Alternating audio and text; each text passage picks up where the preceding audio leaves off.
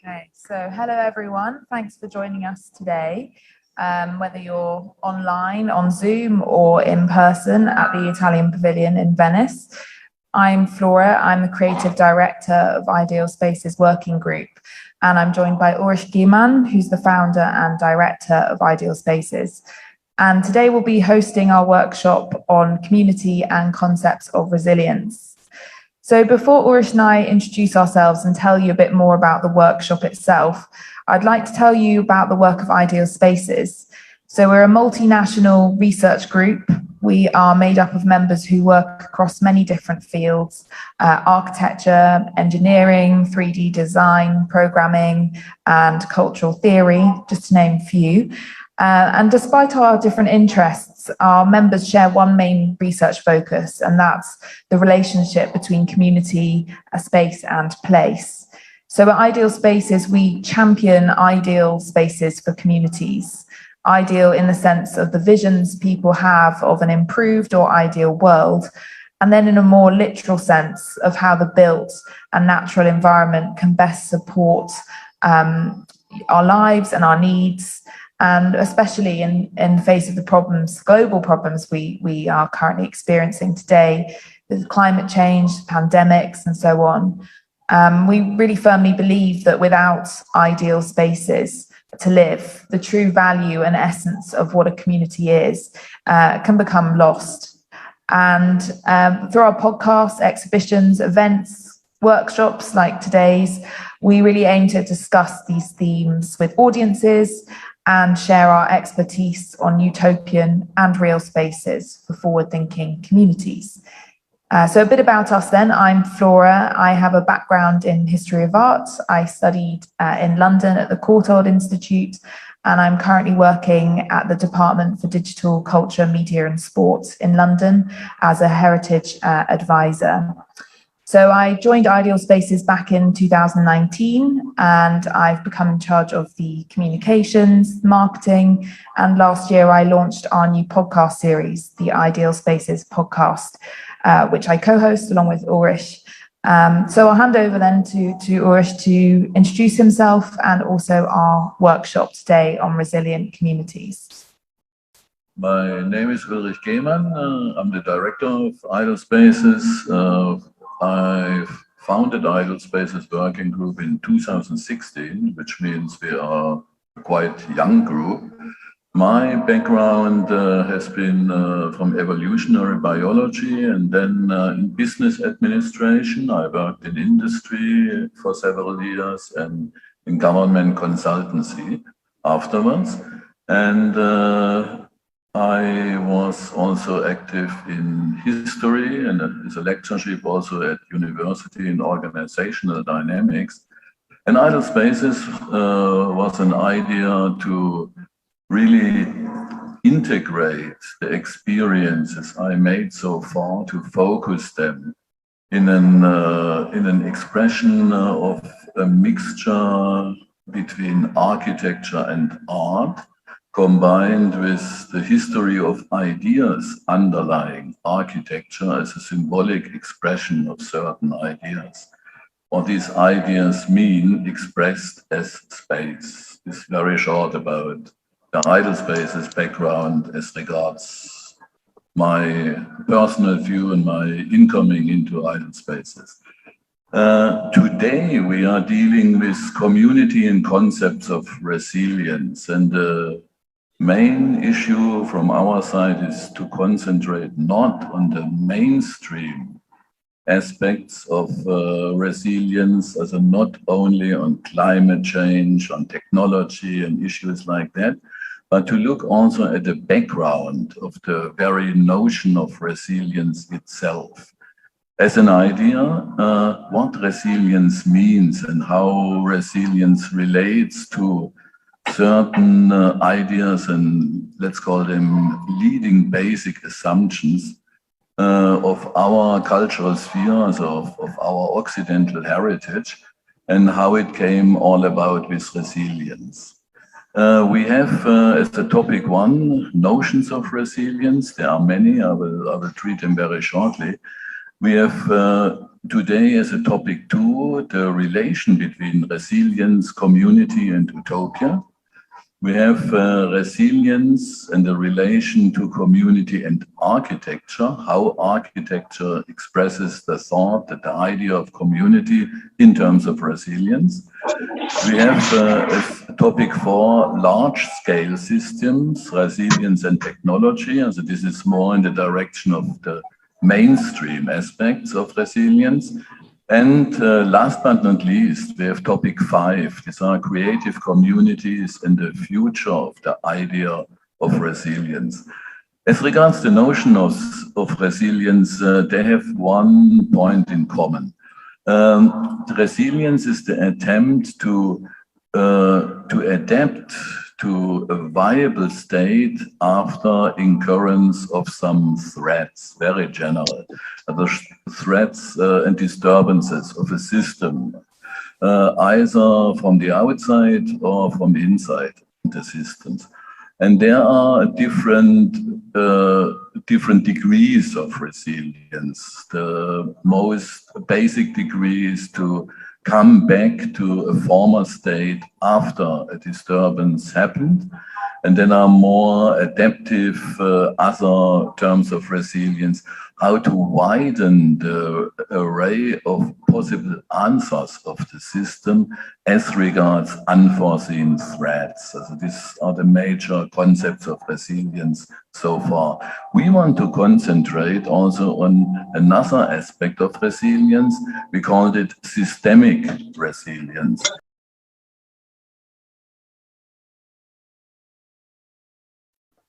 Okay. Systemic resilience means a system's architecture gains momentum, is able to withstand any disturbances from within or from outside the system. An example is the recent neoliberal capitalist, I call it ecosystem as a whole, which gains a momentum of its own, and all aspects of resilient communities have to be located inside this entire ecosystem of a neoliberal context, which is globalized meanwhile.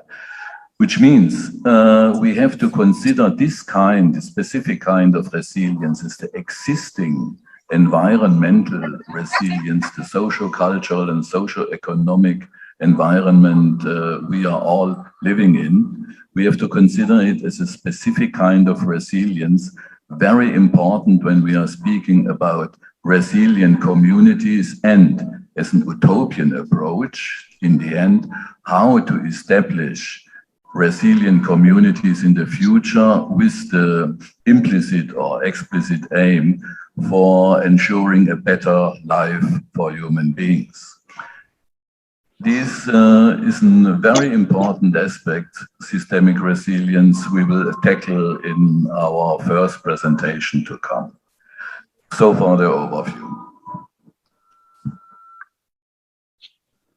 Great, yeah, thank you. Before we get started with our first presentation, I just wanted to give a few housekeeping notes for our Zoom participants. I've been told it's really important you make sure you're on Zoom, of course you're on Zoom, on mute throughout the event. So if you have any questions relating to the presentations, please do either post them in the chat or just save them for the discussion sessions, which will take place after each presentation. In your workshop guide, which I believe you were sent this morning, you'll find the agenda for our workshop. I'll just go back to that briefly. And you'll also find the bios of all our speakers. We've got a really jam-packed schedule for you today from experts in their fields. We'll be joined by architects, academics, urban planners who will be sharing their perspectives on resilience.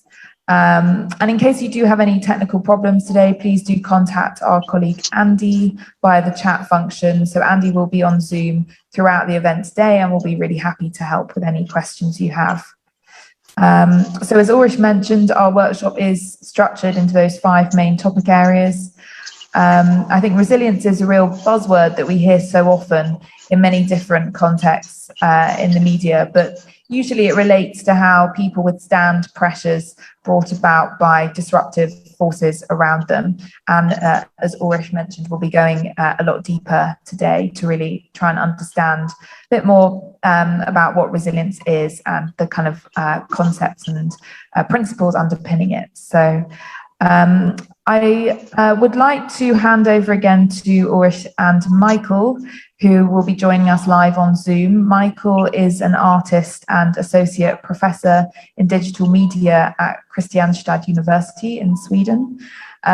He leads on digital development at Ideal Spaces, and he has a particular focus on scenario writing, digital prototyping, and also creating mixed reality spaces.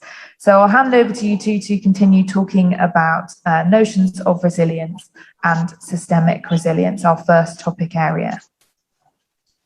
Michael, if you want to share your screen, I believe if you want to continue. Yes, right. Yes. I'll just stop sharing mine. Hang on.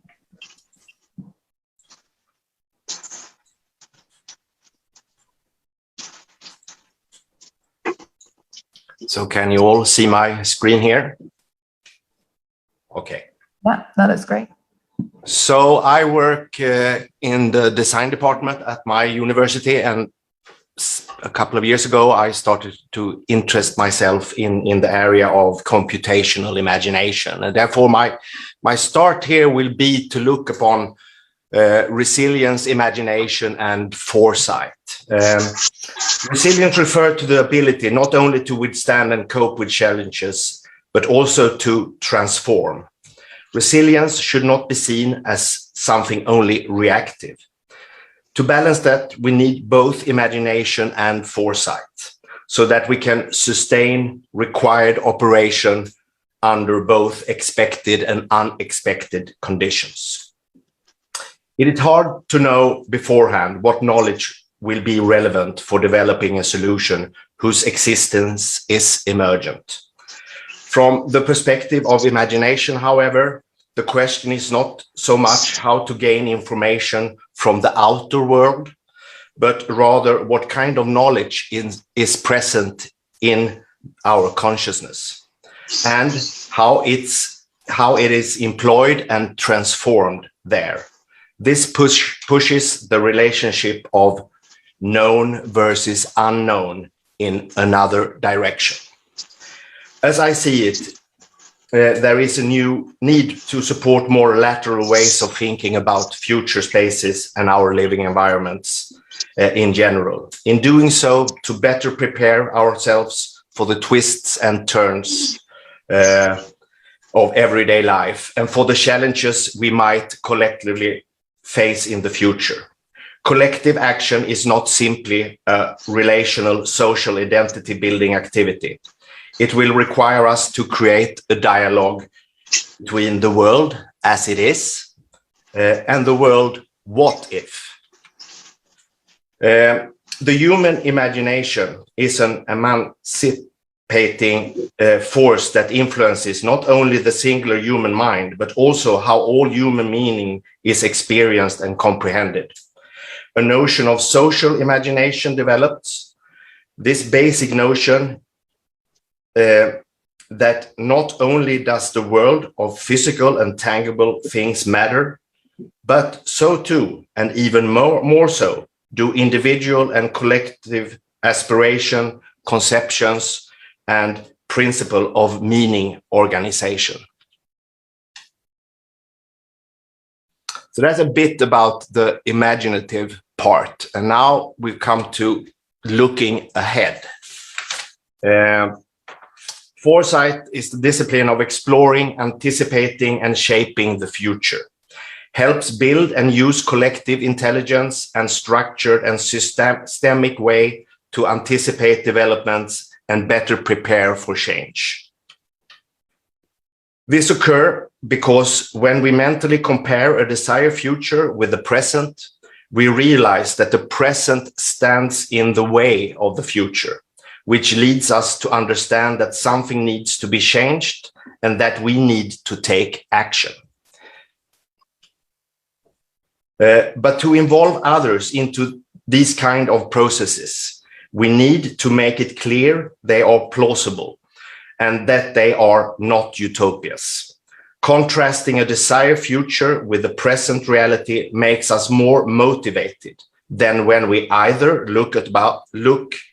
think about the present or fantasize about the desired future separately. So these are some of the things I want us to consider and think about during our session today. So I hand over to you again, Flora and Ulrich.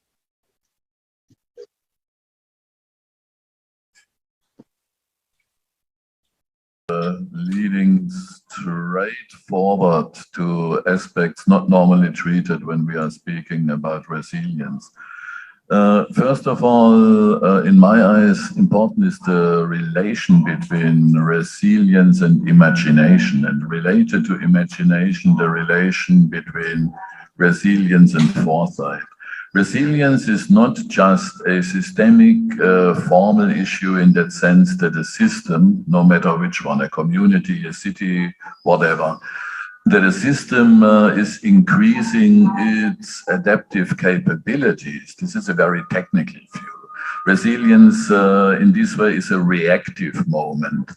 And what Michael opened up is the perspective of a not only reactive property of resilience related to imagination. In order to become resilient, first of all, as a community, means as a concrete combination of concrete human beings, we have to install our imaginative capabilities, how a future shall look like. We want to become resilient for in order to reach that future. That's a very important point, also related to foresight. And we'll be coming back to kind of concepts relating to the imagination later on in the workshop. But for now, I think the best place to start is with exploring why exactly communities need to build resilience in the first place. And I'm delighted to welcome our first speaker, Khalid Kadir. I don't know if he's online. I'm not sure if he is. I am here. Yeah. Oh, brilliant. Great. I know we're a little bit ahead of schedule, but yeah, thank you for joining us. So I'm going to tell you a bit more about Khalid before I hand over to him to share his screen. He's a continuing lecturer at UC Berkeley and teaches courses in the Global Poverty and Practice Program, Political Economy and Civil and Environmental Engineering. After completing his PhD in environmental engineering at UC Berkeley, Khalid focused his research on the complex role that engineering expertise plays in the politics of international development and poverty alleviation. And his current work focuses on the intersection of poverty, expertise, and politics. So I will hand over to you. So thank you very much for joining us. I know it's late with you in California, but yes, thank you so much. There we go. Is the sound working now? Yeah, it's great. Thank you. All right. And you can see my screen, I assume? Yeah. Good deal. Hey, thank you for having me today. Or tonight, I guess, as I'm calling in from California. I'm excited to be here. And I'm excited because of the ways in which my conversations with Ulrich and Flora have pushed me to think about my own work a little bit differently. And I don't traditionally speak on issues of resilience. I think about them. We all are, as Flora mentioned, bombarded with these in the press constantly.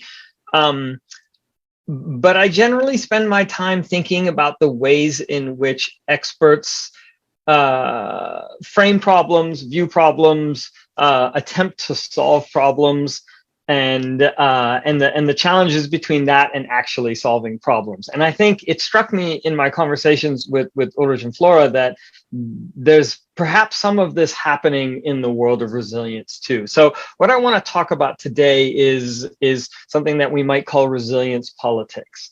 And to get a little more descriptive, I want to think about the kind of anti-politics that we swim in right now. And then towards the end, I want to think about some ways in which we might politicize our work and think about resilience as not just a technical concept, but actually think about resilience as a political commitment or a political concept that requires us to think differently about what it is and what it isn't. So to begin with, two quotes that are perhaps self-explanatory. The first from journalist George Monbiot: when someone says they have no politics, it means that their politics align with the status quo. He goes on, none of us are unbiased, none removed from the question of power. We are social creatures who absorb the outlook and opinions of those with whom we associate and unconsciously echo them. Even says objectivity is impossible. And then the second from American historian Howard Zinn: you can't stand still on the moving train. Same thing, perhaps said differently. And I start with these in case anyone is still wrapped up in the idea that we can have thoughts, beliefs, and opinions that are somehow objective and removed from our social context, to say that I'm starting with the opposite idea. That our ideas, our beliefs, our perspectives are all rooted in our political positions. And it's hard for us to get around that. And perhaps instead of getting around that, we can embrace that and think about the politics of our work. So a quick outline of what I'm going to cover in the next 30 or so minutes, perhaps a little less. I want to think about the sort of anti-politics of economy. And from there, we'll switch to thinking about technology and the ways in which technology has a sort of anti-politics. And to do that, for the first one, for economy, I'll lean heavily on the work of other thinkers, which I'll share how they come to understand sort of economy as a way of hiding politics in our conversations. And I'll think about the implications for us. And then for politics, I'll walk us through a case of thinking about smart cities and all of this sort of utopic push to build a smart city that will sort of solve all of our problems for us. It will be smarter than us, so to speak. And then wrap it up with a few conclusions. So when I think about the economy, here I'm leaning heavily on the work of Timothy Mitchell, and I'm putting the birthday of the economy at sometime in 1936. It's because, as Mitchell points out, that the national economy appeared as a new discursive object, a new thing that we talk about in the 1930s. Before the 1930s, the term the economy did not exist in the English language. People spoke of political economy or national economy, referring to the economy or the governance of the affairs of a nation. You could also speak of household economy, the management of household resources. Key here is that economy was a practice, not a thing. It meant the efficient management of scarce resources. It wasn't a thing itself to be managed. Previously, economy was a process that was about people, resources, community affairs, focused on structures of production and exchange. It was, we might say, political economy. It was the economy of the polity. It was not the politics of the economy. With this new discursive object, with the creation of this thing called the economy, a thing itself to be managed and manipulated, a certain kind of expertise evolves that has new power in society. The experts who have positioned themselves to name, describe, and manage this new object have therefore placed themselves in positions of power. The economy becomes an object that is understood by measuring and managing the circulation of money. Today, if you take an economics class, you are taking a class that is all about money. Money is, of course, seen as a proxy for the value of other things, but the focus within contemporary economic practice is to look at money circulation and how money moves around. Even the way we understand the wealth of a nation today is by looking at GDP. GDP is nothing more than the net sum of monetary transactions.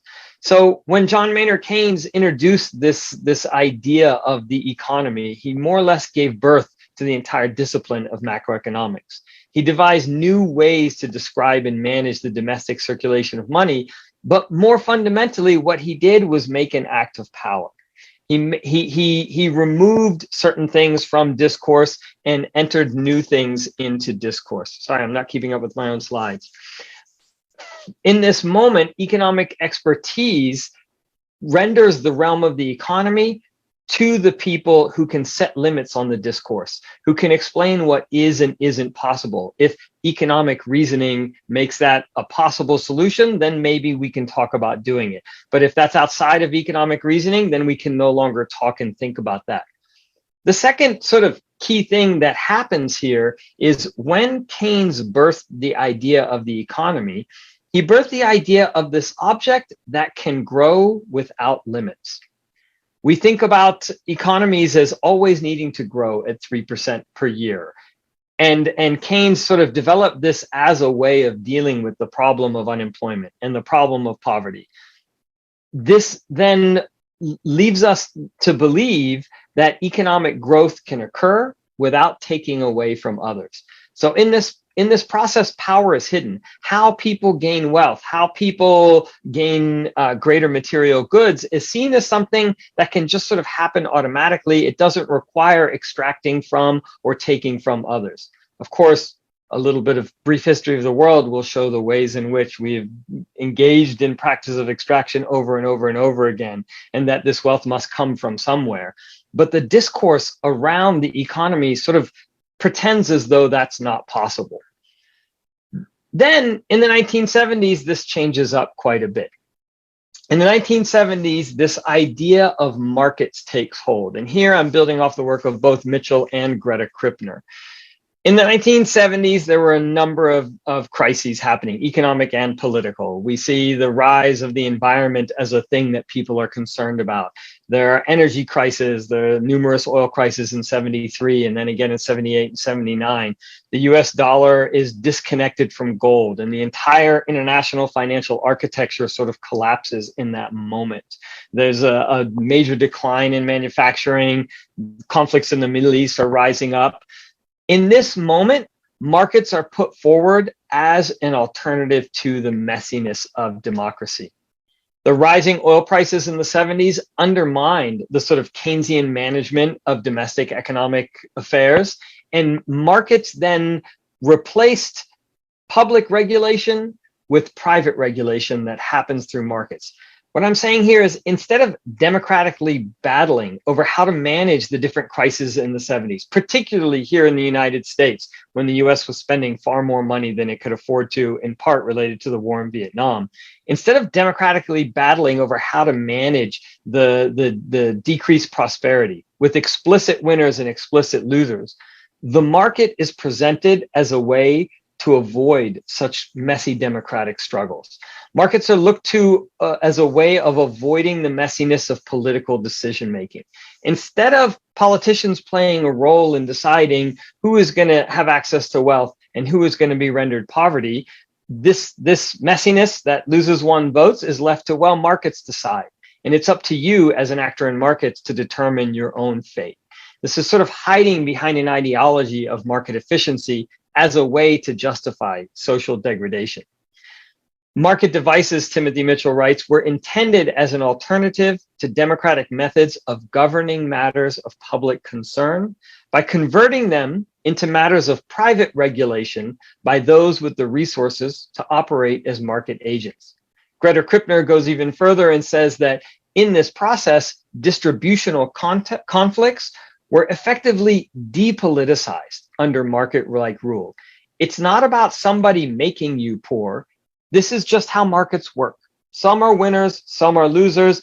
And if you want to be a winner, you better move differently through the world and through society.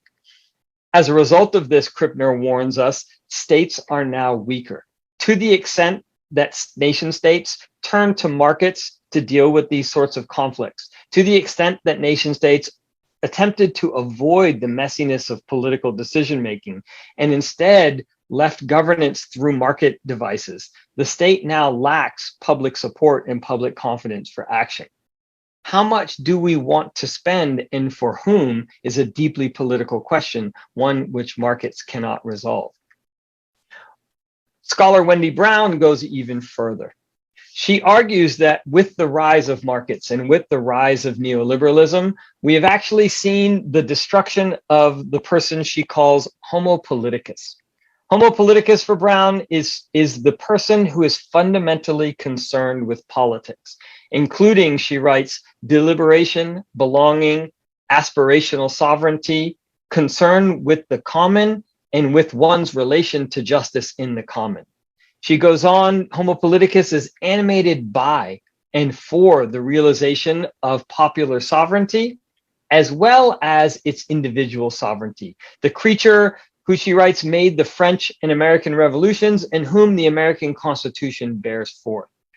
She describes Homo politicus as the person as the sovereign individual who governs themselves, who puts limits upon themselves. For Wendy Brown, the rise of neoliberalism and the triumph of this rational economic man is undermining democracy. And in fact, it is destroying our own individual abilities to engage in political discourse, in political conversation.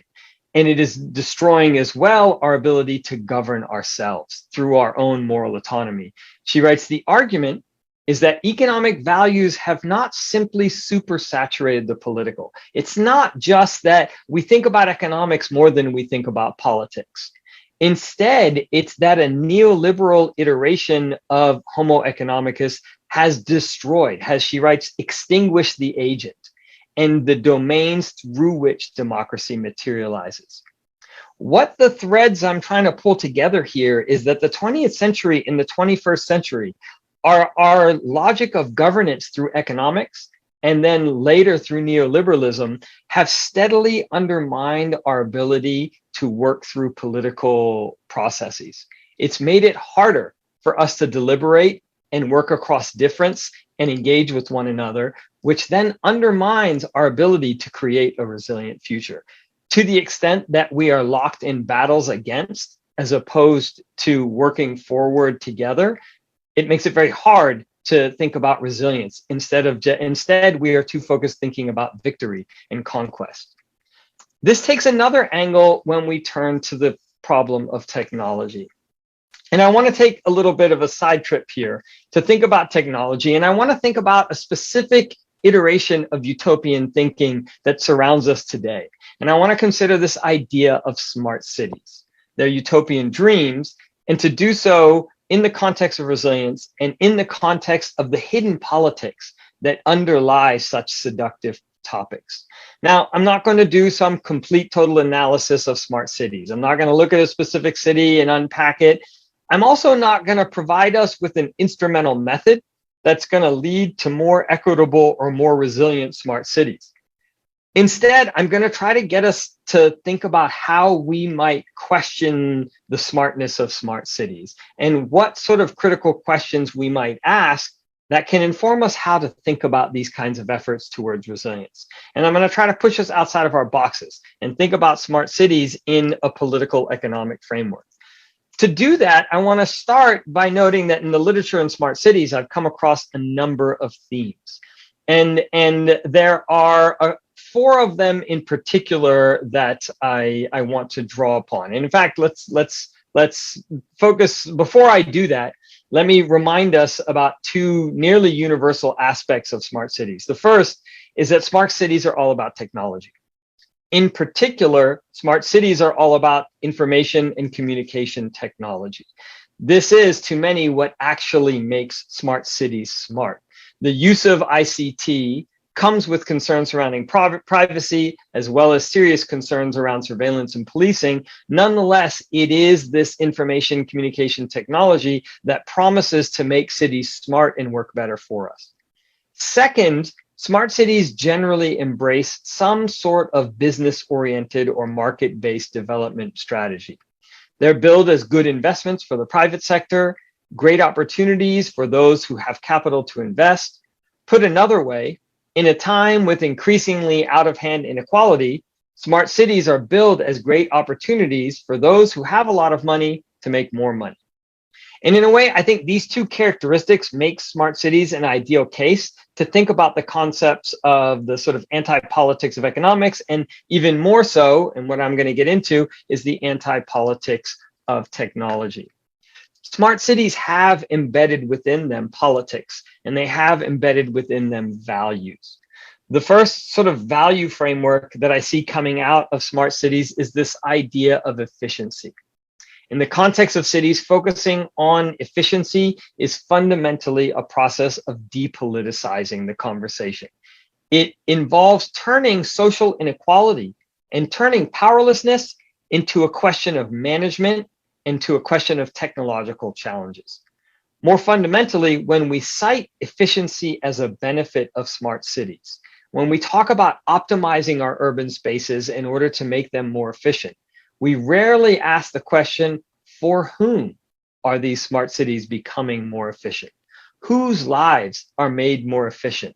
And whose lives are rendered stupid in the future smart city? A second value that comes up in the literature on smart cities is this idea that we are optimizing our practices. And this is straight in line with what it means to be resilient, is to not be wasteful and to use our resources efficiently and to optimize the use of resources. And here I turn to the work of Tanya Lee in her book, The Will to Improve. And she writes, the claim to expertise in optimizing the lives of others is a claim to power. She argues that claiming to optimize people's lives is a very audacious thing to claim. It's like me claiming I'm going to come into your house and rearrange your furniture for you in the way it should be done. I'm going to optimize the arrangement of your house. But this is a way of taking trusteeship over others, claiming to know what is best for others, asserting that we know how to make other lives better because we know what is best for others. And I would take this even further and argue that within these kinds of claims is really deeply embedded a form of patriarchy. Patriarchy over the poor and patriarchy over the marginalized. One where we in positions of social and political power can assert what is best for the poor and the marginalized and force those understandings upon them. A third value deeply embedded within the smart city framework is this idea of convenience. And while we may all like the idea of convenience, it doesn't take much to acknowledge that convenience comes at a cost, that there is always a price to pay, and who or what pays that price, and who decides if that price is okay to pay. We can unpack our focus on convenience in a different register as well.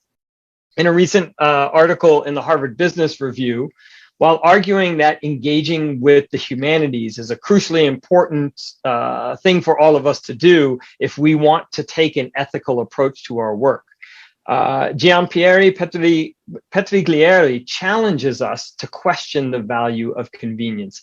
He asks, what if inconvenience and discomfort, boredom and distractions are features and not bugs of a good life? And I love this quote, and I think about sometimes when I think about resilience, I think about something that's cutting edge, that is sophisticated, that is fast moving, and that's what enables it to be resilient. And Petriglieri sort of puts me on my back foot because he's almost challenged us to think, what if to be resilient, we actually have to deal with inconvenience and discomfort? We have to deal with empty space for boredom and distractions. What if it is not just a project to be conquered and executed, and instead it requires us to have sort of a buffer zone around us that's not always taking us in some singular direction? Smart cities also promise to be safe. By now, we should all know the relationship between supposedly smart algorithms, security, and racialized oppression. Whether it's the marking of Black and brown and immigrant neighborhoods as high risk due to algorithmic crime prediction, a form of modern redlining and place-based exclusion, or the profiling of dark-skinned men as threats through facial recognition software, I find myself asking the question, are our efforts to build a smart city really, in practice, efforts to build a white city, or effectively an anti-Black city? Is that what we're doing in practice, using the tools which we have created? If we're interested in resilience, in a justice-based manner, we can't look the other way here. And this is not just the future, this is in fact the present. Within all of this, smart cities are all about data. And some would call this idea that we're going to make our decisions in our urban frameworks using data a sort of neoliberal fantasy. an extension of the fantasy that our reliance on economic markets will absolve us from having to make political decisions. And this is where I find this anti-politics of technology and the anti-politics of markets equally sort of intertwined and complicit with one another. Again, in the 70s, the dominant economic ideology of the time led us to let go of this idea of equitable redistribution through the state. And instead, we turned to markets to decide who gets wealthy and who doesn't. In doing so, we empowered financiers, those who we now not so affectionately call the 1%. Today, I think even more than markets, it's our reliance on technology. That is where our future utopian city lies, brought to us through market actors that promises to make decisions for us. Decisions, we are told, will be made based upon data. If you don't like the decisions, blame the data. No one is responsible. This was a data-based decision. There are no politics to be seen here. And of course, this is ridiculous. But the lure of eliminating politics is deeply seductive, particularly in our moment right now when it feels like everyone is too busy fighting. Politics is about disagreement. And the promise of expert-led solutions is that we need not have such disagreement. Instead, we can have a sort of techno fix out of our social problem. This approach to politics is fundamentally anti-equity. Over and over, we see examples of how algorithm and data discipline the poor and reproduce the social injustices that we struggle with today. And I think we can do better. We can work to create democratic cities where people disagree and argue, but they do so as a process of working together to create the future they want. This, I think, lies at the core of what it means to build resilience. And this leads me to the concept of the right to the city, an idea derived from the work of French urbanist Henri Lefebvre. For Lefebvre, the right to the city is an assertion of use value over exchange value. For example, the assertion of the right to housing over the right to property. This is something that's happening even in Venice today, with the entire Occupy Venice movement that's asserting that people's right to rent out the property they own to tourists is not as important as local residents' right to housing. Urban theorists have taken these ideas even further. They see the right to the city as a broad right. Imagine as the right to participate in the city and in urban life, as a right to reform and refashion the city in ways in which we see fit. We live in a society, writes geographer David Harvey, in which the inalienable rights to private property and the profit rate trump any other conception of inalienable rights you can think of. Our society is dominated, he writes, by the accumulation of wealth through market exchange. If we care about resilience and we care about equity in our frameworks of resilience, we might do well to adopt such a right-based framework in our work and to assert a right to the city that is, as Harvey writes, not merely a right of access to what the property speculators and state planners define, but an active right to make the city different, to shape it more in accord with our heart's desire, and to remake ourselves thereby in a different image. If our urban world has been imagined, then it can be reimagined and remade. I would be derelict to talk about cities and to talk about urban spaces and to talk about this idea of whose efficiency, whose life is to be optimized, who is granted convenience, who is safe, who has the right to the city, while not also acknowledging the city I am in right now. I am zooming into you from UC Berkeley. I'm standing on unceded indigenous land. The land I'm standing on is Ohlone land. It is land that was taken from the Ohlone people following a series of massacres that were committed by the United States. Most now refer to these massacres as an act of genocide. To have a conversation about smart cities and resilient cities and just cities and the right to the city cannot happen without starting with and including those whose land we occupy.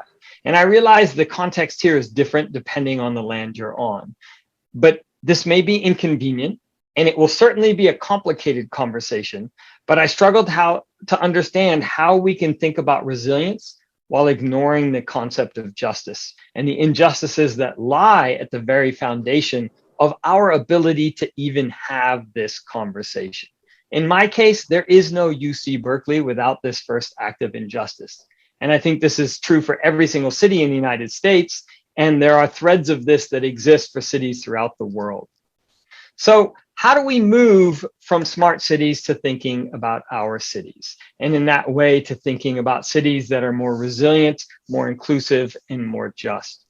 I think there are three pieces here that may help us to move towards resilience that we would benefit from considering when we think about resilience. I think too often when we think about resilience, we are looking forward and we fail to look back. And I think resilience requires us first to rectify historical injustices. As the common protest saying goes, no justice, no peace. And if resilience requires us to live at peace, then we have to think about justice. And we have to think about how we might make up for past practices that have resulted in the current inequities we live with today.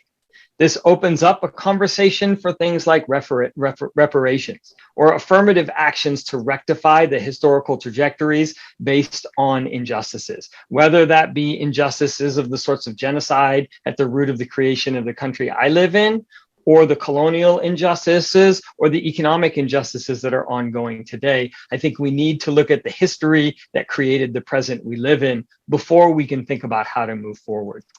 Second, I think we need to look at the world in a relational way. And given what Michael said right before me, this perhaps will not be particularly novel, but we need to think about our place in that relationality. Where do we sit in the world and how are we positioned in relation to others?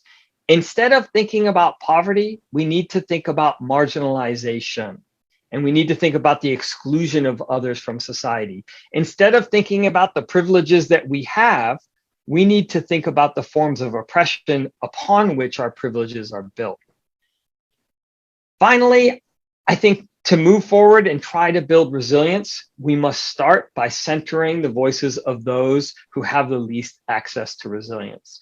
We need to think about centering the voices of those who are most marginalized among us. Rather than making this a power-led, expert-led discourse, I think it needs to be a discourse where the most marginalized groups in society sit at the front of the table, rather than are dragged behind in a continued position of marginalization. To do all of this will not be simple. To do all of this will require us to engage in epistemological transformation, i.e., we are going to have to change the forms of knowledge that we value. We are going to have to move beyond positivist, quantitative, empirical ways of understanding the world. These are methods that dominate my own discipline of engineering and really dominate the academy today. And I think we're going to have to move beyond those ways of seeing and knowing the world and start inviting other ways of seeing and knowing into our practices. And this epistemological transformation will have very practical implications. It will result in us asking new questions and different questions. It will result in us using different methods to answer those questions. It will result in changes to the things we teach and the things we study. It will even change how we teach the things we teach.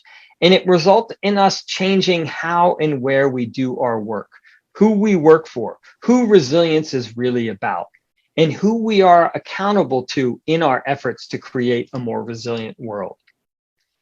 In conclusion, I'm going to fall back on the words of someone much wiser than me, words spoken long ago. Dr. Martin Luther King said, "We must rapidly begin the shift from a thing-oriented society to a person-oriented society. When machines and computers, profit motives, and property rights are considered more important than people, the giant triplets of racism, extreme materialism, and militarism are incapable of being conquered." I would interpret this today in the context of what we're saying as, to the extent that we see resilience as a thing-oriented problem, as a problem of environment, as a problem of technology, as a problem of economy, we're going to miss the point. In fact, we're not only going to miss the point, but we're going to feed the problems of marginalization in society. We're going to feed the problems of militarism in society. And I think to the extent we can start seeing resilience as fundamentally a people issue and consider what it means to bring people together in peace with one another, then I think we may have a chance of moving towards resilience. That's what I have for you in terms of presentation. I have a few discussion questions that I have thrown up here that I'm happy to share. Flora, I believe I was supposed to have sent those to you and I neglected to ahead of time. So I can share them here or whatever you think is best, or in the chat box, whatever makes sense. Khaled, first of all, many thanks for this really brilliant intro to what I labeled systemic resilience. And this is more than just systemic, what we are talking about, but also some needed ethical perspectives if we want to become really resilient. It's a question, as you had it, it's a question of human beings and of mindsets in the end, and not of technique or any kind of other organizational architectures or measures we are taking. I would be very interested in the thoughts and questions you prepared for our discussion coming now. Yeah, the two questions I had for those in the audience. First is to, I'm speaking from the perspective of someone who's trained as an engineer. And I feel like I can understand how struggles over power are hidden within my own practices of my own discipline. But I'm curious to understand, how does politics, how does struggles over power show up in the work of others? Or does it? Or does the work of others turn into the work of technique? Or does it turn into the work of objects? And I'm curious if folks are able/willing to share how power in politics does or doesn't show up in their disciplines, in their fields, or in their work. And the second question is when we consider the world we live in, that is filled with these sort of individualist, market-based ideologies, and not just ideologies, but even structures that reward these individualist tendencies.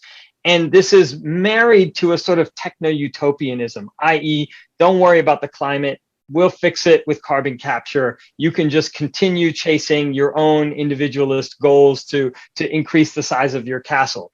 I'm curious what reflections others have on how we may remain more rooted in our social relations and in our social connections with one another. Can you hear me all right?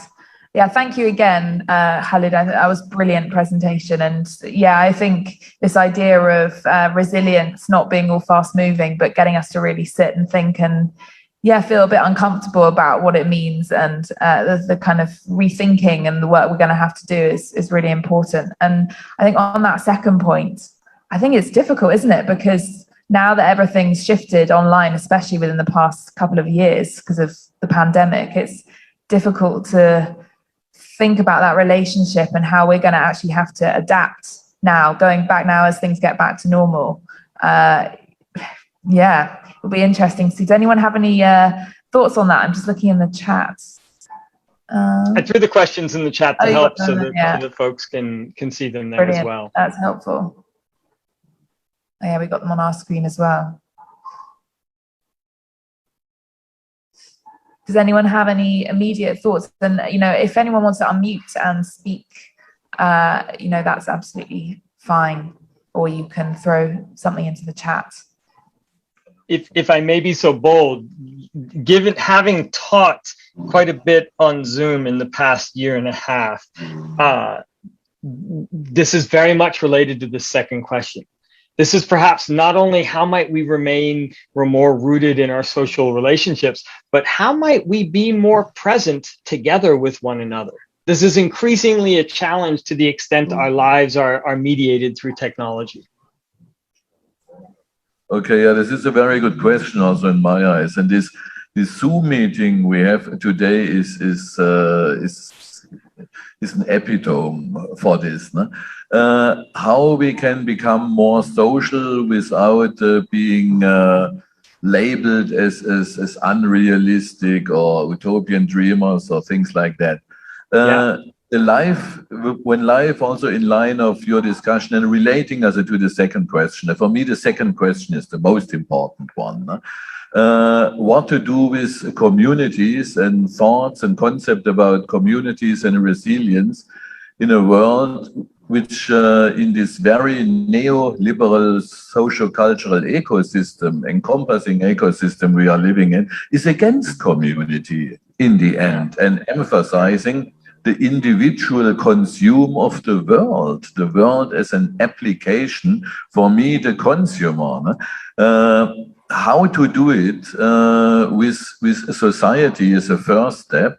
And the second step related to it, how to do with community, because we need a society and a feeling and understanding for a society first, before we can talk about community and a feeling and understanding about communities. And thirdly, we can speak about resilient communities in the end, so to say, after we pass this logical chain of realignment, the social issue, that man, in the word of Aristoteles, as a zoon politikon, as a political animal, becomes a social animal again.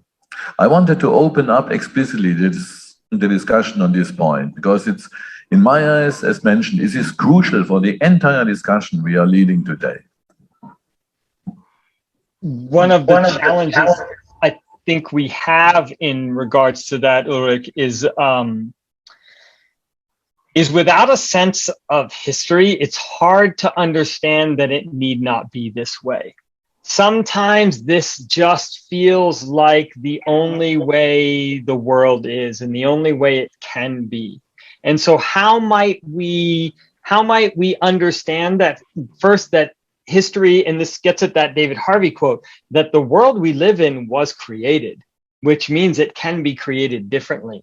So how might we get beyond the world as we see it to live in a world differently? I think that first requires to understand that this isn't the world, capital T, capital W, but this is actually a social and political creation that has put us in the situation we're in. It's a very essential aspect, history. Let me pinpoint it in a bit provocative way. The recent mindset of seemingly liberated individuals ready to consume the world, this very mindset is against history, because history has also to do with modesty, with confinement, with an acknowledgement that I am not an omnipotent creative individual, but that I'm standing in the line of a context of development over a longer time. And consume does not need history. Consume is just an eternal present, a present state of being, of a seeming omnipotence of the consumer. And this relates to, also in my eyes, this relates to what Michael introduced as the relation between resilience and imagination. It's a question of imagination also, as we are speaking about history. If I imagine myself as a quasi-omnipotent, liberated individual, ready for consuming the world, I do not need any other imaginations than my personal ones occurring in the moment, which means I only have to consider as imagination my wishes and the sequence of my wishes. And I do not have to care about history. History is something for historians or some nice touristic places I can consume if I decide to do so. For instance, going to Venice, then I consume history in a large museum in the open air. But it does not really touch me. It is consumed as any other consumer. History is for academics and historians. Yeah.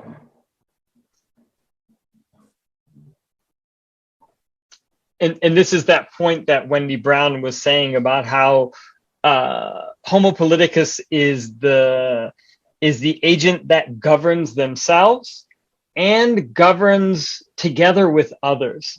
And there's both sides to that. There's, to what extent do we govern our own selves, or to what extent are we just driven by our appetites and desires in the moment as though we exist independent of everyone else? And to the extent we no longer know how to govern ourselves and put limits on ourselves in our own way of interacting with one another, then we no longer know how to be civil with one another. And what possibility do we have to live together and govern together in that moment? I think the interesting thing with imagination is that unless you're really pushed or you have to do something, you know, like with the pandemic, we were pushed to go online because, well, we had to, but, you know, that's something that people take at their own pace. So what is the incentive for people to imagine if you're not already inclined to do it? But we can also say that we were not well prepared for doing this.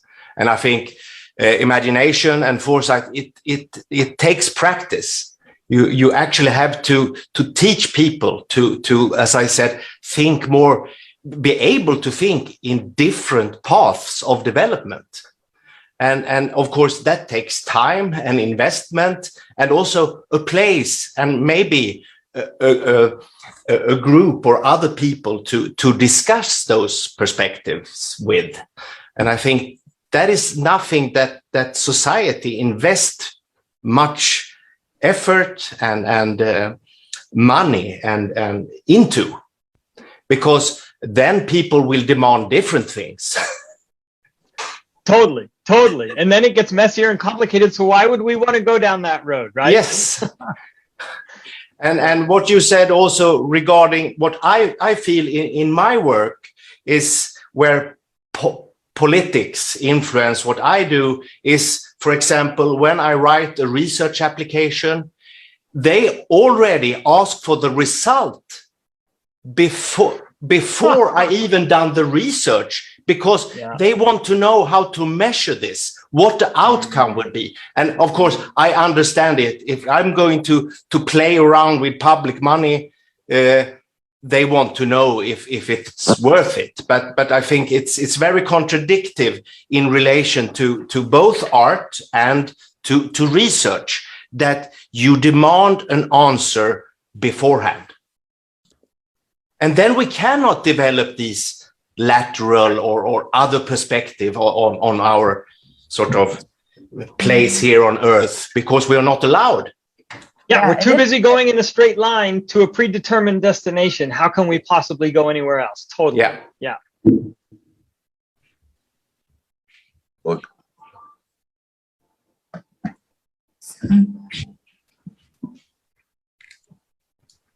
Oh, Chris, you think, I'm not sure if it's maybe just a mic thing. Okay, and let me answer to this point, related again to imagination. That is one-way imagination, which is in fact a reactive imagination, also in terms of consume that Khalid addressed. If I can imagine only, let's say, as a kind, a bit overemphasized, as a kind of primitive organism, I can only imagine to some inputs I get in terms of what I have to consume now, what I have to do now for my own benefit, whatever this benefit might be in my perception. And then this is what I want to call it, reactive imagination. And the true imagination in the direction of a desired true resilience. True means here in terms of mindset, as for real communities, means real resilience.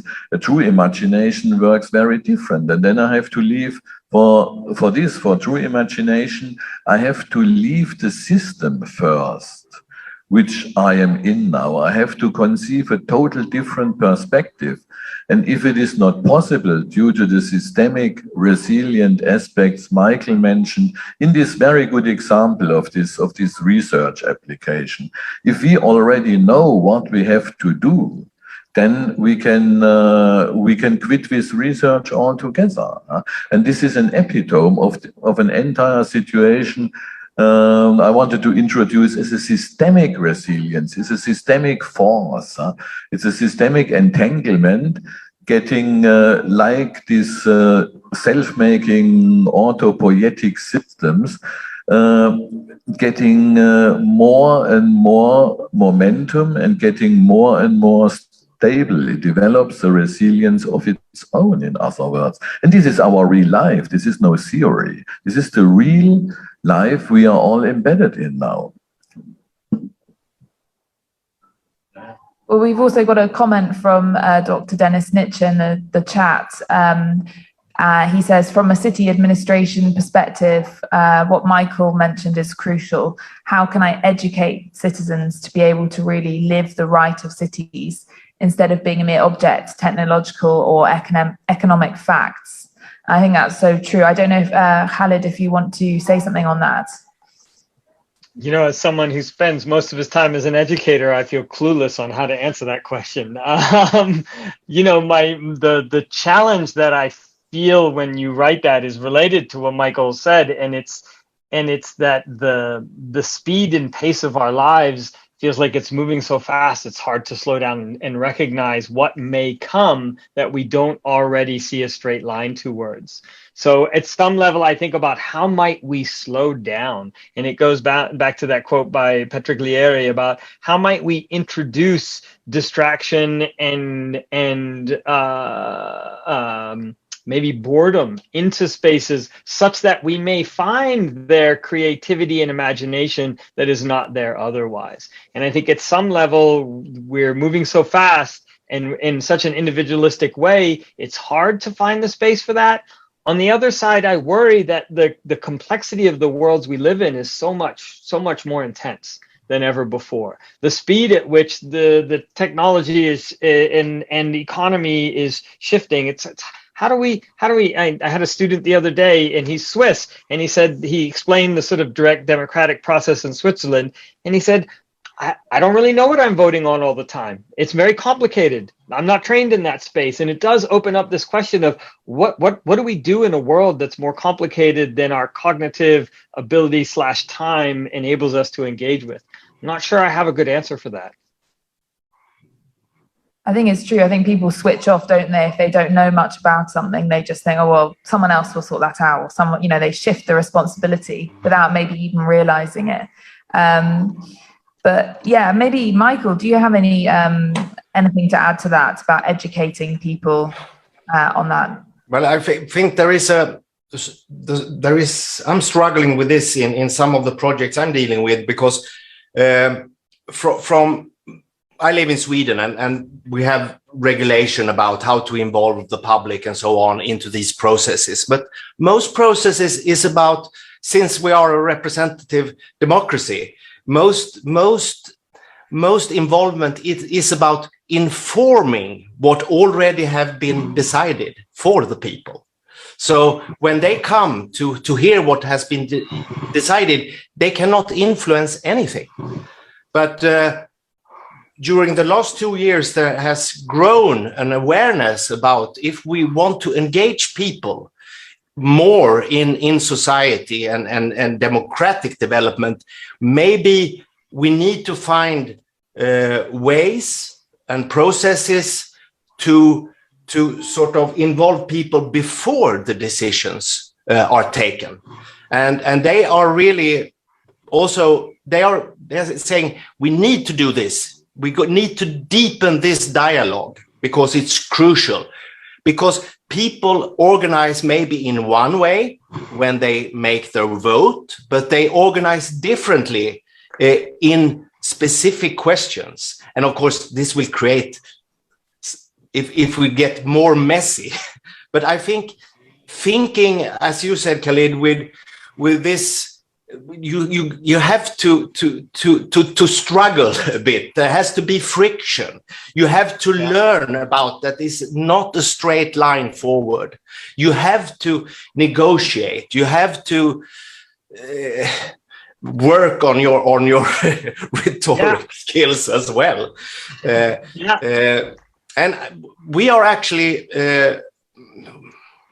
not demanded, but we are encouraged to actually set these processes, to start these kind of processes. But it's early. I haven't done it yet, but we are working in a project with exactly this, and it's so interesting to interview and talk to people on all these different levels, and to sort of take out these different experience and perspectives that are so different and so rich of both narrowness in how you perceive and look at other people, but also of the possibilities that maybe the politician does not see, because they don't. There are no surfaces for them to meet these people.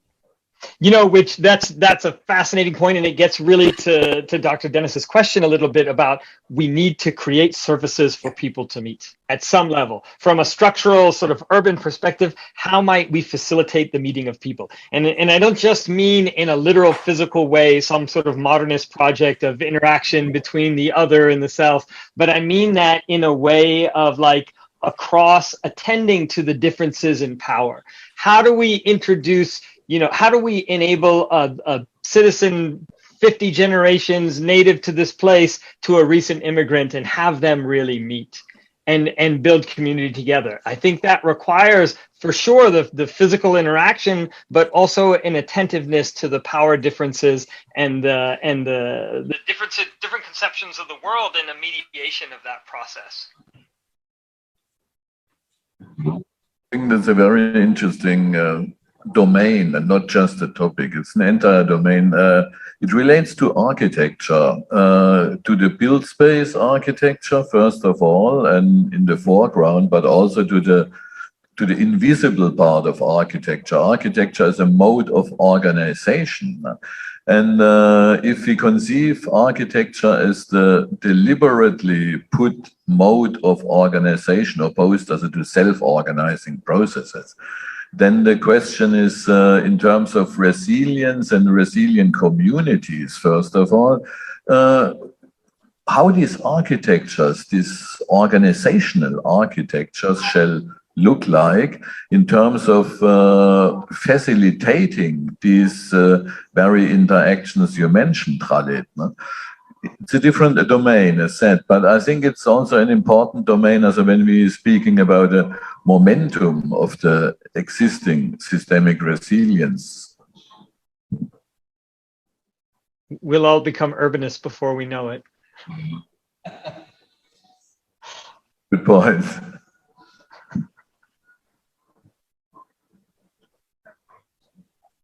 Are there any other questions, comments? I think it's an interesting point, and I'm desperately waiting for some other inputs, comments, questions.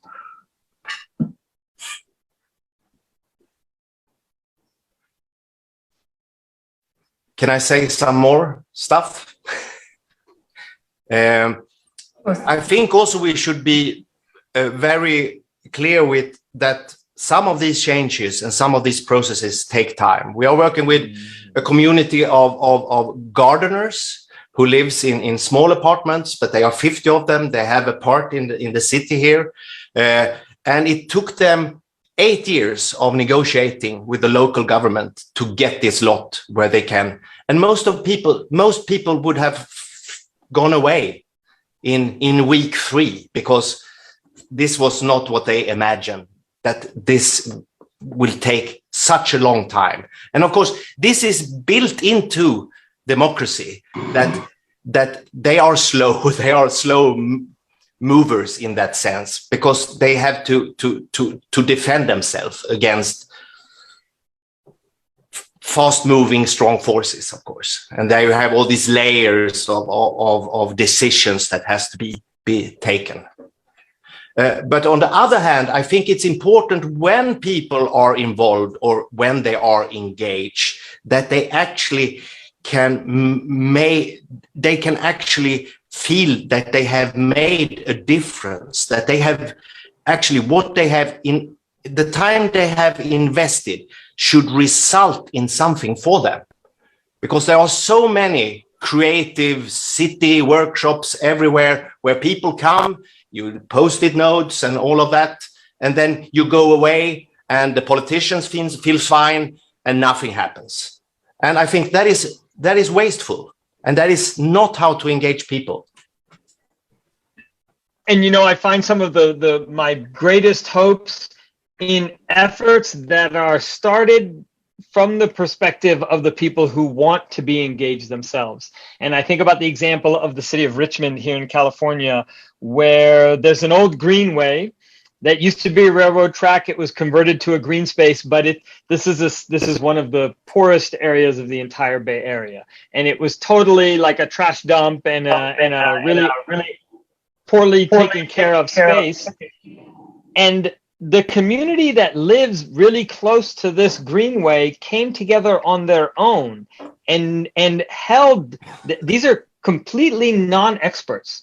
They held design workshops over how should we make this space. They held events to bring people together to think about how to create the space. It took them as a community 3 years just to set up agreements on how they'll work together before they started doing the work, because they had to go through so much stickiness. Then when they drew up these plans, they sent them to some landscape architects. The landscape architects came back with a cookie cutter design for a park. And they said, no, we wanted you to do what we drew for you, just make it look nice. And it took 3 rounds, and eventually the lead architect came and said, are you serious? And they said, we're absolutely serious. We involved everybody for weeks, and it's a space unlike any other, because you feel the people in that space. Even if it doesn't fit some technical model of the right way to flow traffic, you understand there's something else going on there, and there's a deep beauty in that. I think it's also a very important aspect. The spontaneity is making up the action of the community, and this is again to do with imagination, so just to address the issues we tackled so far. And the point Michael mentioned, as this we experienced in our hometown, we experience it very often. That this, I call it pseudo participation. So if people have to bring their ideas of an already made thing, this is this very same effect as the research results have to be fixed when I'm applying for the research procedure. And in Italy, they say this is a commedia dell'arte, so we do so as if we would participate and if we would really introduce as the affected, as a means the inhabitants of an area, for instance, in a process. And I think the difficult point is in this positive example you mentioned, Khalid. The difficult thing is how these real innovative movements and real, in a good sense of communitarian, how these real communitarian, community-oriented moves can find their place in a system architecture which has no place for them, in fact, despite it is an official commedia dell'arte participation, of course. But if you want to really participate for a real resilience, what to do then? So except in finding the niches you mentioned.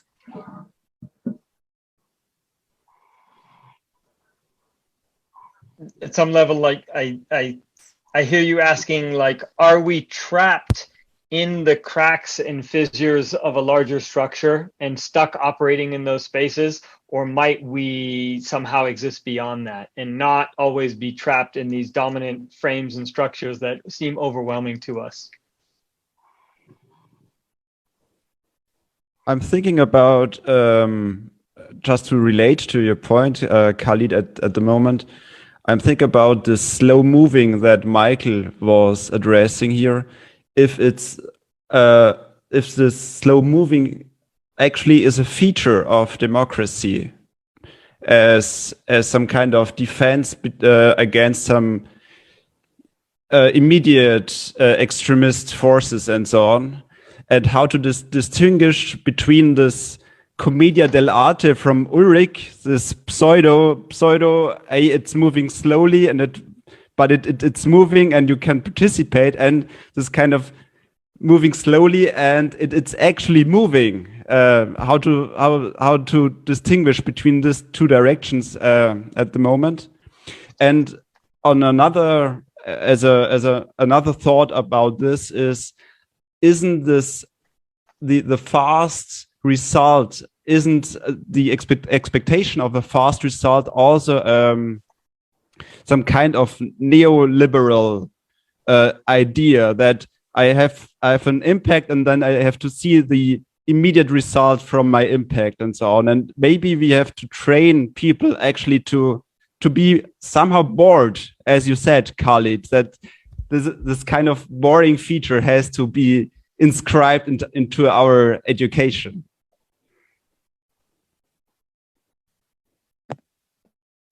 Love it. I love it.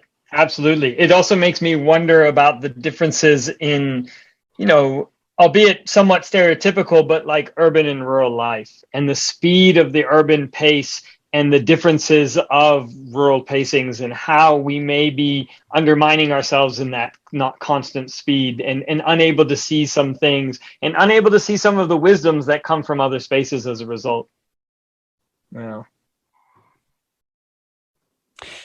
Khalid, in my understanding, you're a civil engineer, right? So you were talking about this boring spaces. How could a boring space look like that it's not dystopian? It's a thought. You were talking about this boring spaces, and it immediately catches into my expertise.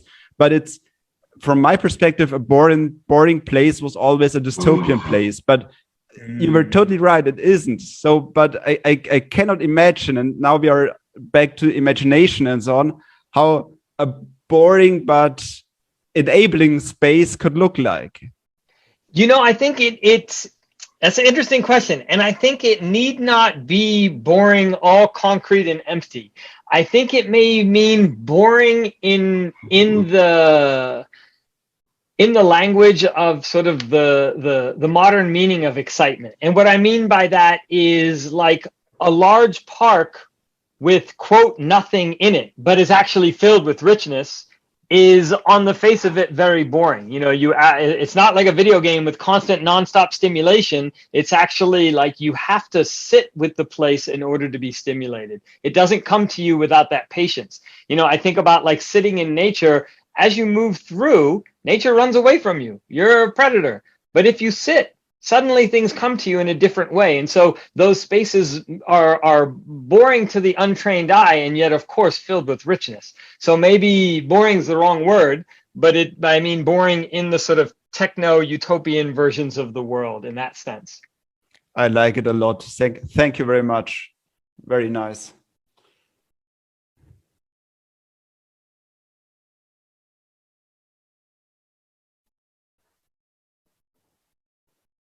People, are there any other comments, ideas, thoughts? It's a crucial issue we are speaking about now, no?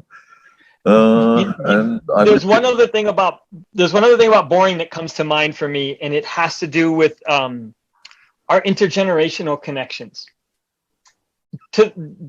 Sitting with old people is labeled as boring. How upside down is a world where we think that way? That is the inverse of every traditional society that has ever existed, that sitting with old people is a boring waste of time. And that has robbed us of the kind of wisdom that only comes with age, right? And I think this is a major problem. We're looking for a kind of stimulation that is actually lacks wisdom, depth, and the kind of beauty that comes in other ways. Also, a very good point is regarding slowness, no? And culture needs time and place to unfold. And first of all, also time on a place to unfold. This is this history point in a practical sense. As an example here, as we are here in Venice, the Venetian culture couldn't have come up in an age of neoliberal capitalism, where all the cafes look all alike, where you have McDonald's and so on and so on.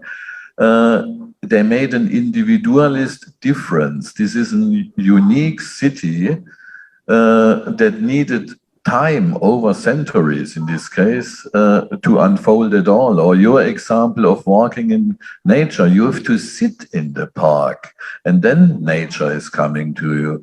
If you are moving all the time, it will run away, right? And I think this is symptomatic for this, and this is Andy's question, in my eyes.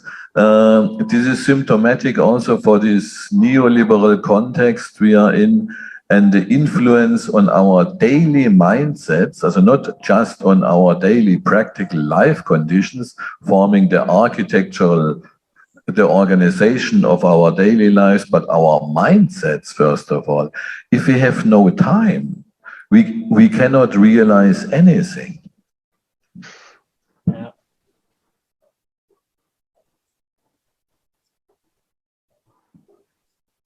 No, I think what we could do now is, if there are no more points from our participants or any questions anyone has, we could take a 5-minute break potentially, and we'll let Khalid go and thank him enormously for joining us and his fantastic presentation. I think it's opened up a lot of points, and we're going to carry on after the break thinking about the imagination utopia. So thank you again, and hope to see you soon.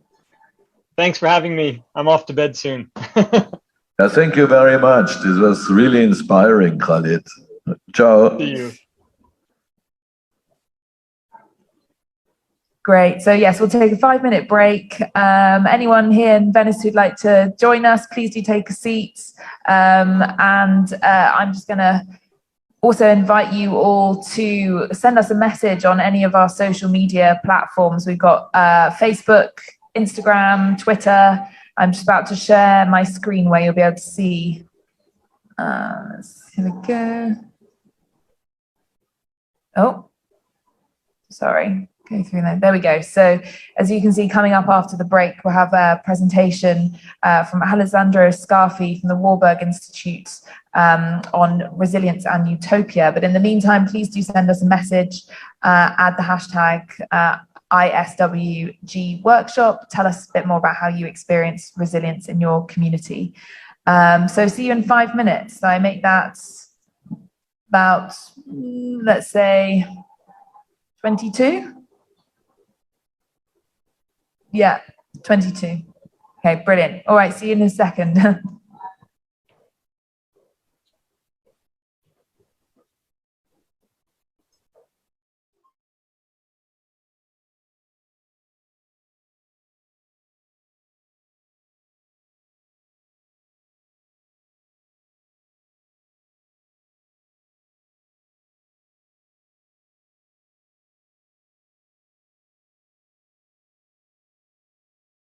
Okay, I think we're now live again. So I just wanted to welcome Alessandro Scarfi to our event today. Thank you so much for being here.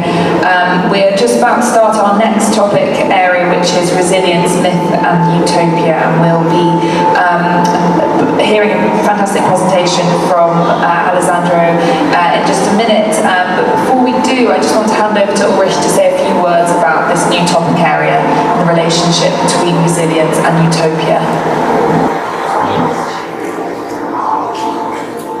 It might be a very unusual combination to speak about myth and utopia when we are speaking about resilience, but in its essence, this is our thesis. Resilience is a utopian move insofar as resilience is longing for a perfected situation for human beings, a perfect state of being which does not exist yet, but which will exist in the future. And resilience relates to a backward utopia. There has been a situation for us as a resilient community, for instance. There has been a situation when we as a community were in a better state of existence, a kind of assumed better state in history, in the past. And this better state we have to reach again. This is the utopian component.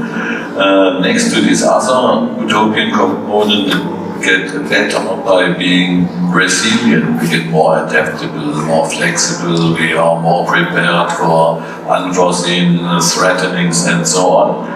And in these terms, in these two dimensions, towards the future, while relating to an imagined past, resilience is an utopian move. And here we have the cultural heritage issue coming into play.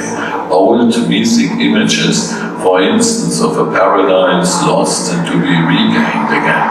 And this is the point where Alessandro will come into play now with his contribution.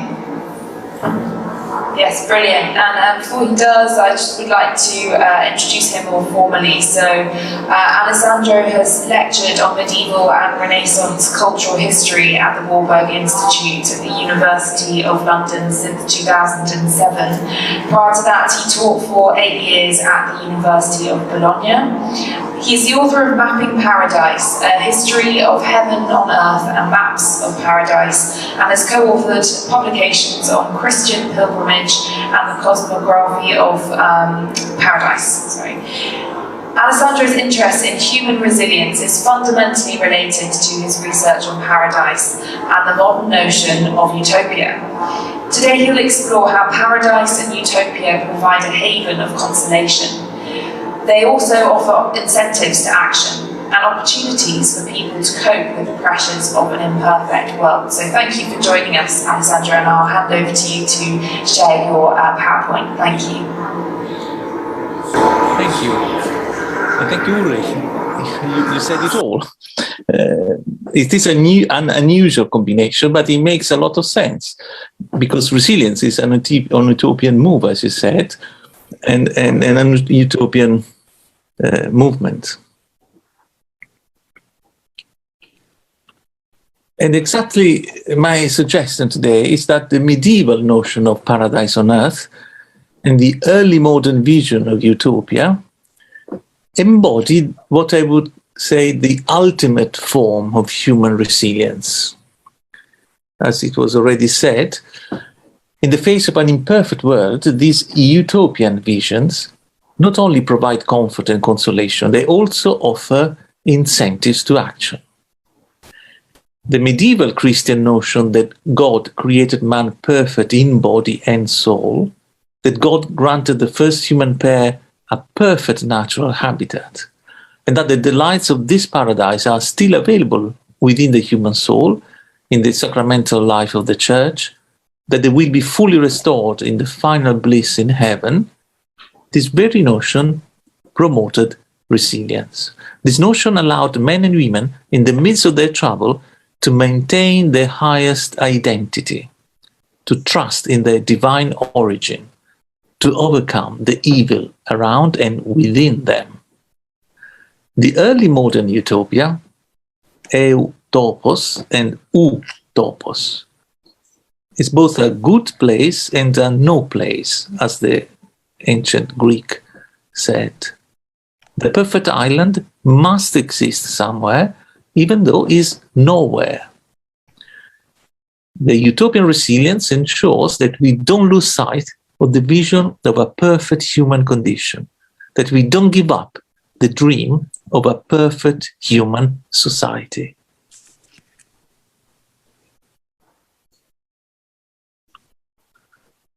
Imagine all the people living life in peace, no need for greed or hunger, a brotherhood of man. Imagine all the people sharing all the world. Do you see the cloud above the profile of John Lennon? For Schopenhauer, there is always a cloud above us, but we are convinced that all around the cloud must be bright light. Paradise is always remote, either in time or in space, in the past, at the beginning, in the future, at the end, somewhere there, inaccessible. Many traditions tell us that a paradise existed yesterday during a marvelous age, that paradise will return tomorrow in the glory of a divine eternity, that paradise is already here in some hidden corner of the earth. For the Hindus, Mount Meru, the paradise of Brahma. For the Greeks, for the Romans, the golden age of Saturn, the Garden of the Hesperides, the Elysian Fields. For the Muslims, the heavenly garden of Al-Jannah. All religions have a paradise to hope for. But paradise remains always somewhere else, always inaccessible, always outside of time. And we need resilience to hope for some kind of paradise, to believe in utopia. Now, just to give you some food for thought and some material for our discussion, I'll introduce very briefly the medieval Christian vision of a paradise on earth, which I think is a neglected episode in the history of utopian thought. It all started because of the Bible. God created man in his own image, male and female.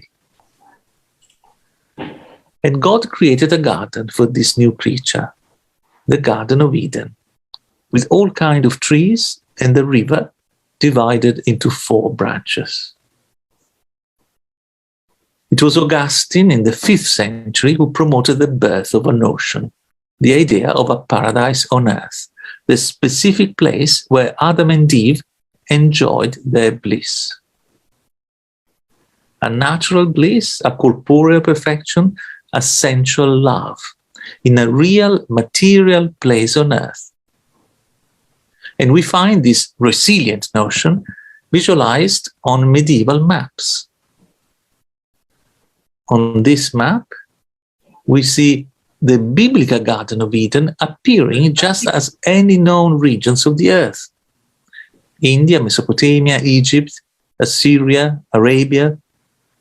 According to medieval Christian belief, after original sin, after the expulsion of Adam and Eve, the Garden of Eden remained empty but still existed on earth, probably in the east, beyond Asia, but made inaccessible by a barrier in time, original sin, and a barrier in space, a wall of fire, an ocean impossible to cross, a mountain too high to climb.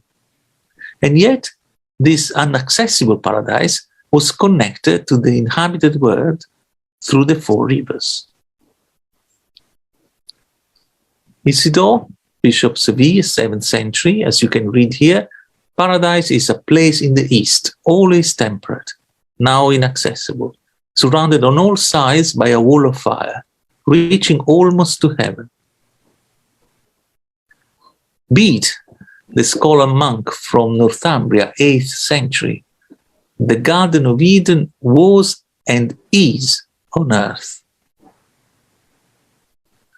I'm cutting a very long story short, but let me say that at the end of the Middle Ages, significant changes radically transformed European geography, cartography, and theology. And this is visible on maps. This 15th century map has south at the top, and we still find paradise in the east, in Asia, here. Here you see the architecture of paradise of my title. Paradise on earth is no longer presented with a traditional iconography as a garden simply enclosed by a wall or with Adam and Eve. Here the garden has become a castle, a fortified city. Here the garden is concealed behind the impenetrable fortifications of a splendid architecture perched on a hill. And I see in this novel iconography a kind of visual resilience. The traditional map sign for paradise on earth that could be accommodated on medieval maps structured on the combination of time and space with no concern for mathematical precision and then looked as a garden, once included in a completely new cartographical context, a modern map only interested in the depiction of normal locations situated in the present, that map sign takes the shape of a highly fortified settlement. Now its isolation, its difference, its separation from the earth is definitely highlighted. The garden has become a city. Eden resembles the heavenly Jerusalem. Its separation echoes modern visions of utopia. The same happens on this other map, always from the 15th century. This is my drawing, where you see here the Garden of Eden, again, not far from India, and again, no longer a garden. It's a splendid city with a column, a dome, a tower, a fortified city enclosed by a magnificent architecture.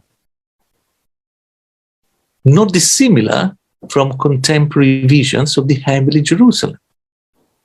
So it seems that the natural, the human perfection on earth has been transferred to heaven. And what is left today of these forms of fundamental resilience? Utopian visions are very powerful, but always generate a profound contradiction between freedom and control. And it has happened that dreams have become nightmares. Ein Volk, ein Reich, ein Führer. A century we have experienced the deadly consequences of utopian, of totalitarian visions. The strength, the union, the resurrection of a chosen people, Deutschland, the Lager. The dream of universal justice, equality, work and property for everyone, the Gulag. And yet there is something fundamentally human in these utopian visions, in these paths of utopia, as Martin Buber named them. Something even divine. This is a design for a National Socialist Forum in Berlin. The design, as you can read, was presented to Hitler by the town of Cologne in 1939. And the model was the Temple of Solomon. This representation of the communist revolution by Clement Redko is modeled upon apocalyptic representations of the heavenly Jerusalem.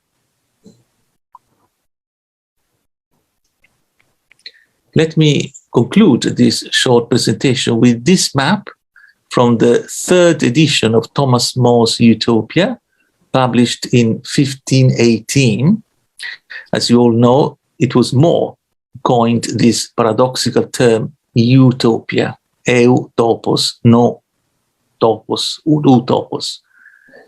For this perfect island, More also coined the other paradoxical terms that you may read on this map. Anhydris, from Greek, the waterless river. Amaurote, the spectral city. Ademus, a ruler without subjects. And there are so many in the book. And these paradoxes suggest how difficult it is to imagine a perfect human life outside time in an idealized space.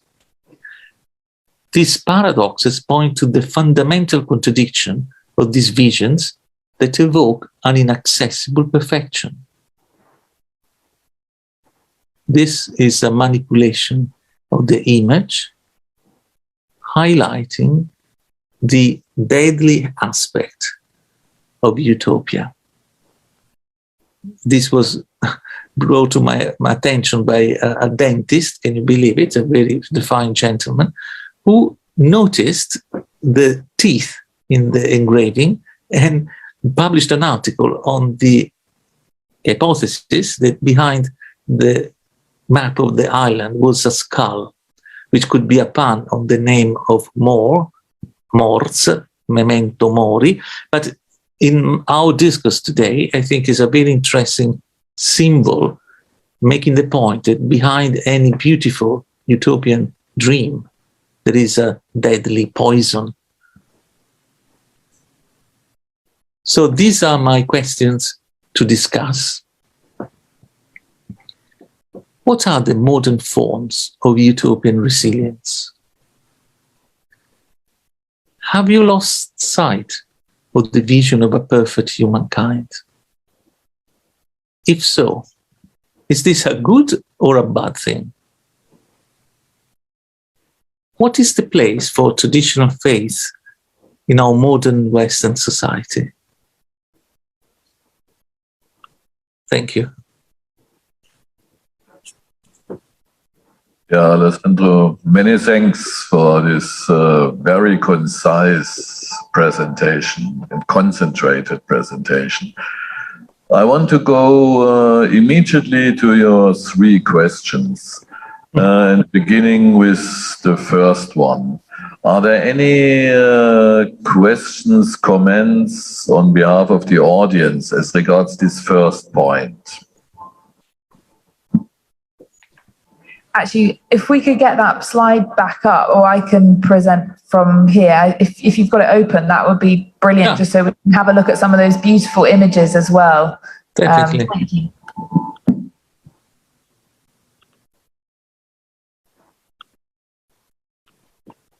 Can you see it?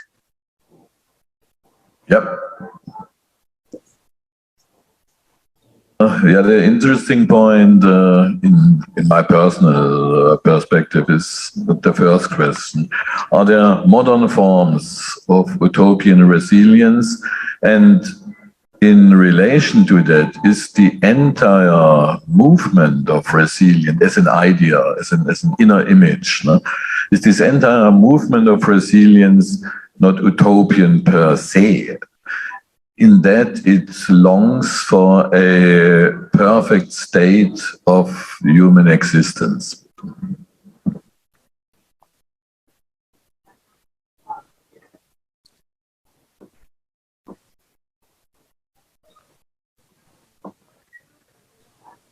Is it a question to me, Ulrich? It's a question to you and also to the audience, to both. Yes. Well, I was sure that these themes were also dear to you, and they are dear to me. And there is a famous drawing by Le Corbusier that I haven't included in this presentation. That again represents the ambiguity of this notion that is both giving life and giving death. And this is the drama of human history and this search for utopia, because I put as a provocation, I paired Nazism and communism, the Soviet Union and Nazi Germany, because as Norman Cohen, with a beautiful book on the medieval forms of millenarianism, pointed out, they are similar in the way in which they don't simply promise the improvement of a social life to improve the schooling or the health service or things like that. If you look at the imagery of these totalitarian movements, they rather promise that radical new life, the human condition completely changed. Kind of Edenic society, not just a reformed with some imperfection. This is the power of utopia, the fact that how we are actually attracted to it, but then also is implicit idealism and dangerous tendency of controlling reality that is uncontrollable. I don't know if yeah. I think it's an important aspect, and for me, the relation between the desire for perfection and the death aspects are intrinsically belonging together, because a perfect state is an end state. An end state, eo ipso, cannot be refined anymore. But first of all, it has not to be changed. And in my eyes, this relates also to the third question of yours. So what is the place for traditional faiths in modern Western societies? These utopian hopes they have the shape of faith as regards our cultural heritage. So these inner images we bear in our cultural heritage, and this perfection image, so that we will have a second and final paradise after we have lost the first one. That we are able, as modern man, to produce, to really create a second final paradise. For instance, the modern architect Mies van der Rohe said, if we have a little common sense, and if we work together just a little, we would be able to create paradises. And this is the relation as regards modernity also with progress. If the Christian version of history, here the history has a clear direction from a first paradise, we irreversibly lost, towards a second paradise, like your fortified city versions of the paradise you presented. And the second final paradise we can achieve now with the help of technology. And we can make it materialized, seemingly. And this, in my eyes, refers also to the saying of the Roman writer Sallust, who said, "Mies never happened in their exact form as they have been narrated, because they are happening all the time." And this is this modern tradition of a paradise and of this mythic longing as a translated and disguised behind, for instance, conception of the smart city or of conception of the green city. We bring back nature into the city, thereby reconciling this dichotomy between nature and culture. And these are all signs for me as that this traditional phase are continuing underground, so to say. And we still strive for perfection, and perfection means as absolute standstill. It has not a perfect state, it cannot be moved. And if you combine this with this modernist disguised forms of searching for paradise, it's a very dangerous combination in my eyes. Yeah, this is very well said. Yeah. I don't know if you noticed the profile of John Lennon at the beginning of my presentation. I put it there on purpose because, as we all know, his song "Imagine" is iconic, has been so much heard and loved. But I'm not sure that we pay enough attention to the text. And the text to me is very interesting. I quoted the most easy part of it, where John Lennon wished for a better world, all brothers, no war, and so on. But then the starting one is quite of a provocation. He says, "Imagine there is no heaven, no hell below." So he wished for a world without religion, and thus we go for the third question. And he says, it's easy if you try. It's easy if you can. You can imagine, at least only imagine, a world without heaven and hell. My point is that it's not easy at all, because even John Lennon, when he says, forget about other worlds, let's stay on Earth and let's imagine a different Earth, then in this very moment, he wished for another world.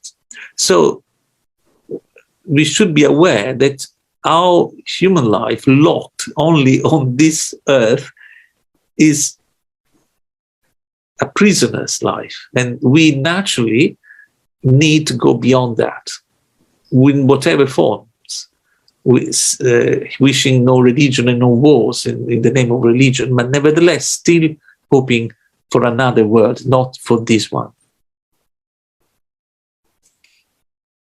I find it really interesting that there's this intersection between these more traditional examples where we've seen the maps that you showed us in your presentation, and then utopia, as it seems, today, and how people experience it in the modern world, because clearly, you can chart these lines of, people believing in something or imagining something, and I think it takes on so many different forms.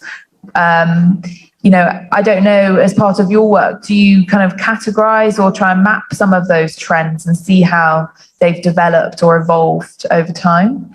Well, yes, you used a key word for me, map, because I've been working on maps and working and studying how people have done exactly this exercise you mentioned before me in history.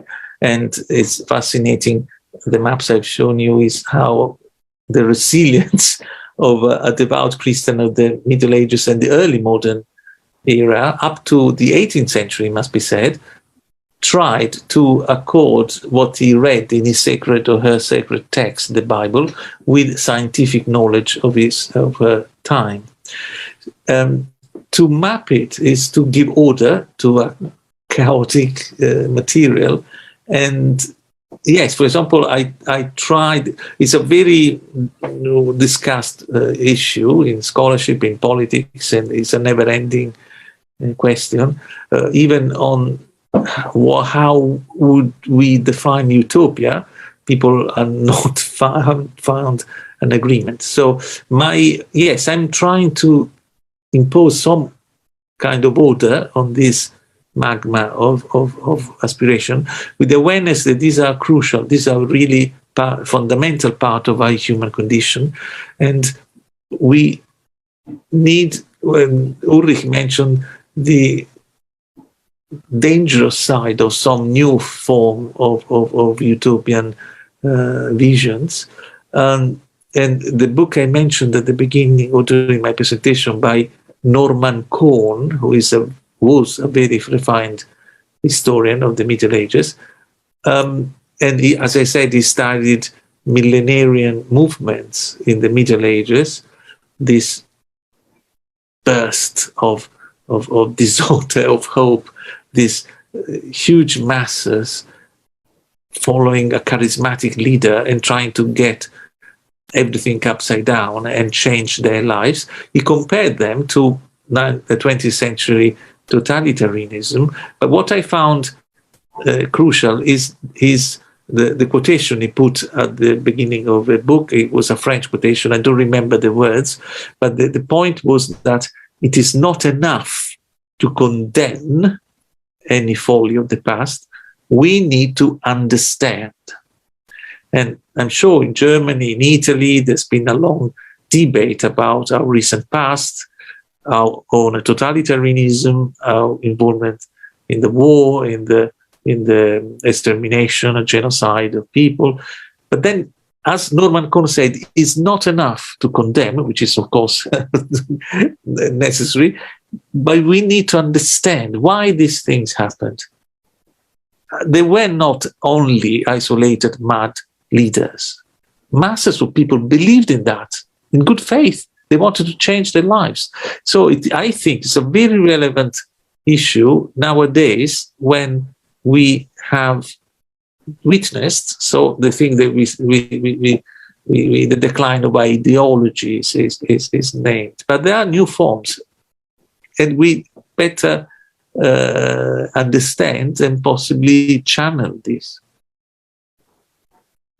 You addressed a very important point as regards to human desire for reaching a more perfect state. And this relates to, in my eyes at least, this relates to another question. It's about a relation between resilience, as a concept of resilience for concrete communities, utopia, as an utopian move, and the human condition. The question is, if we look at the will to realize utopia, what a German philosopher said to me, the konkrete Utopie, a concrete utopia in terms of architecture, of social organization, as well as of built space, for which kind of human beings we made which kind of architecture. And here the death aspect you mentioned comes into play. Due to the perfect state of the respective architecture. Why all these architectures have to be perfect? Isn't it possible to imagine an utopia that is open? Also, John Lennon revisited, so to say. You know? If we do not plan the perfect end state, but to imagine a path of development where a human condition can unfold in a kind of evolutionary process. Yeah, very well said, Ulrich. I just say the last things, and perhaps we may leave room to the audience if there are questions. Let me say that I'm fascinated by this topic. I can see the ambiguous and problematic nature. What you said led me to think of the dream of Renaissance architects that I studied, I'm sure you're aware of. They drew when they believed to establish a perfect society on Earth by using perfect laws and perfect architecture, because they claim that the city, the Commonwealth, is like a human body and a human person, I would say, with body and soul. The body would be the physical urban structure of the city, the streets, the squares, the buildings, and the soul are the laws. So these Renaissance people thought, if we draw perfect architecture, if we legiferate perfect laws, then we will create a perfect community. But the crucial point is that this kind of operation should, in their views, be inspired by the universal laws of nature. So there is always a transcendent element, and this would allow the dynamism and not being a kind of petrifying imposition of a living organic material, which is life. I think this is crucial, the relation to nature. And if you look at the recent today's resilient movements with the attempt to cope with climate change, mythologically translated in terms of worldview, coping with our departure from nature since long, and how to reconcile or even remove this kind of departure towards our coming closer to nature again. If we see this, if we see this envisaged human condition, I think the relation to nature, and this relates to your second question, and to your third question of the traditional faith at the same time. Nature is cosmos and a cosmic order, and modern man does not believe in cosmic orders any longer. And this is the link to Khalid Qadir's presentation about the neoliberal context we are living in today. If I have freed individuals without a cosmic order, how to reappear to nature as a prerequisite for really developing utopia? Indeed. Maybe we can go back to that fascinating image you had of the skull with the map of utopia. I think it was your final slide. I'd be really interested to know people's views on that. I find it really interesting. I know we've talked about the relationship between utopia and death. But one thing I think linking to the previous presentation we had by Khalid Qadir was this idea of the discomfort of resilience and sitting with the problems that we have to work through. And I think there's something in that image of the skull as well that reminds us that, yes, we might have utopia and we might have the imagination to push us forward. You know, we are, dealing with some difficulties in the present, and we have to face those at the same time. What do other people think about that? Are there any comments or ideas on this idea of the skull? So please feel free to either unmute yourself and speak, or you can write into the chat.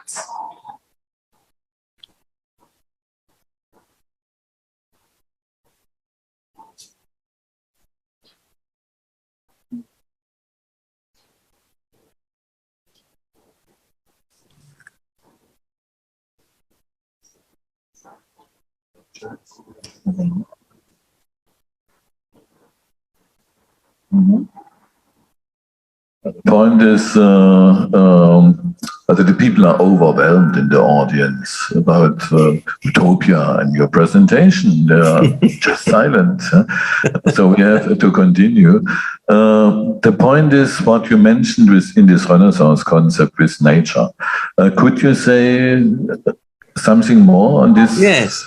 Specific? Well, yes. First of all, yes, I was thinking when you mentioned yourself, you also went on this theme, and it's interesting. At the beginning, in the introduction, my work on pilgrimage was mentioned, and what I studied, in fact, traditional forms of pilgrimage, historical. The pilgrimage, for example, to Subiaco is the cave where Saint Benedict spent 3 years in meditation. Then a magnificent monastery was built around this, and then it has been a site for pilgrimage in the past. Then I also studied modern forms of pilgrimage, in particular tourism, and how, interestingly, the link between the old and the new is nature. These sites are usually sited in magnificent natural scenery, and modern tourists are attracted to it. So if we go into the third question, what is the place of traditional faith in our society? And in view of what you said about the concern for the planet and the action for climate change, this reference to nature may be the way forward, because it's definitely it's interesting. I mentioned utopia, I mentioned utopian studies. Of course, there are scholars inspired by their own faith who insist on the fact that it is an Augustinian and St. Paul notion that if man tries to build his own heavenly Jerusalem on earth without the grace of God, it becomes hell. And the idea, the contradiction between the city of God of Augustinian taste and the city of man as two opposing cities, mystical realities, not earthly realities. But then again, it's a kind of contraposition. And then I mentioned the ideal city of the Renaissance that reverted completely this traditional view of the relationship between matter and spirit, human and divine, imperfection, corruption, and heavenly perfection in a different form, emphasizing, but this was already in the Western tradition in many Neoplatonic and trends. Anyway, it's a long story, but emphasizing not the opposition between the here and the there, but their identity. They overlap each other. We can get through perfection to perfection through imperfection, which is in fact one of the leading ideas of Dante's Divine Comedy. And I take the opportunity here to invite you to join my Dante reading on Monday. Anyway, Rade Warburg. Sorry. This is an interesting additional aspect, identity. Recent concepts and ideas, these are finally ideas, inner images about resilience refer to the identity point. And this, in my eyes, relates very much to the utopian point, because I have to get, as an individual or as a group, I have to get resilient only if I lost my identity or have to regain it or to defend it in the face of threat. And it's very interesting that the former buzzword, as a lead idea, the former buzzword of sustainability has been replaced by the new buzzword of resilience. Why?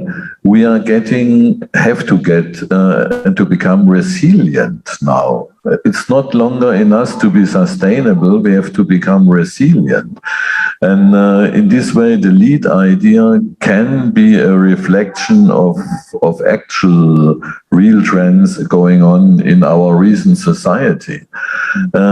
This is one aspect. And the other aspect I want to address also again and ask you again is about the human condition and the open utopia you mentioned. Is there possible to imagine a perfect or harmonic human condition? Harmonic is a desire for perfection. A harmonic human condition which is not utopian in the classical prefixed sense, but open to development? Well, I hope so. This is our $1 million question. And yes, this is the challenge. This is a challenge not to lose sight of the ideal and yet not to even dream of impose a fixed order on reality. Many years ago, when I published my book on mapping paradise, an Australian artist contacted me because he said he was inspired by my book, and he created some sculpture that tried to visualize exactly this issue. He said that he would see in the grid of geographical coordinates of early modern maps the attempt to put order on society, and then in the decoration on the cartouche and the ornamental details of these same maps, the freedom of life trying to escape from the grid. And then he created this huge sculpture, which was exhibited at the Royal Geographical Society in London. And we organized a workshop like this one to discuss this issue. And I think is the issue, because I don't know about you, Ulrich, but of course we scholars and intellectuals and artists, we put in our work also our experience. And my experience in Italy is that I was too young to share what could be seen in the last millenarian movements in Western Europe, which was the 68 of the. But then I was too old to not to have been infected by this millenarian virus. And then in this way, I explained why then in my studies I've been always attracted by this phenomena where if you see my CV, is a continuous recurring of these ideal cities, utopias, and paradise and paradoxes, because the maps I've shown you, they are visual paradoxes. They try to locate a heaven on earth, which is impossible. Likewise, to conceive of a human, natural, material body as immortal as they did in the Middle Ages is a paradox. It's impossible to conceive of that, because human bodies, by nature, as Aristotle himself explained, is prone to corruption and unfortunately destined to die, to dissolve. So what you said, to conceive of an open utopia, this is the challenge. I hope it's possible. Definitely, if you survey the literature of utopia, is full of ideas and quotations of people thinking that utopia is a necessary companion of a human voyage. We can't get. We need to have an ideal, and then in view of this ideal, we try to improve our society. The same. Even our legal system has a model to refer to. What the ancient Romans, I think, is something that we should recover and not lose the notion of fuss. So the law is not only the particular things that you use to get your tenants. It's something more serious. It's the fuss. It's the universal order. It's the cosmos. If I do something wrong to my neighbor, I go against the fuss. I mean, Roman law, I think, had to be rediscovered. But certainly, third question, we need to, in my opinion, then it would be nice to see what you and the audience think of it, we need to rediscover and reformulate in our own terms a vital relationship with some transcendent reality. Again, as Dante put it, you are human only if you are able to be transhuman. Trasumanare, in Italian is the term. To be truly human, you need to go beyond yourself. And when you do that, you will be really yourself, authentically yourself. So we should also, and I'm sure when you talk about resilience today, the other contributor will touch upon this, on the danger of individualism, which is our society. And we should also have the idea that we are in a commonwealth. No paradise is for a single person. It's always a social thing. In Dante, you see individual linked to each other, that they inhabit each other. It's a social idea. We were just talking about that actually in the previous presentation, the relationship between individuals and society, and how, things, external influences, for example, the coronavirus has changed that. We're having to now relearn how to socialize in a way because we've spent the best of the past 2 years online. And I was wondering, actually, building on that, what's your views on how the meaning of utopia might change in response to the external factors and the influences around us, the pandemic being one? How does it change how we see utopia, do you think, these kind of external factors? Well, I think the term utopia has been so successful because this was coined, this is a pun that Thomas More invented in the early 16th century, and we still use this term because in itself is a contradiction. Because, as I said in the beginning, it comes from Greek, and it is a topos, a place, which is eu, good, and ou, no. So it's something good, which is not. This is the literal translation. So what we've been through in the last couple of years is really extraordinary. And as you said, sorry? I think there was just a bit of a glitch, but we can hear you all right. Sorry about that. Thank you. It's something that has changed our approach to society and to each other, to ourselves. So utopia, I wouldn't be sure how this is. I'm curious. That's why I ended with these open questions to see what you think. Some years ago, I was invited to a conference in Moscow just after the fall of the communist era. So it was, to me, very interesting. And I discussed these themes. And my suggestion was that the new utopian space could be indeed represented by the technological, virtual, digital space. This is a new space that's been created. I don't think any longer in these terms. Now we got used to this, and certainly I don't know. The honest answer, the beginner answer to your question is I don't know, but I can see that always there is something good out of some evil. This couple of years, I hope, will force us to rethink radically our approach to society, to the planet, and to the transcendent reality. I think this is the hope I treasure.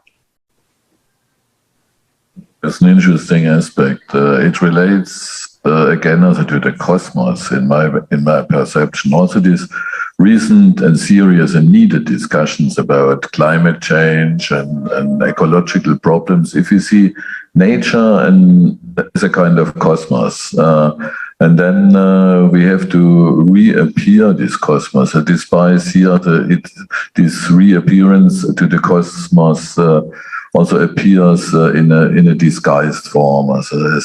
We do not speak about cosmos. We speak about climate change, but it's about cosmos in the end. Indeed. And the question is, how we can achieve it to relate it to the first presentation, just in order to try to link what we are dealing with today in the workshop.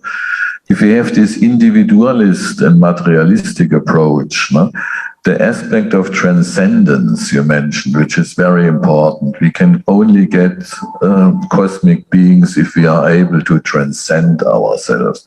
How this transcendent can look in a completely materialistic and consume-oriented culture. Right. That's very important.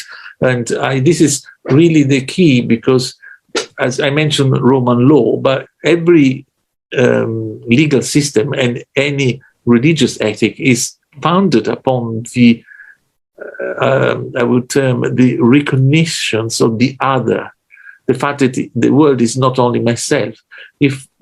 I can't do anything that looked convenient to me if this injures someone else, and so on. This is the basis of legal system and ethical codes.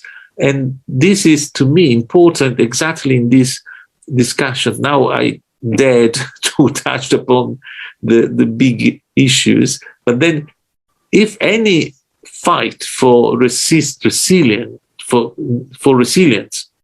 to keep your identity, to struggle to survive against something that surrounds you, lose, in my view, all its value if it's not something relating to higher values. Otherwise, it's only a self-centered, even though it's in terms of community, of tribe action.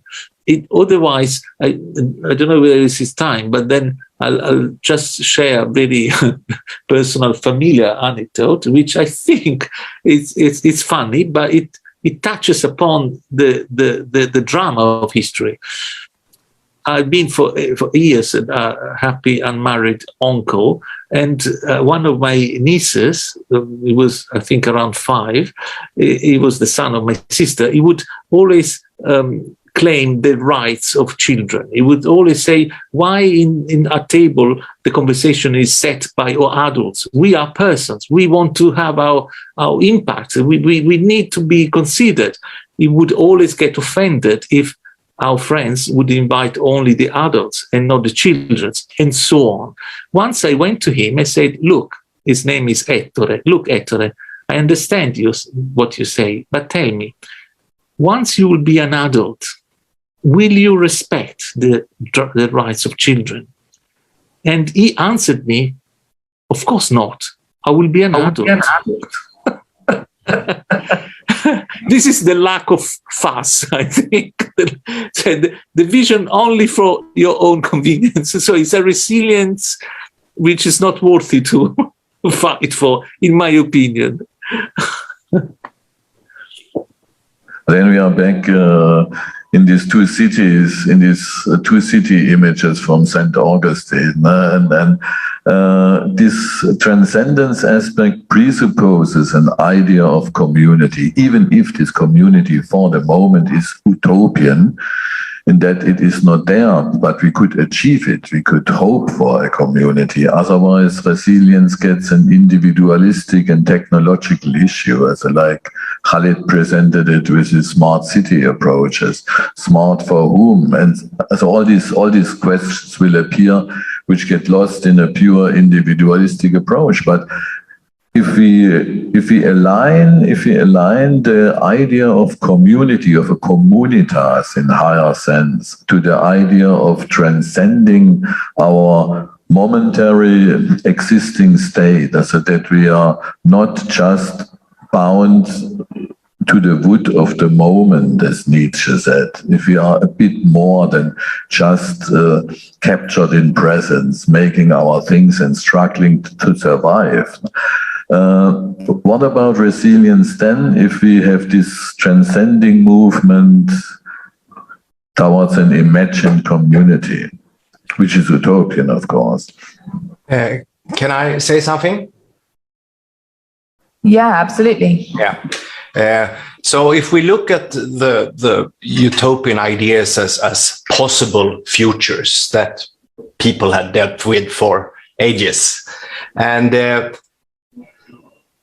I would say that most of these possibilities have by are sort of taken away by the politicians today, because if they have ideas about the future, they will not be re-elected because there are so many problems here and now that they have to deal with. So if they start talking about possible futures, they will not get re-elected. So we are sort of trapped in technocratic solutions of the human dilemma in that sense.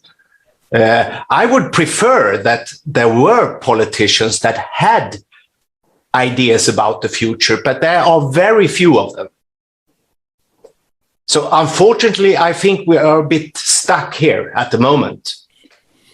Based on, I believe in democracy, but it's hard to get a vote on an idea that you don't know too much about. Yes, I guess that's a danger, isn't it? You know, if they don't know for certain what is going to happen or what could be the potential of this idea, it's too dangerous to kind of live that as a reality and to allow people to believe in something or to, you know, promote something or even mention the idea, which is, as you say, it makes everything a lot more limited. Alessandro, do you have anything any comments on Yes, Michael's? well, yes, that's a very good, important point. It is true. We risk to stay trapped in this. Again, I must have myself an idealistic approach to this, and I would like to see a politician who would deal with very practical problems with, as Ulrich also mentioned, with a higher mentalities. To me, it's not necessary that the politician at local elections talk about a new heaven, a new earth, this kind of stuff, but at least be inspired by a vision that transcends selfish horizons to organize. Would be already a great utopian achievement, and certainly is a very difficult balance to strike, because of course many Arcadian utopian visions are just naive escapes from reality, but we need not to understand the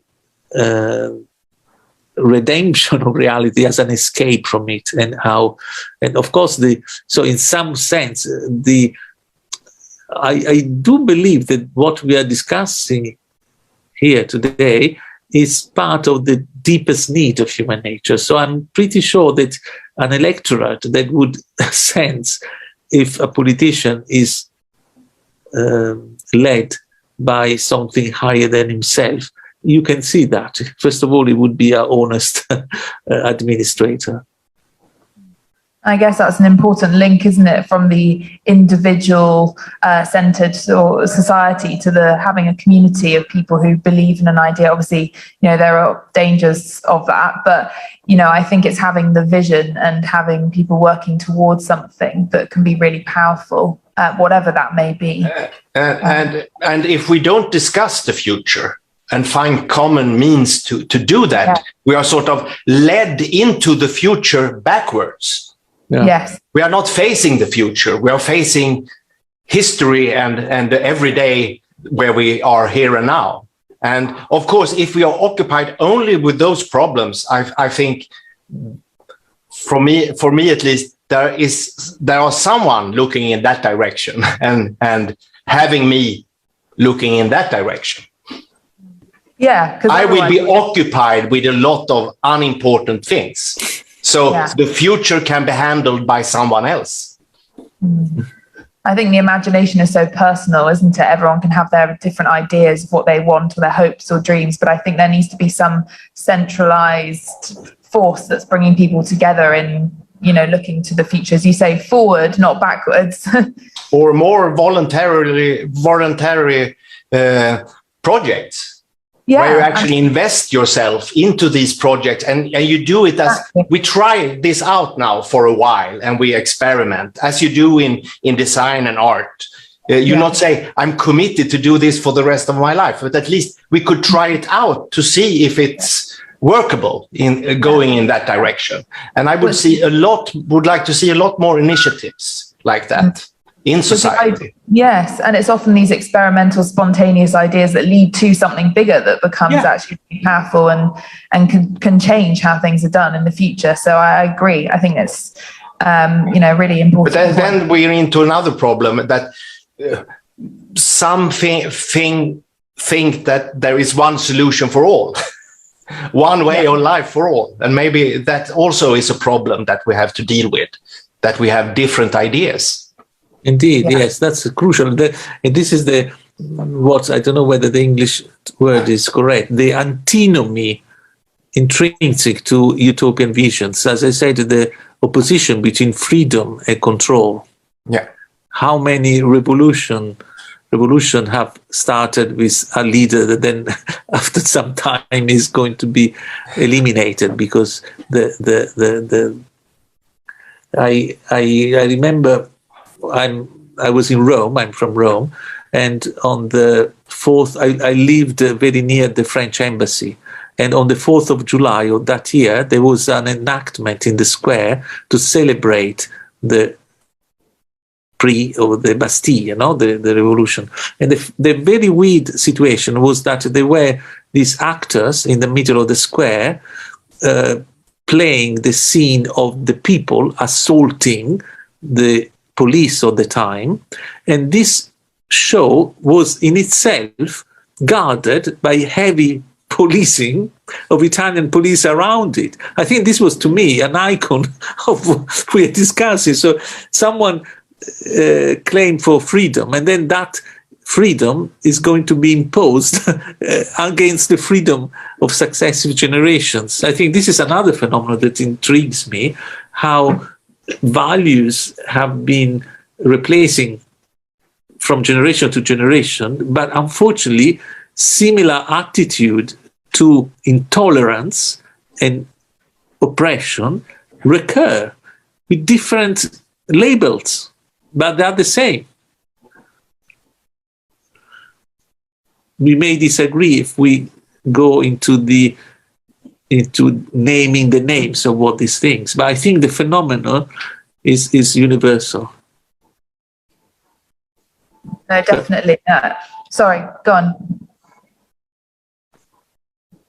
Sorry, I didn't mean to cut you off there. I was just thinking, actually, this might be a good place to stop for lunch. We've got a 45-minute break, and I really want to say thank you so much, Alessandro, for joining us and for opening up this new idea of imagination and utopia. It's a great second presentation to have. We've just obviously seen with Khalid Kadir's presentation the negative ideas that we relate sometimes to resilience, but I think this has opened up something more positive and given us ideas and a way forward. So thank you very, very much for that. And I will just be putting a PowerPoint slide up on the screen now, just to let people know our next topic that we've got coming up after the break is resilience, community and architecture. And we've got two presentations by two architects who'll be giving us an insight into their projects. So thank you again, and hope to see you soon.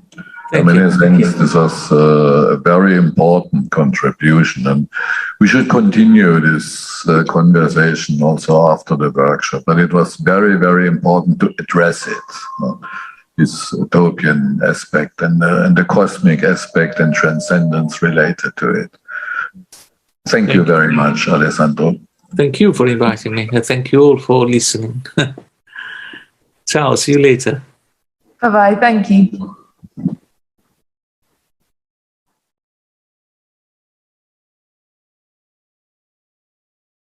So welcome back, everyone. We're about to start our afternoon session of the workshop. And we're going to be shifting from our focus this morning on systemic resilience, where we had a look at the political and economic context of resilience and giving a kind of general perspective on the topic. We're now going to be looking at two case studies, two architecture projects that relate to building resilience into communities. So how can communities become resilient? The first of these will be Jatin's project, the Sharanam Centre for Rural Development, which you see here on the screen. We've chosen to bring these two small-scale projects together because later on we'll be having an example, case study of a larger community project. So we want to showcase the differences and also similarities between the two and show that resilience really is relevant to any type of community, no matter its size or location. So I'll just introduce Jatin, who will be telling us about Sharanam. Jatin is an architect. He's based in Manchester and Pondicherry in southern India. He studied at Cambridge, Harvard, MIT, and the Architectural Association. Jatin is committed to creating beautiful and inspiring buildings with local communities, often in challenging international contexts and with limited resources. His work is guided by a belief that good, thoughtful design and ethical construction practices can be affordable, transformative, and a force for social and environmental change. He set up his practice in the aftermath of the 2004 Indian Ocean tsunami, working from the ground up with a hands-on, holistic approach, integrating bespoke architecture, environmental design, and the delivery of buildings in a socially empowering manner. So I know we're all really looking forward to learning a bit more about the role architects have to play in building up these layers of resilience. Well, thank you, Flora. Thank you, Ulrich. And hello, everyone. I do apologise for my lack of technological resilience. I hope you can see the screen. I hope you can hear me. I've got quite a lot to go through, so I'm just going to jump right in. So I'm going to be presenting a long-term community project which I designed and built in South India. It's called the Sharanam Centre for Rural Development, and it's for the local non-profit Saravam. They wanted a building, but my aim was to start building further resilience into local communities through architecture in a very vulnerable and marginal context. So that really is how design, construction, and practice, in other words, the role of the architect, responded to forces, pressures, and threats on the ground to improve conditions and to deliver a stimulating community building in the process. So just quick geography where we are. We're in just outside the coastal city of Pondicherry in South India. This used to be old French India, but culturally it's very much part of Tamil Nadu. And a quick glimpse, this region can really only be described as a sensory blast. It's lush tropical landscapes, classical temple cities, which are more vibrant today as ever, and possibly the most colourful, comical and make-believe politics in the country, which is all powered by Photoshop. Now, our client, Saravam, they were uplifting poor rural communities, and they transformed two entire villages, that's about 7,000 people, through health, education, and poverty alleviation programs. It was very pioneering and very, very successful. And in 2007, they commissioned me to design a new centre that would help them expand their reach from 2 villages to 30, 40 villages. So we began with a hut, a thatch hut. And this is what we created, a purpose-built 5-acre campus called Sharanam, from where our client can host more village communities and maximize their impact. The campus comprises a large multi-purpose hall, lots of meeting spaces, lots of office buildings, community facilities with lots of sustainable infrastructure. It's a 5-acre campus and there's a lot of stuff there. It's built entirely from the earth of the site, using basic tools entirely by local people. Deliberately, there was no contractor. We built this ourselves. It's low carbon in terms of embodied carbon, CO2 emissions, and it uses very minimal cement and steel despite its scale. The design is contemporary, but is very much rooted in the soil of the land, Tamil culture, and local responses to the hot and humid climate. I actually love the clever simplicity of Tamil architecture. If you strip back all the ornamentation, it's basically a large roof and a raised floor, whether it's classical temples, poor village houses, or traditional mansions.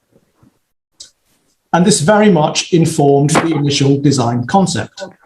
But this project is more than designing a sustainable, culturally appropriate building. In order to create the right building, there was a need to understand the local communities and the conditions and the threats that they faced.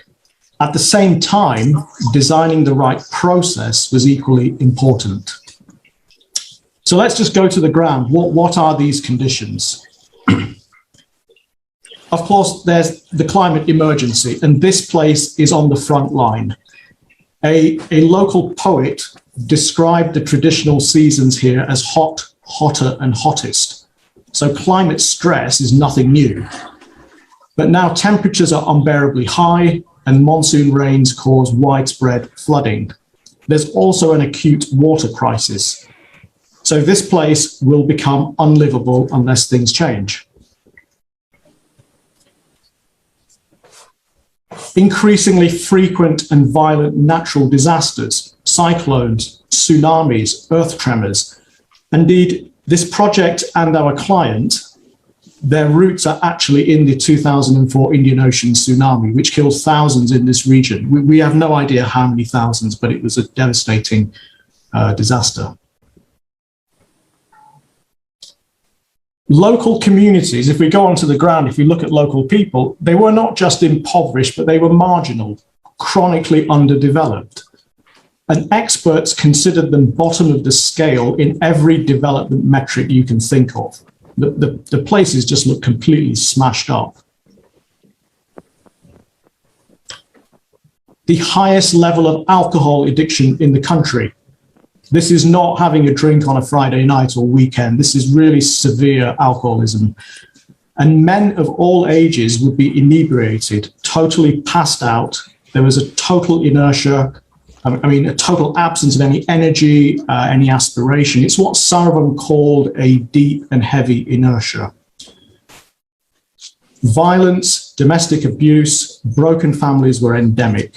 Now, I'm just touching on the social and economic conditions of effectively the people who will use this building. These are our users. There were no jobs other than bits of mindless labor for a week or two. Very few people had employable skills or any experience. For example, until recently, every pitched roof in this part of India was in half-round clay tiles, which climatically and aesthetically are perfect. But we found only one man who last made them 8 years previously. So generational skills were not just declining, they were lost. And we know why. This is happening everywhere.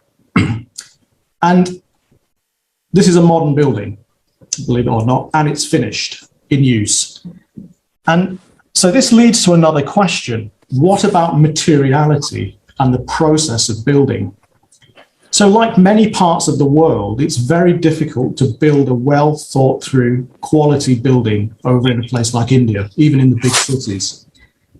Because it's all standardized concrete frames, all construction sites tend to look the same, whether it's a college like what you have on the screen, a hotel, a block of flats, only the scale and the finishes seem to differ. This is poor quality, low skill, high carbon construction, and it's heavily dependent on cement. And plenty of it. India is the second biggest cement maker and the second highest emitter of CO2 after China, and this will just increase. So clearly there is a need for low carbon construction and decarbonisation as there is everywhere. There's also an openly visible human cost. Practically all of this construction is dependent on the exploitation of cheap migrant labor.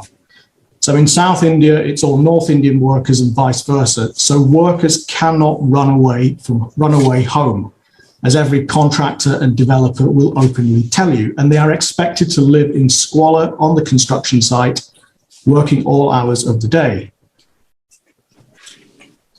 There is an open exploitation of land, resources, people, women, children, the elderly, bonded labor, even slavery across the supply chain. This is quite a touchy subject, but I'm going to raise it anyway. And this brings us back to our project. This is a composite image of the landscape right across the road from our site, where fertile village farmland has been seized and destroyed by hundreds of acres of illegal quarrying. And to make things worse, the city authorities dump and burn municipal waste here. This is about 600 to 700 acres of village land. Ecologically, this is beyond dead. This is apocalyptic. And all of this had spread to our site. So that's our context for a building. My question is, in this context, what does resilience mean? We've got multiple emergencies. We've got climate emergency, environmental, social, and economic. Why not add a construction emergency? You see how conventional practices make things worse. And these are not just third world conditions. These are local manifestations of global challenges. There is an equivalence in every country. So one of the things that I'd like to discuss later on is in a context like this, what does resilience need to mean to be meaningful for local communities? Here, it's more than climate change. It's got to be people-oriented, and it has to extend to the way buildings are made. There really is no point designing a zero-carbon building if it involves exploitation somewhere else. The process of making a building has also got to be designed. It's got to be designed to build local resilience. So Sharanam had to be more than a building. Local people had to be given a voice, and these forces and these threats had to be addressed through the making of our building. And that, I do feel, is, as architects, that is our responsibility. Another question. How does this local definition of resilience define the role of the architect? Now, over here, a much broader hands-on role was needed, making the building as well as designing it. It basically had to be created out of nothing by doing all of these different roles you see on the screen. There's no project team. This is the role of the architect.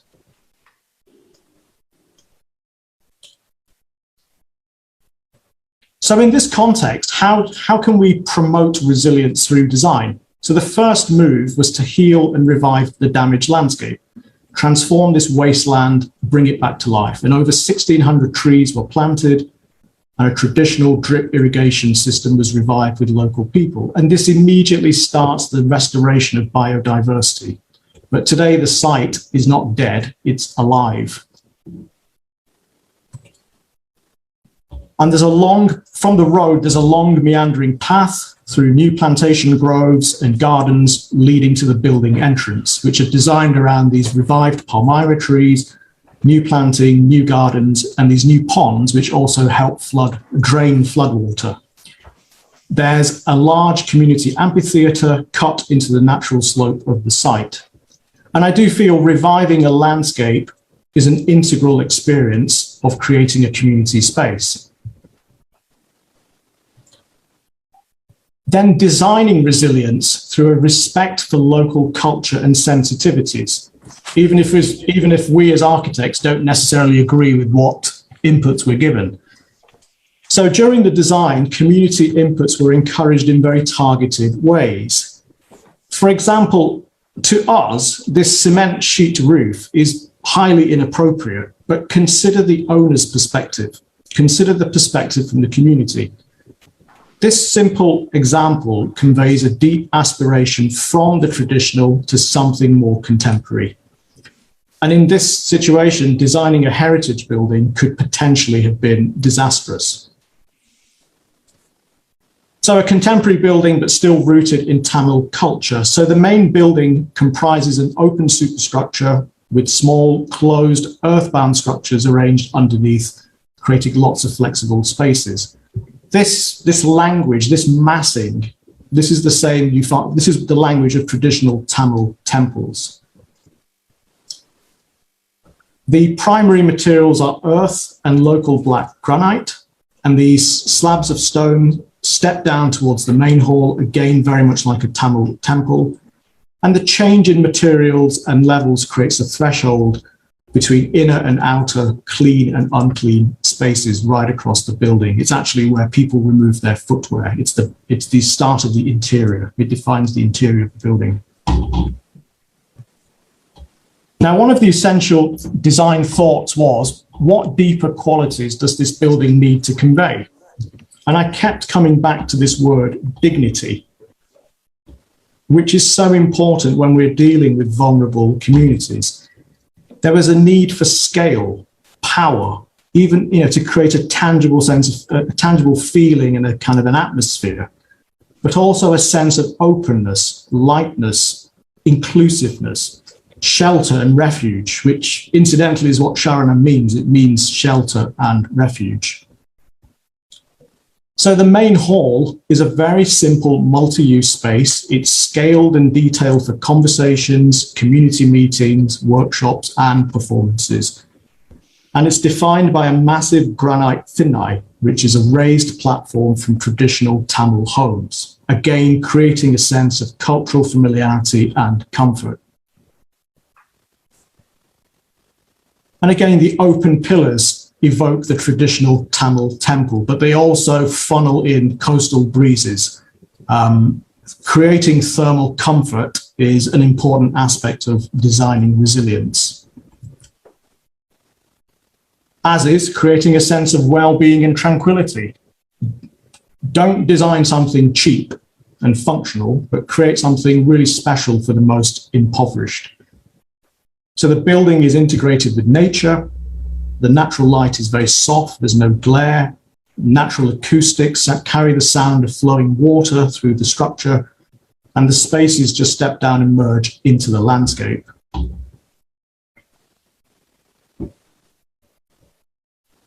So totally open to nature.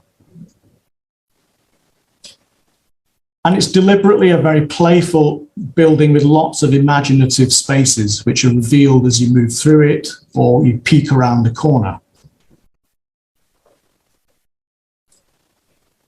And to create a balance, there are a lot of smaller verandas, courtyards, and offices for privacy. Privacy, again, a luxury in Indian villages. These smaller buildings are very cool, they're very transparent on the inside, but externally they appear solid, and the blank walls really come to life with shadows throughout the day. Now, very often as architects, you have to critique cultural practices, and it's very touchy, very sensitive, but it's necessary to promote resilience and improve conditions. So, for example, we had co-design sessions for the kitchen and toilets, which are traditionally treated as dark, dingy, dirty back-of-house areas. You do not design kitchens and toilets. But here they were, and they were designed through the cycle of respect as spacious buildings flooded with natural light and fresh air, with the same quality of detailing and very good plumbing. And to this day, both are treated respectfully and remain spotlessly clean. So the buildings are quite simple, the spaces are not prescriptive in any way, and I've always thought of community buildings as a framework of flexible, multi-use spaces of different scales. It just makes the design more resilient, it's suitable for changing needs. And Sharanam really is conceived as a setting in the landscape. It really looks like it's always been there, a kind of a background which comes to life when people with colourful clothing move through it. Now, that's design, Even better than involving local people in design is involving them in constructing their buildings.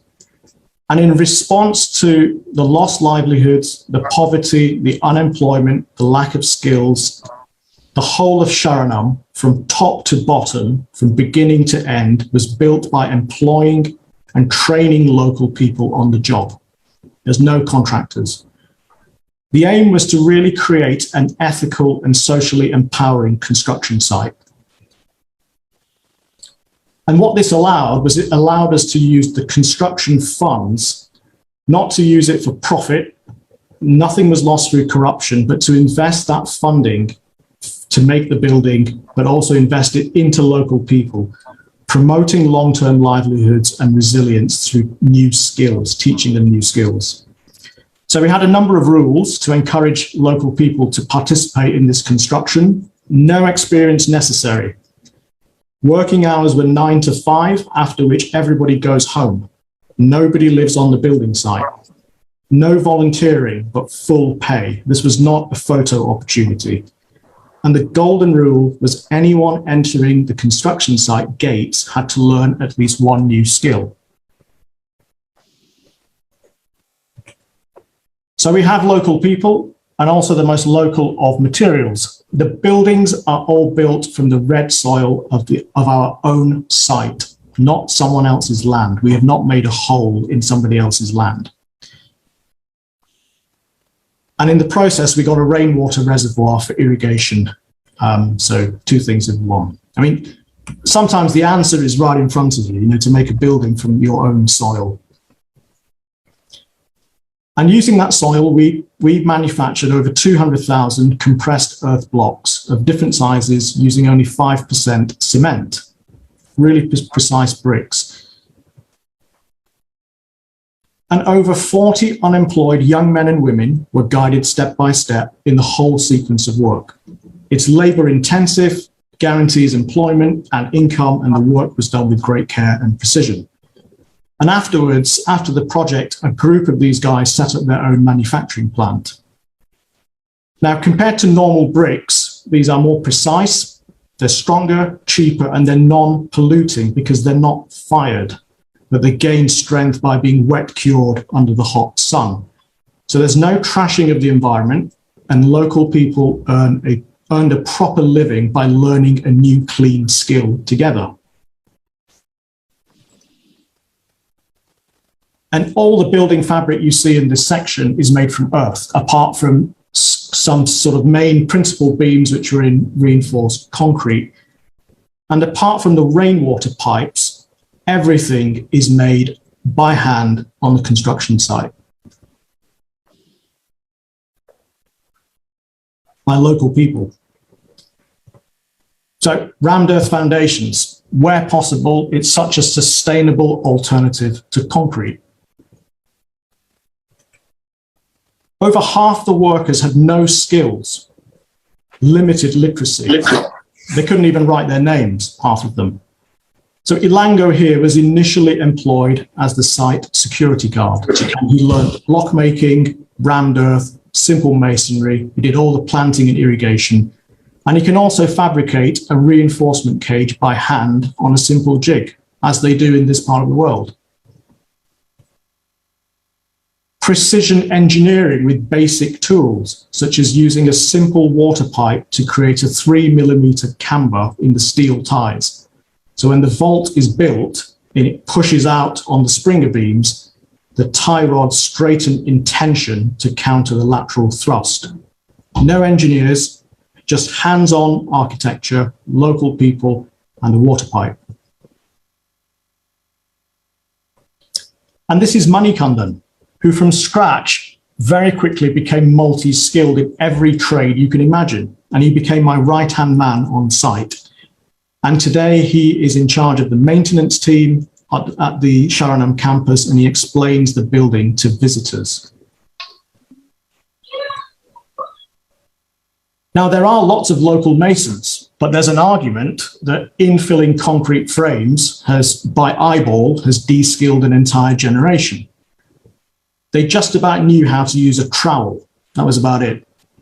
But through close supervision demonstrations and simple coded drawings, they learnt the science of masonry, proper masonry. All these dimensions are spot on. Better than in the UK.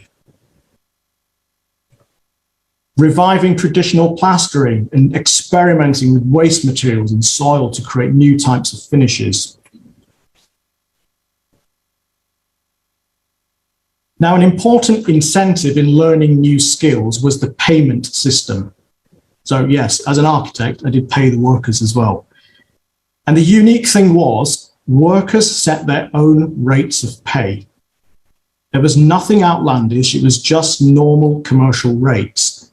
I do not recall ever needing to negotiate a single wage or a contract sum. So every Saturday, distributing wages was actually a very joyous end to the week, a very positive ritual.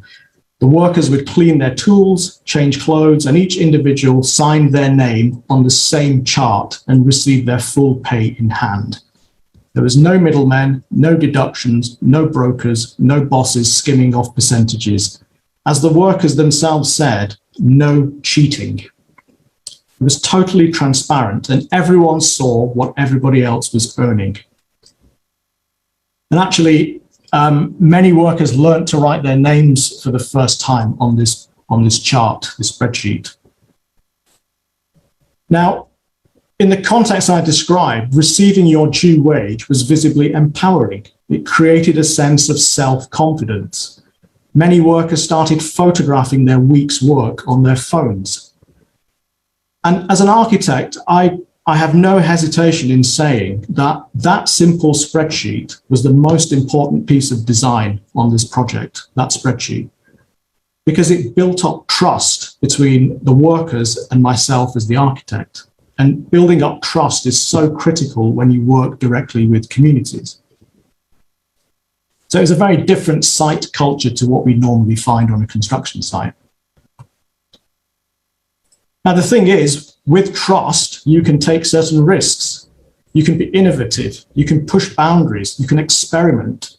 For example, building large vaults with no formwork. In other words, these vaults are self-supporting. They're pretty big. They span 9.5 meters, and they're only 9 centimeters thick at the center. And the profile is optimized to build the strongest possible structure with the least amount of material. This increases resource efficiency. It's another level of sustainable design. Again, it's local semi-skilled masons who only knew how to use a trowel, trained in precision engineering on the job and getting paid for it. This has to be millimeter perfect, and otherwise the technique fails, and it uses nothing more complicated than 2 forms and string. This was done as a 4-month contract, but they finished it in 8 weeks and got a very, very healthy bonus for their efforts. Now, my general approach to working directly with local people is I know something, they know something. It works both ways. And particularly with the 6 or 7 workers who had a real latent skill, and it becomes very collaborative. I get a real schooling in design and detailing, and their quality and workmanship is taken to another level.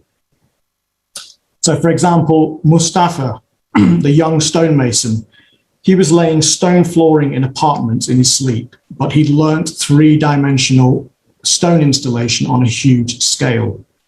And he used to photograph his work at the end of every day.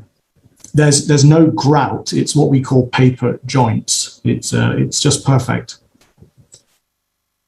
Palani had an experience of precasting, and these thin cement channels formed an alternative roofing system. And we trained lots of masons in precasting, making perfectly fitting components for rapid assembly. Ilango, the carpenter, experienced in making beds and cabinets primarily as wedding gifts.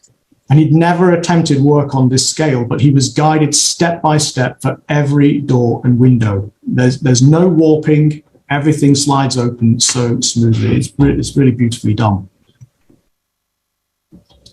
In fact, all the finishes to this building something which is really quite difficult to do in India, to create a nicely finished building. All the finishes, all the workmanship was outstanding. It was immaculate. And there's lots and lots of other examples. And it's a zero waste site.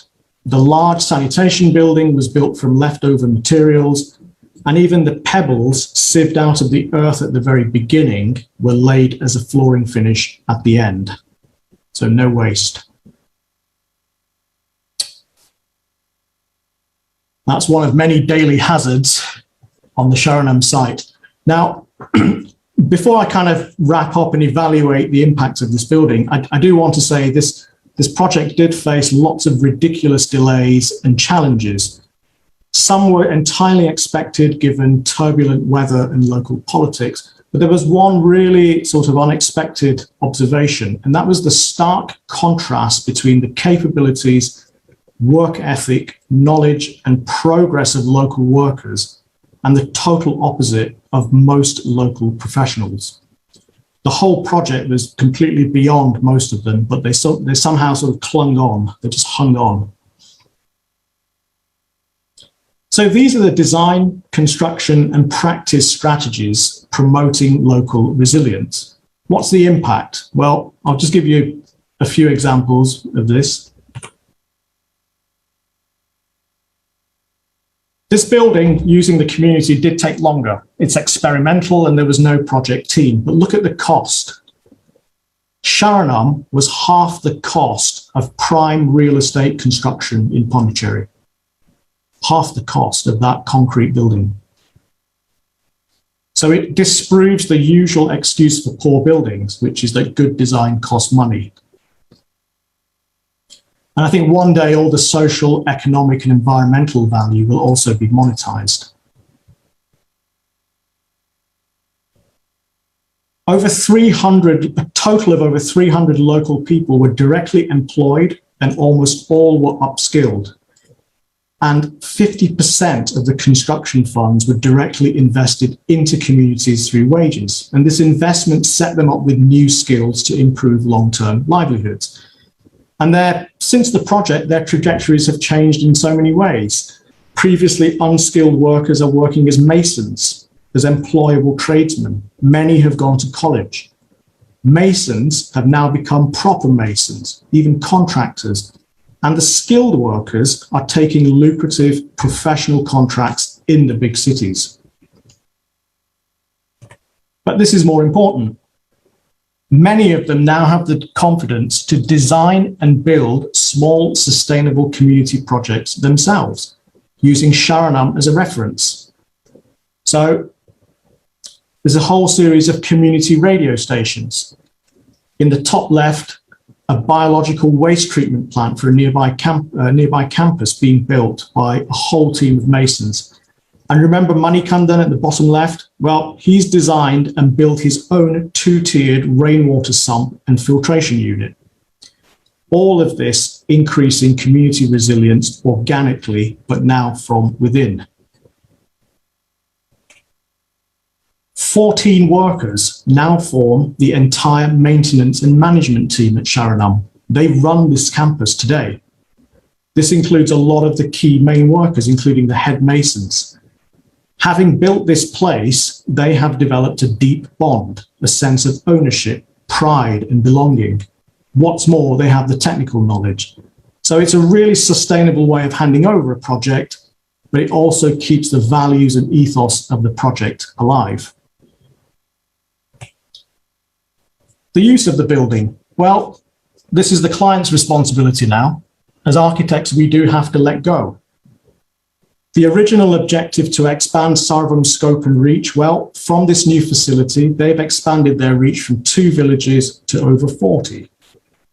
So they've gone from 7,000 people to 150,000 people. And this change, the data that's been collected on the ground shows visible improvements in health, education, and the empowerment of women, really making communities stronger.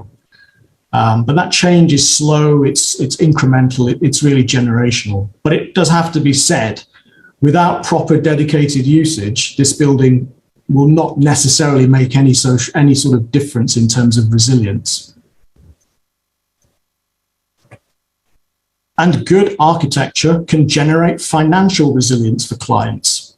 This entire building, its process, its narrative, has raised the client's profile enormously, and it's been very transformative, with lots of international recognition and new long-term funding, which has increased their activities and even expanded their campus in their own way. Another not entirely unexpected impact, but very important in a place like India. The quality of the building, its design as a framework, has broadened the use. It's not just village communities, but teacher training colleges, special needs schools, colleges, government agencies, even corporate companies come to this place and have programs there. They share the space. It's even become an appropriate venue for mindfulness and well-being workshops run by corporate firms. So what was a dead wasteland is now alive. And these varied uses do help reduce spatial inequalities, which is quite rare in the segregation and hierarchies of a place like India. So all of this suggests the building has transcended expectations. But it is important to say that all those conditions I mentioned at the start, they still exist, but they have been addressed through architecture. And I feel that if we've made even a 1% difference, it's been worthwhile. And it is now really down to the way the building is used to build on what an architectural project has set up. I just want to end with a brief point about something which is very close to me. What about the resilience of the architectural profession? And working directly with communities on issues on the ground, such as here, can actually make our own profession more resilient, more relevant as we move forward. And the reason I offer this very optimistic outlook is midway through the project, I was joined for several months by 9 graduate architects who immersed themselves in this way of hands-on working with the community, the issues, the design, the construction, the practice, learning new skills together. And it was completely seamless for them. And younger architects have an incredible appetite for wanting to take on these issues. Working from the ground up is just one way. And this is incredibly hopeful and promising for the future role of architects, but also for communities and environments left behind by conventional practice. So all over the world, projects like Sharanam show the far wider potential of the architect's role and the role of architecture. It is possible to take on local issues and improve communities through the making of a building. It really can be done, and architecture can take the lead. So I think I'll stop there. Thank you for putting up with a slightly messed up visual presentation, but I think I'll hand back to Flora and Ulrich in Venice. Many thanks, Chetin. This was a very, very good example of a concrete project, how it can really function. Due to time, we want to present Sam Olsen's project in comparison with the Sharanam project, and after that, we will go into the discussion of both these projects. But this of Chetin is really remarkable, and now let's see at Sam Olsen and make our discussion afterwards. Yeah, look forward to it. Yeah, thank you so much, Chetin. I completely echo that. I think it was brilliant, and there's so much positivity in there that we can discuss. So I'll just introduce our next speaker, Sam Olsen, who I believe is online. So Sam is an architect. He's a principal in Atkin Olsen Shade Architects of Philadelphia, a firm that specializes in a wide variety of institutional projects, including university, museum, school, hospitality, and religious commissions. He received a BA and Masters of Architecture degrees from the University of Pennsylvania, and he has since served as an architectural critic at multiple architecture schools. He currently serves on the board of Mural Arts Philadelphia which is a local arts and community organisation. And today he'll be telling us about his own case study, a project in New Mexico. So thank you, Sam. I'll hand over to you. Great. Everyone can see my screen? Yeah, Great. we can hear you. Thank you. Great. Jatine, I think that was wonderful. You really set a fine example of wonderful resilient architecture, and probably part of our discussion should be the influence of Balkrishna Doshi. I studied in India, and I can definitely see his influence there, and I really applaud the wonderful efforts that you made in setting the kind of groundwork for local people being given a voice and dignity. So I want to really kind of pick up on those themes that Jatine mentioned and talk about this case study for a project in Santa Fe, New Mexico. Those of you who are not as familiar, New Mexico is part of the United States. It's north of the country of Mexico. We had a wonderful opportunity to work on a great project here. And so some of the things that I want to focus on, we have an office of 20 people in Philadelphia, 6 people in New Mexico. We do a lot of work in that area with local peoples, colleges and universities, et cetera. But I think our common themes are what is the essence of community, really thinking about this, and the notion about how affordability and climate-centered sustainability can be leveraged in creating resilient communities, again, the way Jatine was just talking about.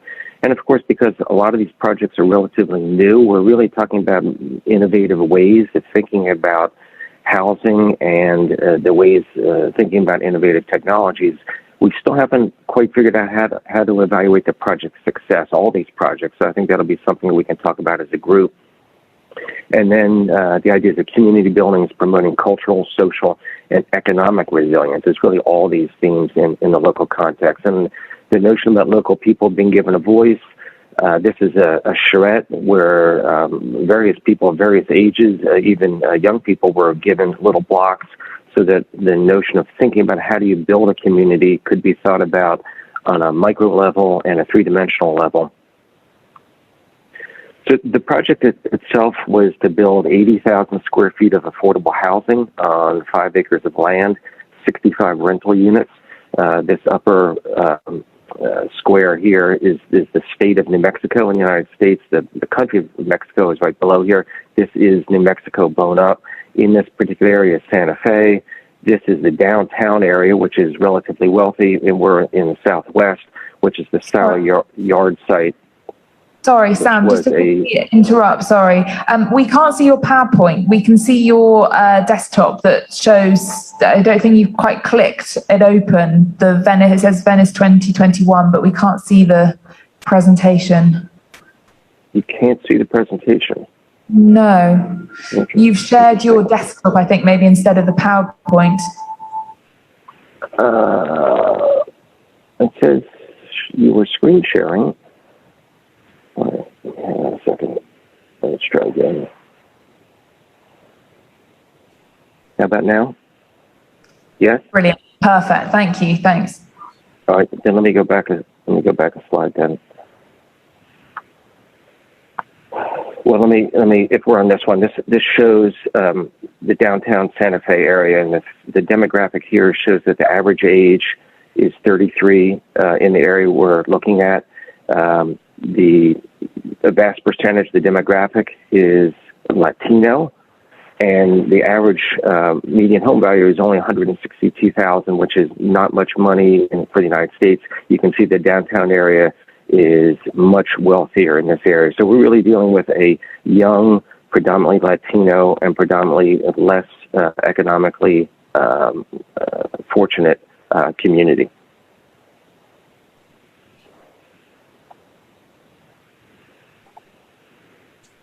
So the essence of community is really what we wanted to kind of focus on. Many people think that there's really tri-cultures in Santa Fe, which is the indigenous, meaning the Native American, the Anglo, meaning white, English, Spanish immigrants, and the Latino community. But it is because the United States is really a destination for integration and immigration. There's a real hybridization of both Black and Asian, multiple different tribal communities. There's 400 different tribal communities. So the essence The essence of the community is really downtown plaza.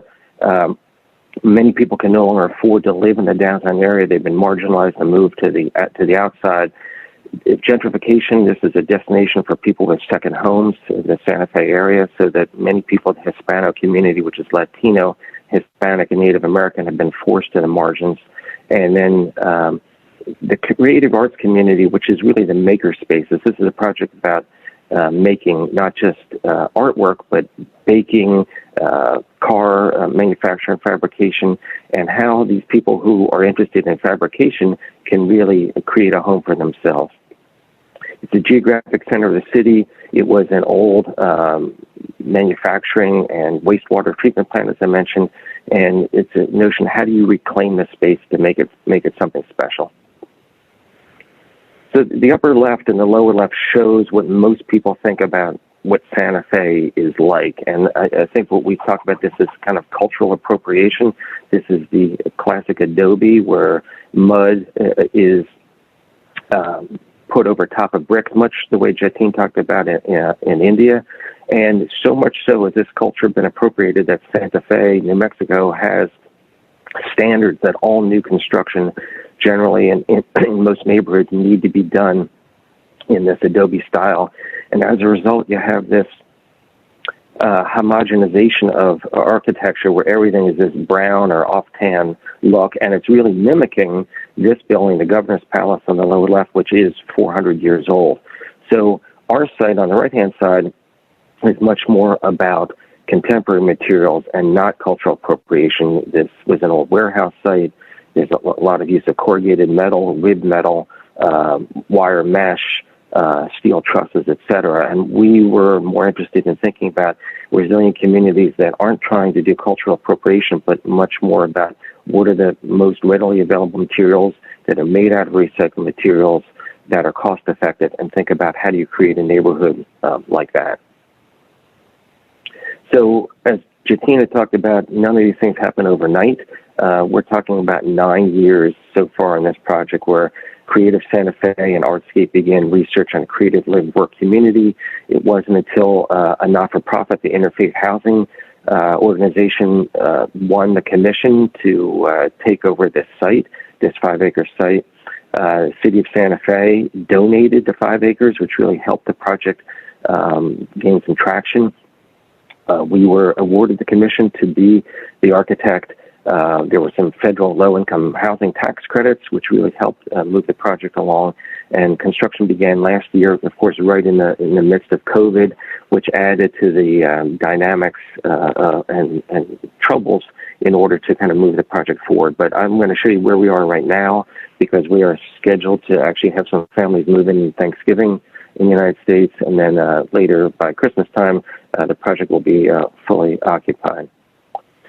So I think, again, local people having to be given a voice, everything really kind of begins with the notion of a charrette, and thinking, as I mentioned, about young people and older people, people that make a flat rate that are considered marginal with regards to economic means, really had a chance to compete to get an opportunity for a house here.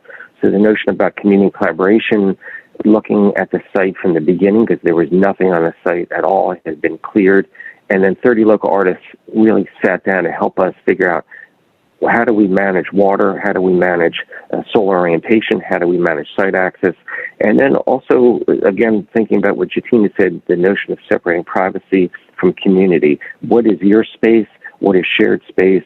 And if you're an artist, how do you make space and get your space to make space? But oftentimes when you're an artist, you really want to think about being stimulated by others around you. This is the site. You can really see how it's a brownfield site in a much more economically distressed warehouse district.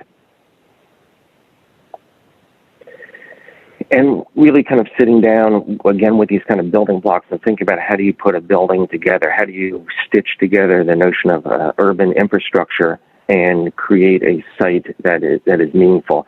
Santa Fe is not a very walkable city, so there's cars, there's car share, et cetera. And of course, materials need to be delivered. So really kind of thinking about a platform for creative workforce, development of local arts community, thinking, when you start thinking about affordable housing, you need to think about modular. And one thing we're blessed with in the United States is wood and wood frame construction. And because wood is both low carbon, it regenerates, and when trees are taken down, new trees are planted. So again, the notion of trying to steer clear of as much concrete as we can and use wood frame construction wherever possible, and create a community that does not feel the pressure of gentrification. This is for a community unto itself where people can feel comfortable that they're not going to be pushed out. And the notion of offsetting carbon-related issues, how do we collect water? So north is directly up, which means that ultimately this site seems best to orient north-south so we can maximize solar orientation, create some open spaces here for both passive and active recreation. Looking at this as a phase 2 as community building, whereas these are all private spaces. This is a site analysis that we did, kind of looking at how does water flow across the strait, how do we collect it. There are amazing views here of the Sandia Mountains, the Imes Mountains, et cetera. The easements that this allows us to think about a community building in the future. I mentioned the solar orientation. The sun sets in the east, rises in the east and sets in the west. We can maximize solar orientation this way. Thinking about minimizing car impact and maximizing the pedestrian impact was very important here. Minimizing the sizes of the buildings so we have pedestrian thoroughfares between each of the spaces, optimizing spaces for recreation for both young people, the playground here and basketball as well. And then the artistic community, it's not just that you are insular and working within your space to create artwork, but to create artwork that can be seen by the public, both at the micro scale, you and your community, and by passersby that drive down the major streets to help promote and give the building presence and an iconic vision. And then the opportunity for selling your wares, jewelry, ceramics, etc., on market days through the building forums here. So it's really thinking collectively and collaboratively with all the 30 different people who participate in this, how to make this the strongest community that it could be. The way to do that really is kind of doing a modular aspect. This shows kind of bed, hall, bath, and then the kind of live, work studio and the kitchen with a door. And then if you take this module that divides into kind of dwelling, community, and production, and then you create a series of interlocking forms, you really get these kind of buildings that foster interaction and create privacy at the same time with stairways on either end. So this is some of the diagrams that we did both as our own internal studies and also to share with the communities. We developed the drawings.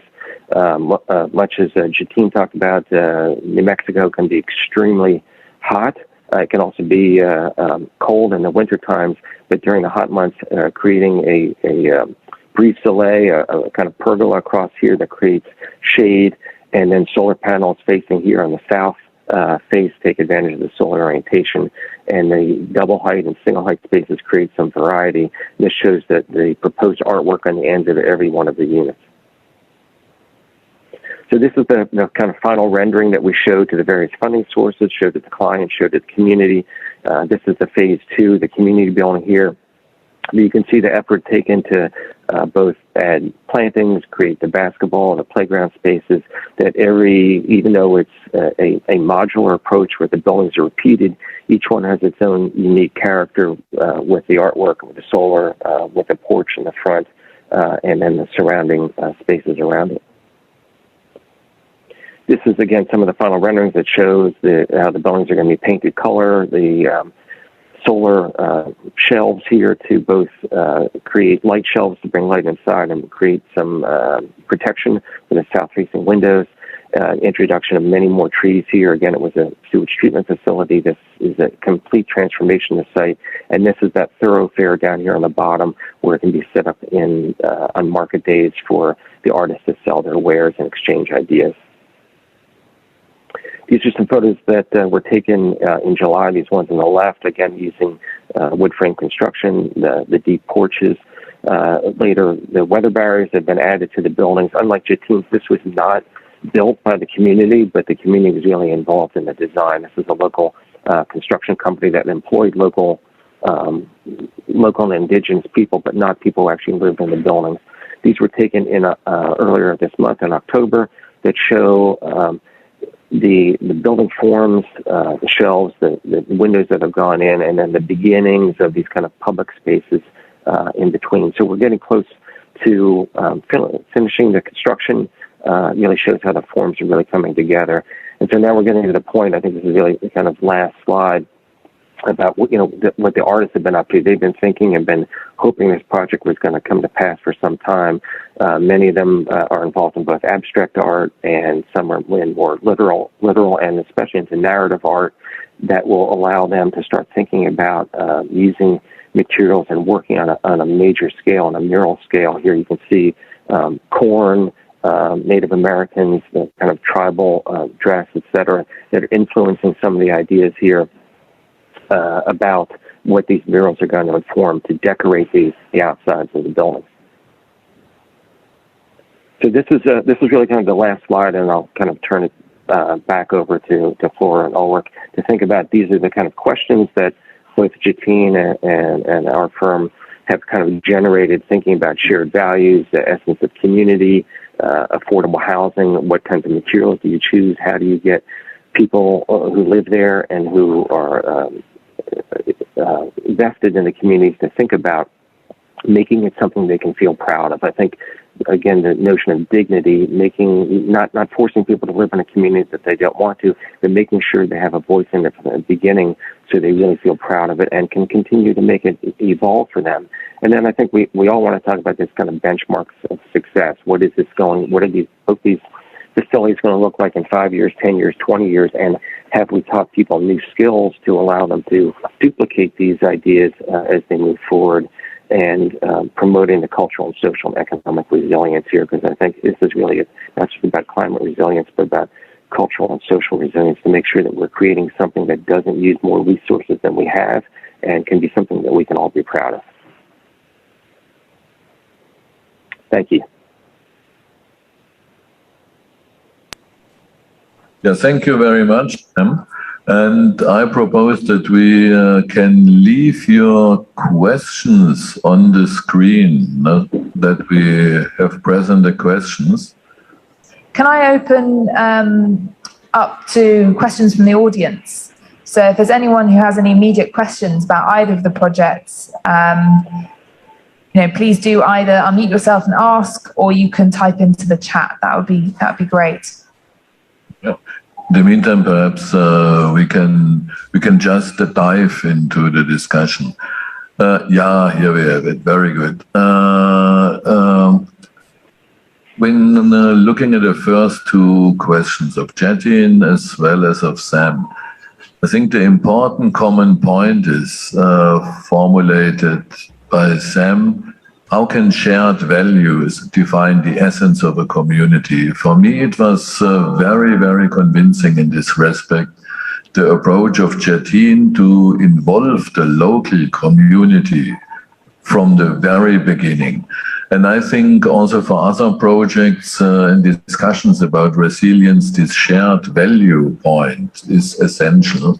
Also, to make a linkage to the presentations we had in the morning, to the point of Alessandro Scarfi about how to generate a community, a real community of human beings at all. And I think here shared value is essential. And as Jatine has shown, they can be really built up, they can be generated through a certain directed activity in involving people. What do you think about this shared value aspect? Should we talk about that together, really? I think, Jatine, really the notion of many people coming together to have, knowing that they can change their community and really kind of make a difference. I think that is something that I think both of these projects really kind of address in many ways. These are people that really wanted to be there and really cared passionately about what they were doing. Yes, I think that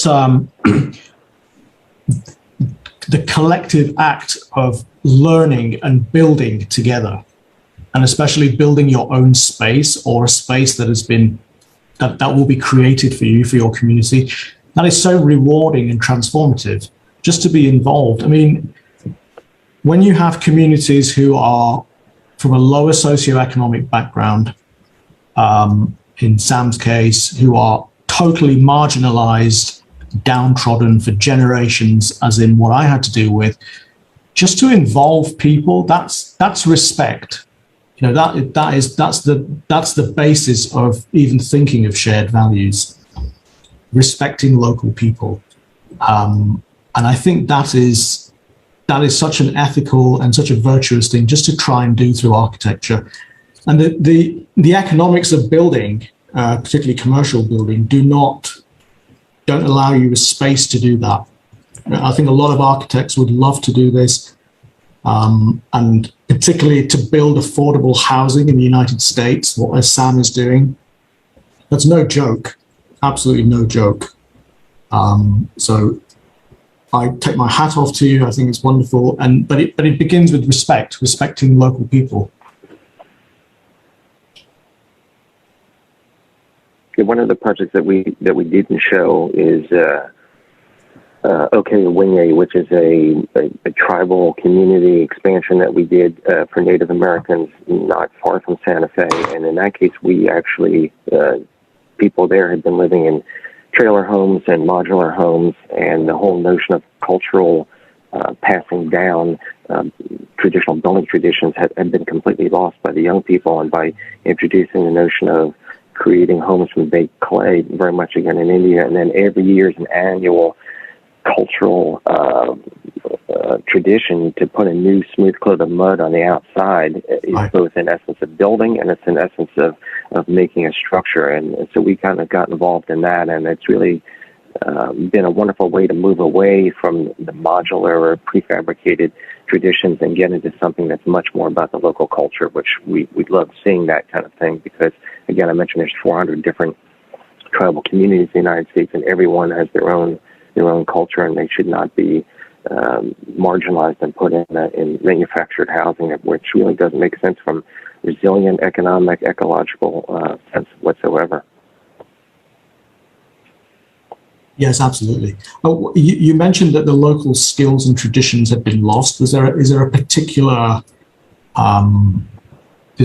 reason why they've been lost? Is it just like in India, people want concrete, an aspiration for modernity, or is it? No, I think it's a much sadder reason than that, which is, I think, beginning in the 1870s and 1880s, when the Anglos moved further and further west and took over more land and made treaties in quotation marks with the Native Americans. Native Americans were really forced to lose their culture. They lost their language. They lost their hair, their dress, and they were forced to go to American schools in many ways to be forced to become Americanized. And as a result, all those kinds of traditions and cultures have really been lost in many ways. There's a lot, again, like you showed, with issues of alcoholism, joblessness, etc. And it's really much more recently that there's been an understanding, appreciation of those cultures, and an effort to allow those cultures to really speak for themselves and be something kind of special.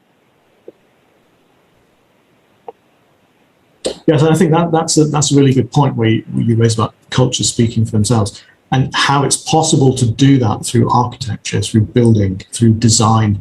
I was particularly struck by how you involve the community at the very start in design, or not the start, but in design, an early stage of design.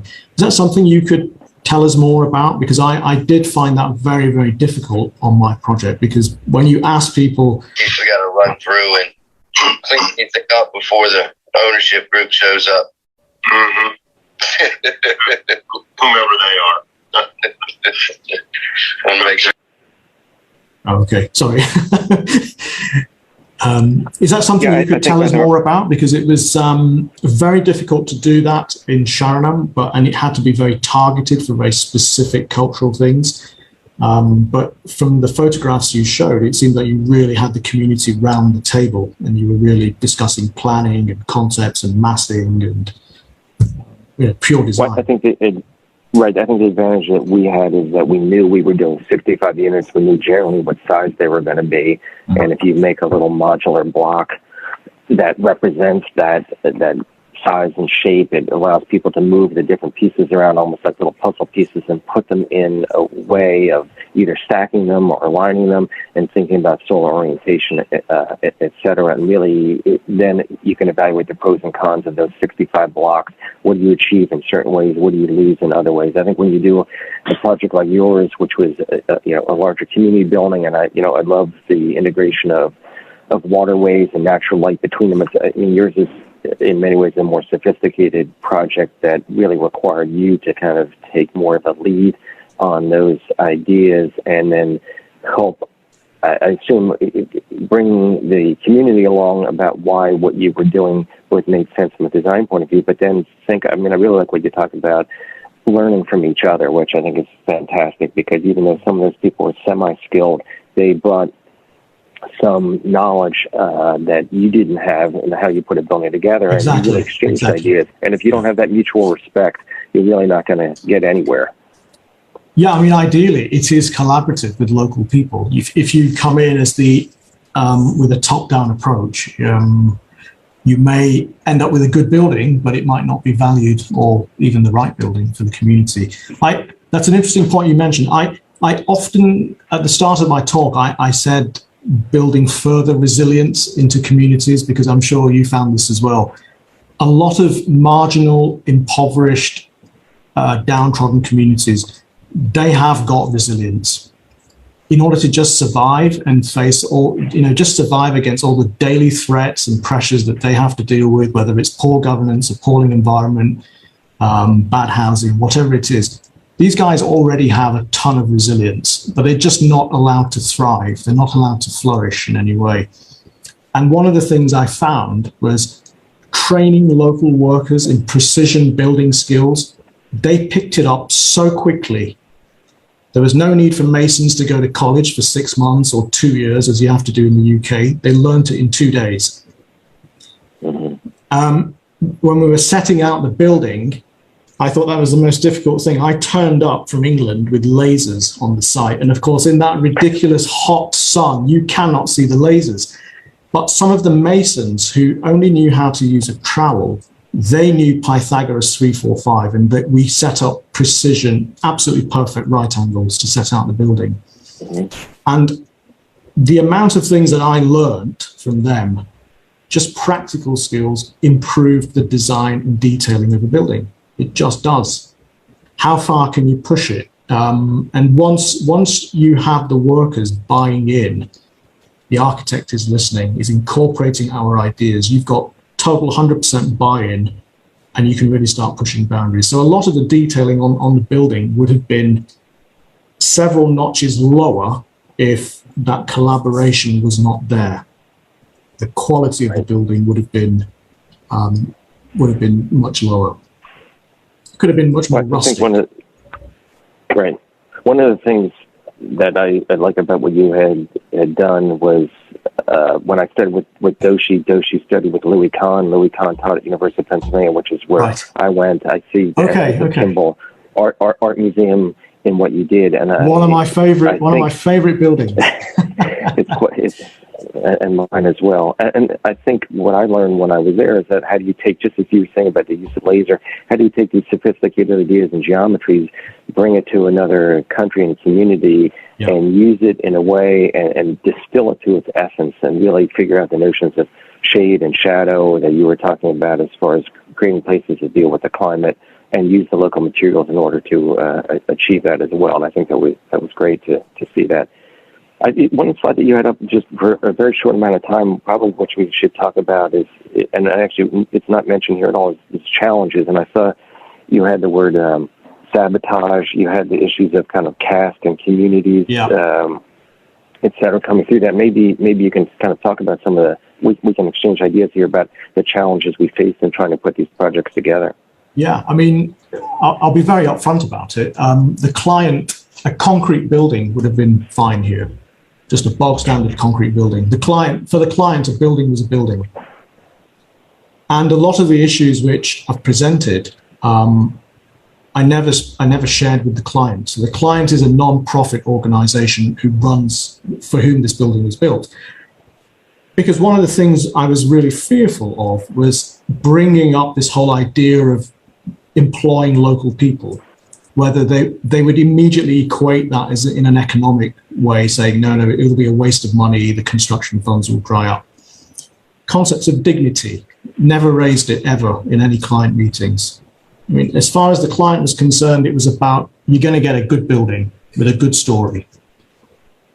And that was calculated. That was really just getting a feel of all the different social stratas in India I was working with, because I don't know about your projects, but in a place like India, if you're going to build something, even a block of flats, the architect or developer has got to be able to communicate to a politician, police, mafia, all the way down to construction workers on the ground. And you've somehow got to get everybody on side. So you don't tell everyone everything, but I found the greatest level of trust was with the workers. The challenges really were with everything outside the bubble of the workers. There was local consultants were really disappointing. I mean, non-performance. I mean, just nothing, very, very little. The government was responding to environmental problems by basically stopping, putting an embargo on cement and sand, of which we use very little, but riverbeds were basically being just destroyed overnight by trucks and trucks of lorries taking the sand. So they just stopped it. There was no sand. There was no cement because of incredible air pollution. So cement factories were shut down. So there was problems in the material supply chain. The area was also very violent. Violence is an incredible part of Tamil culture. If you look at Tamil films and billboards, there's swords and blood. It is just horrific. I'm not used to that stuff, you know. But violence in local villages, between local villages. So this is an area where there are 200 villages and each village is its own universe. Sharanam was the only building site where these village guys were actually coming together to work, breaking down these barriers, and there was no problem. But violence between one village and another spread to the construction site and actually brought the project to a standstill for almost a year.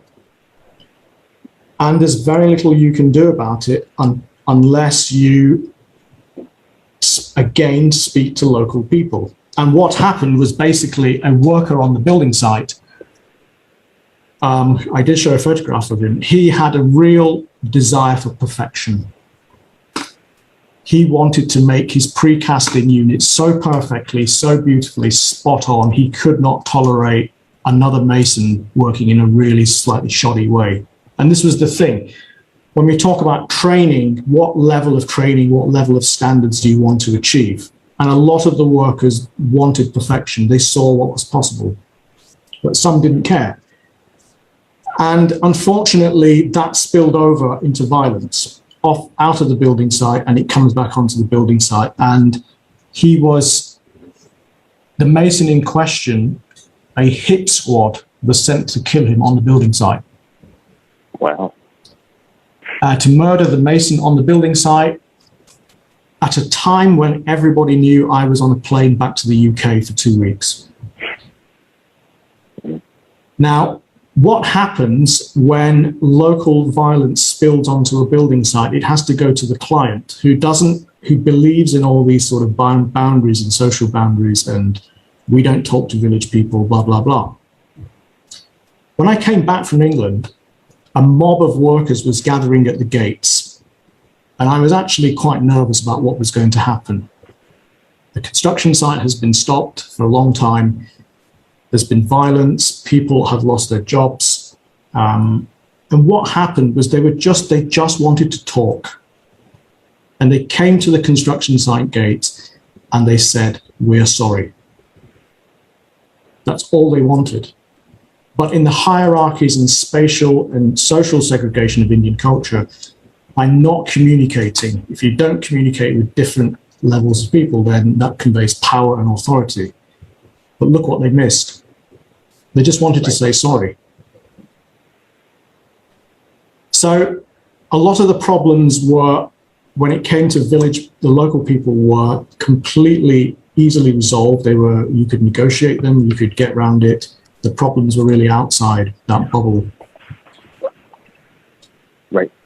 So did the people who fabricated and built portions of your building, did they live on site there, or did they live No, on site nobody construction? Yeah, nobody lived on site. That was one of the major points.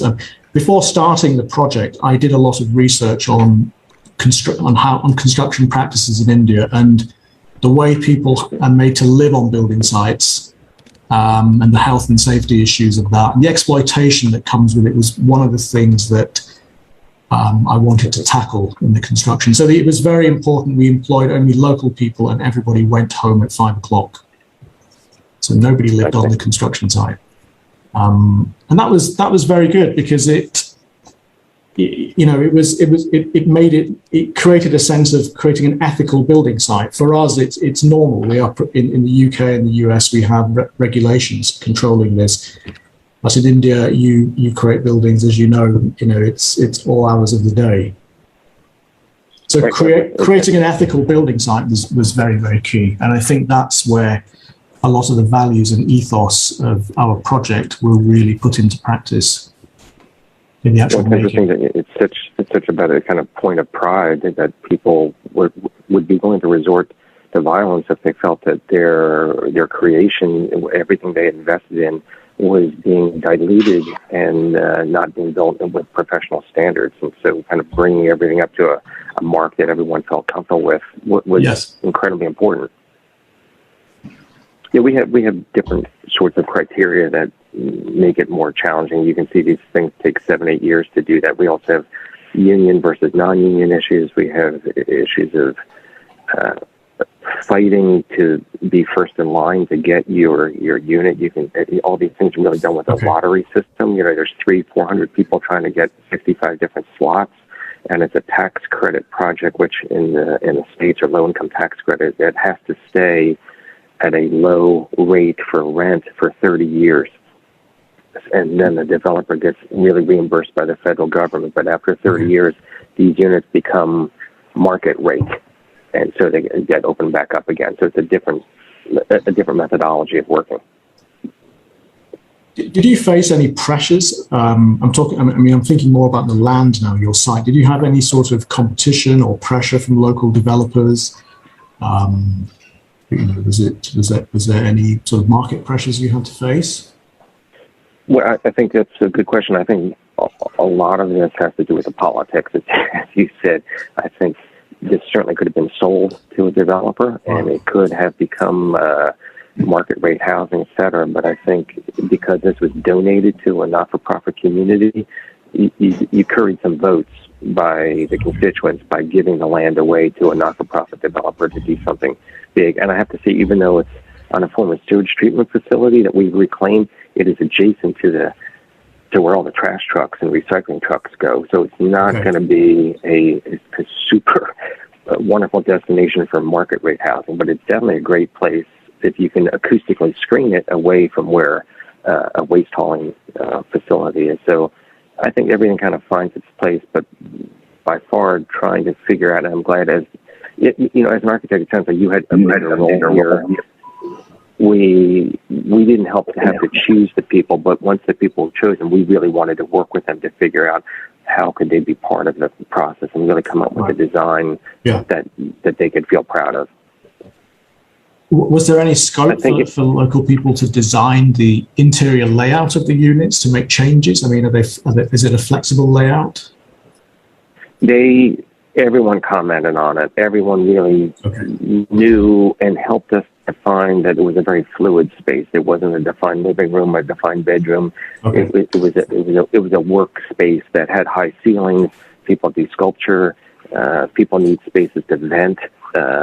Crafts if they're doing welding or ceramics or things like that. So all that kind of influenced the design, and we did create three-dimensional drawings for them to see and comment on in an effort to do that. And I think what I really like about this project is the private spaces to make spaces, the community spaces to share ideas, and then the kind of marketplace that threads through it, where you can both sell your wares and even create potential partnerships where a ceramicist and a jewelry maker can kind of work together, et cetera. I think that creates unique communities, and when people move out, other people move in. So it's an ever-changing kind of place to and make it a real destination, which is pretty wonderful. Well, I think that's the thing. If you obviously, when we design as architects, we have a particular user group in mind, or a focused user group. But when buildings have a life of their own after completion, which we're not able to control, we've got no say in it. And if it's a resilient design, it will adapt. It will attract other user groups, other usage, attract different layers of meaning, which we all have to embrace. And I think that is a sign of success. So if your units are actually, if you have a different mix of people, is that what you foresee, to see a different user groups and a different mix of people in there at some stage? Right. I think you I don't know exactly the words you chose, but we're architects, will have a role to a point, and then we have to let it go and let the building have a life of its own. But I think it's great for us to come back a year from now, 5 years from now, and see what did we do right, what did we do wrong, what could we do better, and really get feedback from the users to really figure out the next project we do like this, how would we make it evolve, and how would we keep it not so static, but that there's a chance for the occupants to make a real difference and allow it to grow organically.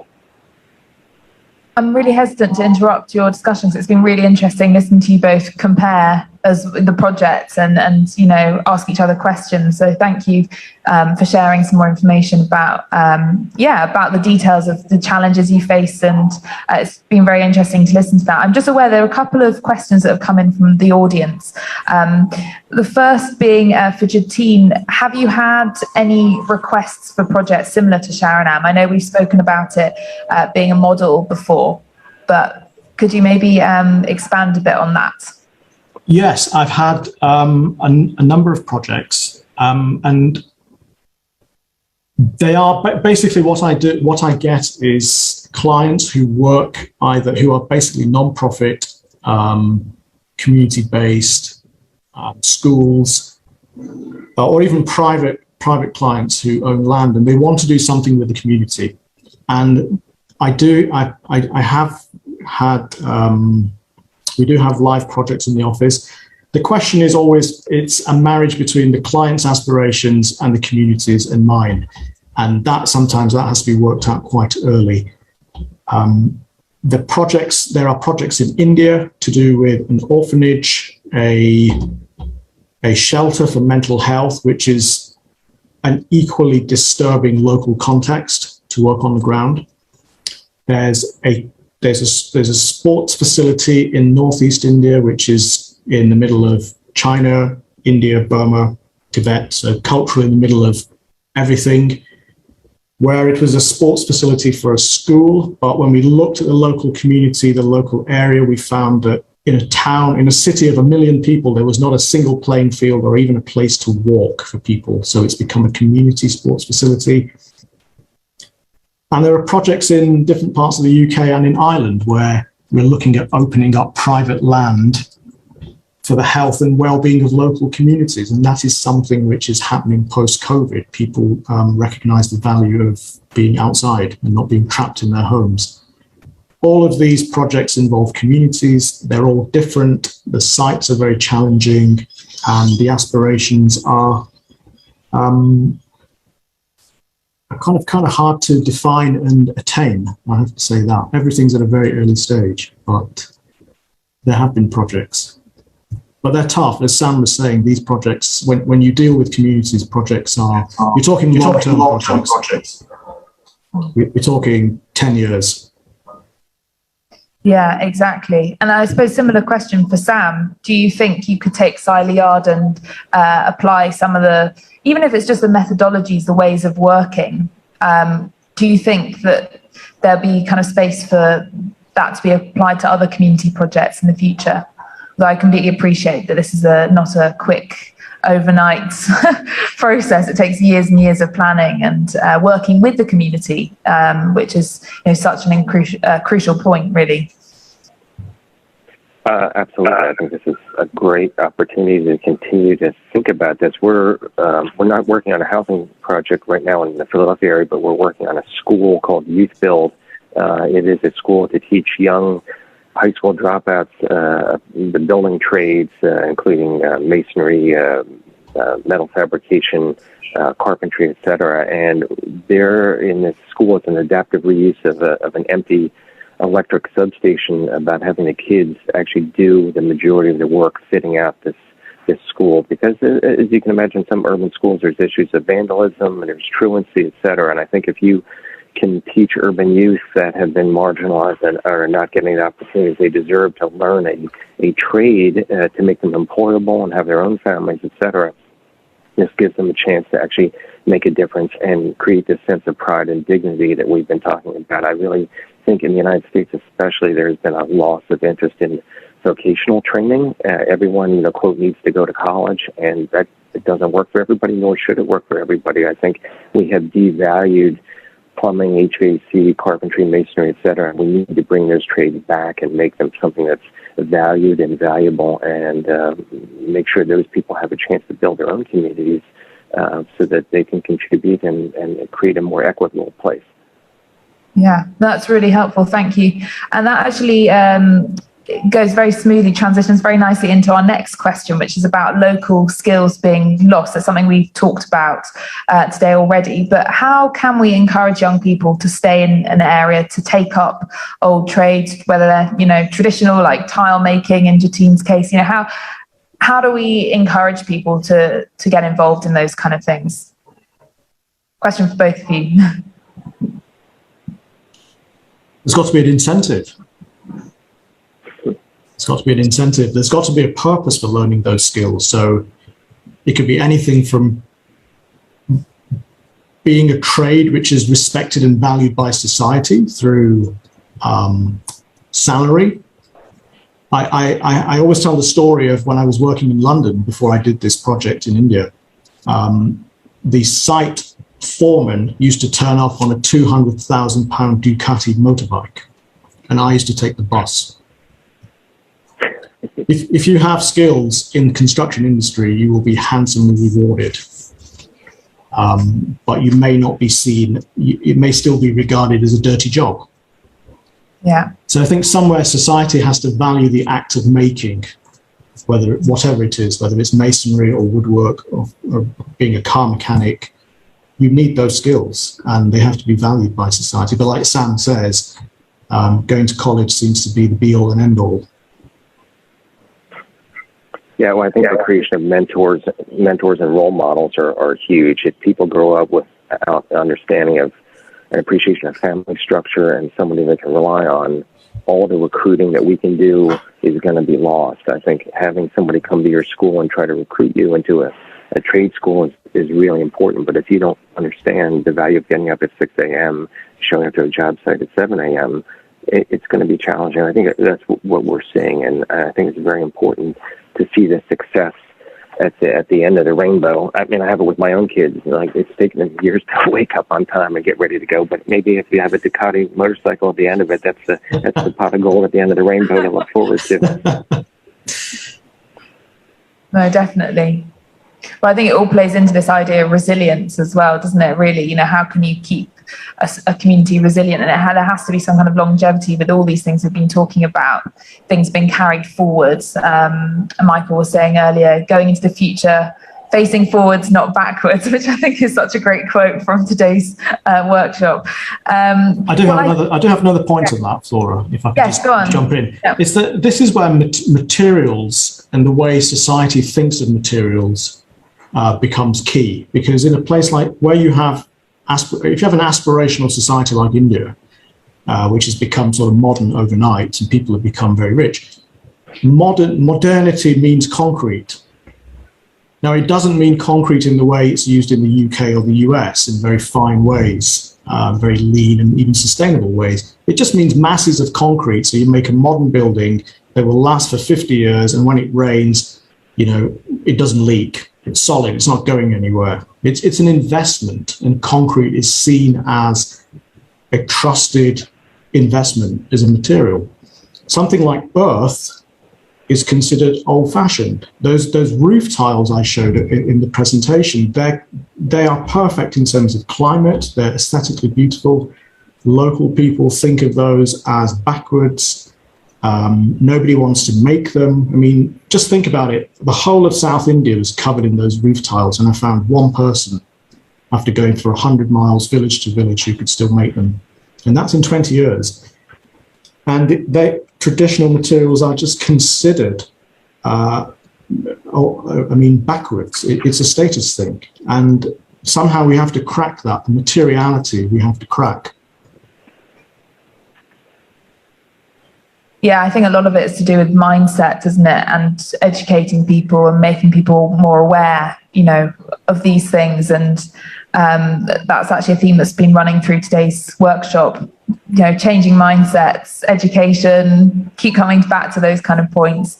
Ulrich, I don't know if there's anything before we wrap up, because I'm aware of the time that we're due to have a very short break, and then we'll be continuing with our next topic area with Greg's presentation. So I'll just hand over to Ulrich before we stop for that break. But thank you both from me. It's been really interesting.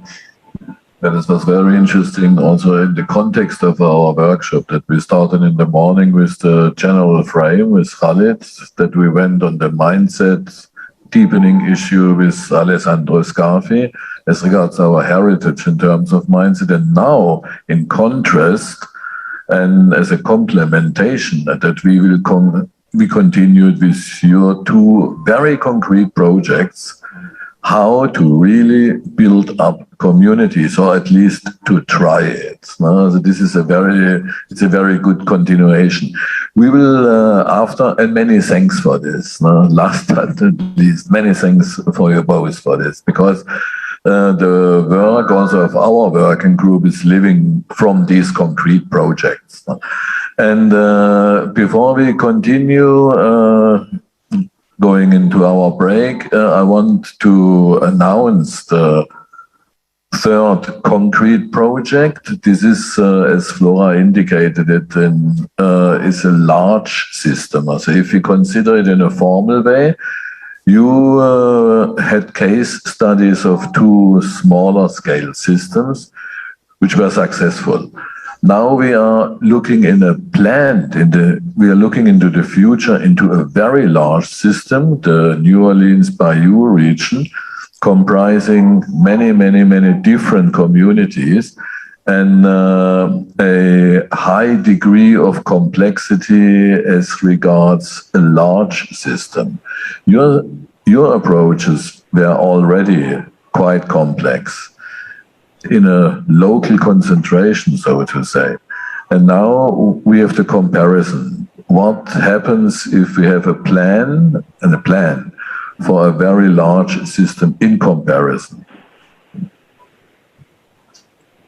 Yeah, lots to look forward to there. So we'll be continuing that discussion just after our 5-minute break. So I hope you can all stay around, and thank you again on behalf of everyone here and everyone on Zoom to Jatine and Sam for your presentations. So see you all in 5 minutes. So I make that 3:20 Venice time. All right. See you shortly then. Thank you.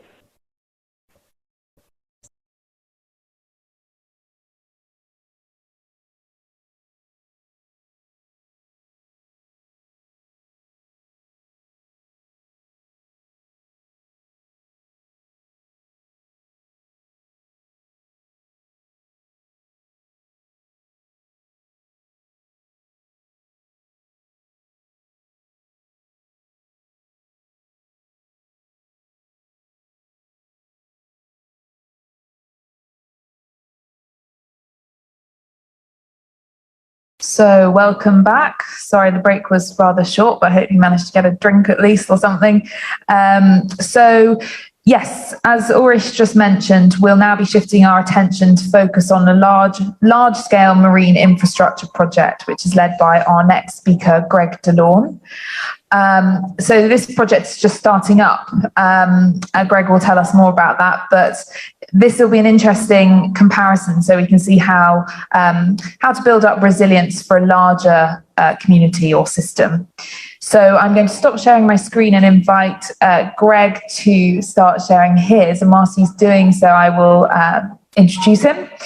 So Greg is an internationally recognized consultant, teacher, speaker, and writer specializing in sustainable economic development and public-private partnerships for green cities and smart cities. He is the managing director and co-founder of Deep Blue Institute and CEO and co-founder of the Urban Innovation Exchange and Technology Partnerships Director for the Seasteading Institute. Today, Greg will speak to us about the multi-scale regenerative marine infrastructure projects that Deep Blue Institute is leading in the Bayou region, and will explain how the transition to a blue economy is so critical. We'll also learn about Deep Blue Institute's three-legged approach to building a blue economy and how this will allow for the Bayou region to become a global leader in the deployment and scaling of environmentally regenerative technology. So over to Greg, and thank you for joining us. Okay, you can hear me? Yeah, that's great. Thanks, Greg. Okay, wonderful. All right, very wonderful to be here. First of all, I just want to thank Ideal Spaces and Flora and Ulrich for the tremendous opportunity to be here, participating in the Biennale.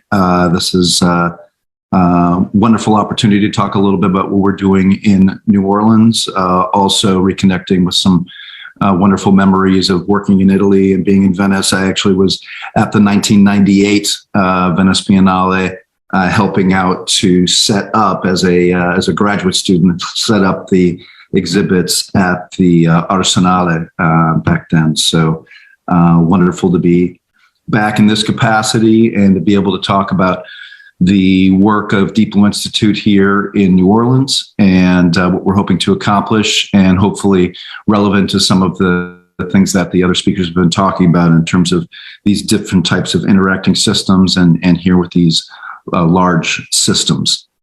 So diving in, what we're working on here is in concept what we call a nouveau-né parish on the Blue Tech Delta, or a reborn parish. And in Louisiana, instead of having counties like the rest of the United States, we actually have parishes. And each of those parishes has their own unique culture and history, and particularly those along the coast are some of the most at-risk communities in the country and arguably in the world, and very similar to what we see in parts of Italy and around Venice and the lagoon there. So I think some relevant parallels between some at-risk communities locally there, but also around the world. And that's one of the things that we're trying to accomplish here with the Deep Blue Institute, working with the local community, is reimagining the future of the Louisiana estuary with these components of regenerative marine infrastructure, touching on disaster risk reduction, marine habitat restoration, and cultural preservation, and with models and ideas that then can be applied to not just the Louisiana estuary region, but other parts of the world where at-risk communities in the form of island nations, delta communities, and other low-lying coastal areas are facing real existential threats in terms of the future, climate change, and sea level rise. In the case of Louisiana, Louisiana is losing about a football pitch of land every hour and a half. The map there shows from a regional study the 50-year land loss under a medium environmental scenario.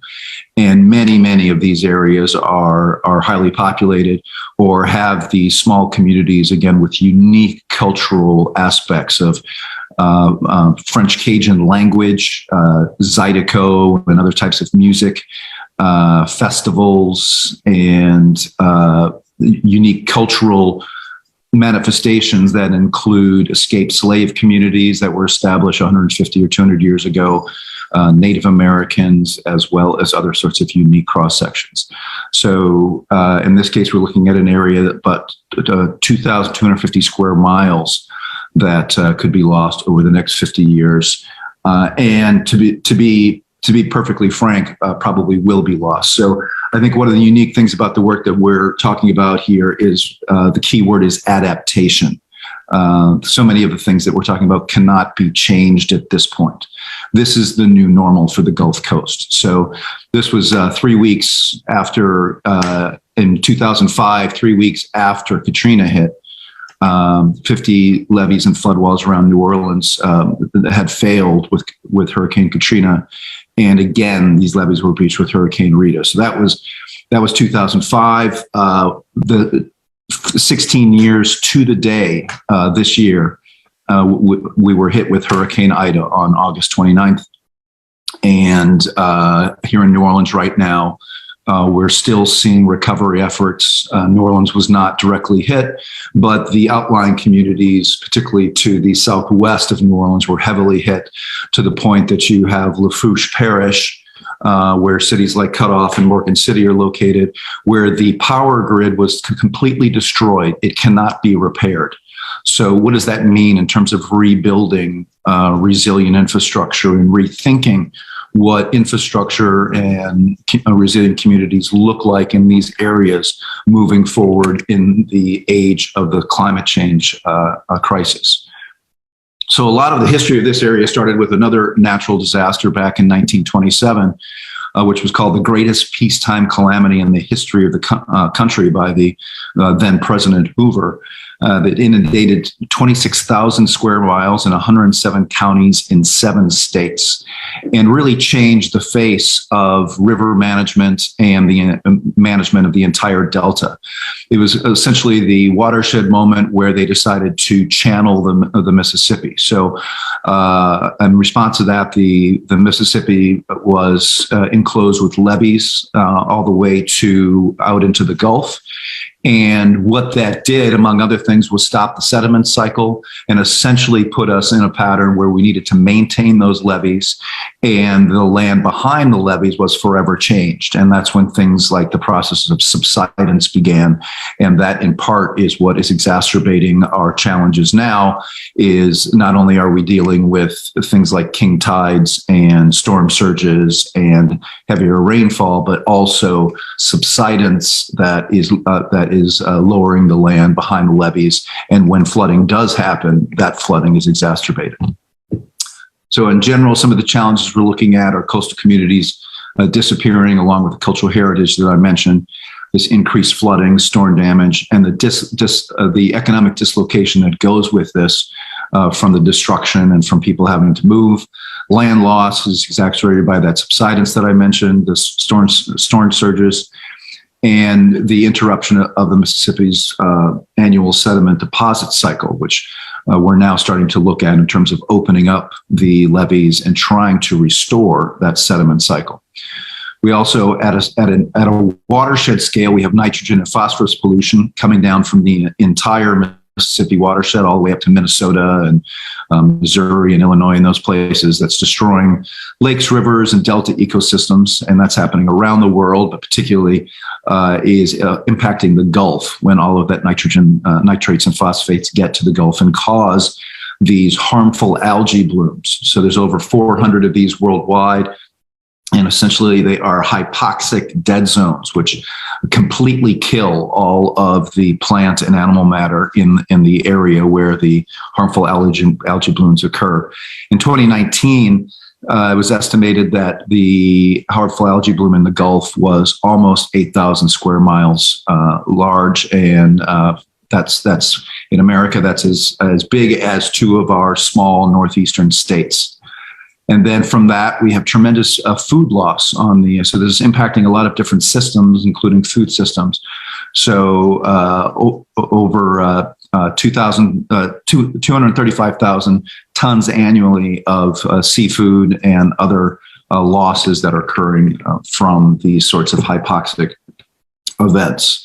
So Louisiana obviously is very aware of this. They started to develop policy and planning tools and methods and projects. So one of the key ones is Louisiana's Comprehensive Master Plan for Sustainable Coasts, which came into being in 2017, and looks at all these different potential ways of dealing with the issues using flood protection, natural processes, restoration of coastal habitats, preservation of cultural heritage, and trying to preserve and grow what a working coast means. So this is some of the background and context that the Deep Blue Institute came into in last year. Really, we started exploring work here in 2019, and we moved the institute here last year in 2020, and now have been working on site for about a year. And that's some of the lessons learned we'll be talking about today.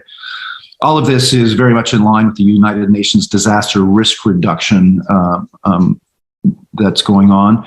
And what that does is recognize that there's no such thing as a natural disaster, only natural hazard. So with the disaster risk reduction work that the UN is doing, it's looking to reduce the damage caused by natural hazards like earthquakes, floods, droughts, cyclones, through ethic prevention and looking at these different methods of greater investment, education, awareness, better urban planning, community participation, scientific and local knowledge, risk assessment, coordination, good governance, early warning systems, sustainable development, and contingency plans. So all of this contributing to the idea of resilient communities, resilient cities, and giving opportunities to connect the world and find common ground in different communities around the world around these sorts of issues. So at the Deep Blue Institute, we're taking this ecosystem approach, combining ecology, economy, and ecosystems, natural ecosystems,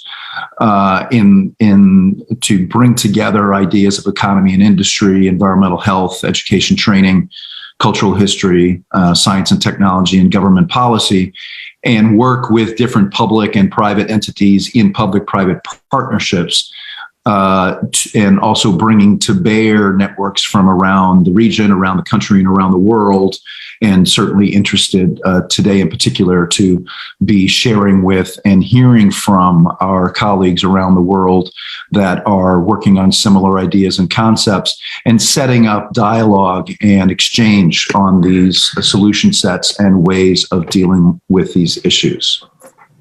So working with the ideal spaces concepts of different types of evolution, type 1 evolution and type 2 evolution. So type 1 evolution, and I'm not sure, Flora and Ulrich, how much you all have gotten into the details of those different types of evolution, but the type 1 evolution being more the natural systems ongoing, more of the same sorts of planetary systems that we experience in large time spans, shifting from, let's say, an agricultural society to an industrial society, but then also at a planetary level, looking at planetary shifts in natural shifts in climate or seasonal shifts, et cetera, as compared to a type 2, which is more of a gestalt, more recent, or in many cases, and certainly things that I'll be touching on, disruptive or anthropomorphic impacts that are accelerating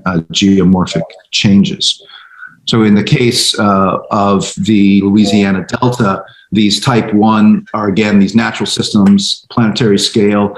You know, what are the traditional patterns of sediment deposit that have been going on for a long time, planetary cycles of heating and cooling, the development of the biome and other environmental systems that are happening in the Delta region, and really Delta regions all over the world.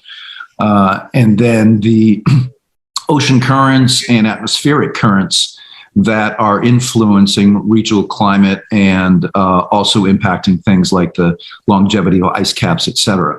This type 2 in the Louisiana environment, in particular, is the anthropomorphic impacts of climate change.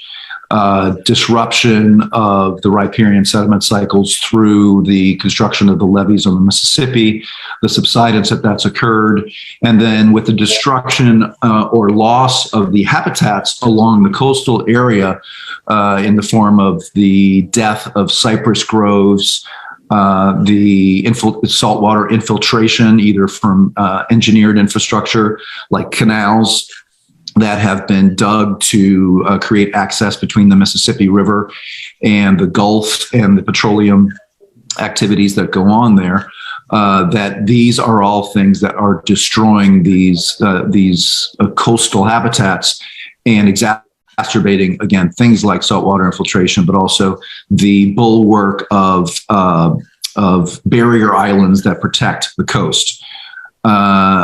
The increased storm activity and the storm surges that I mentioned, those again are things that are being that are really undermining the structural integrity of the coast, but then also creating these human disasters as well.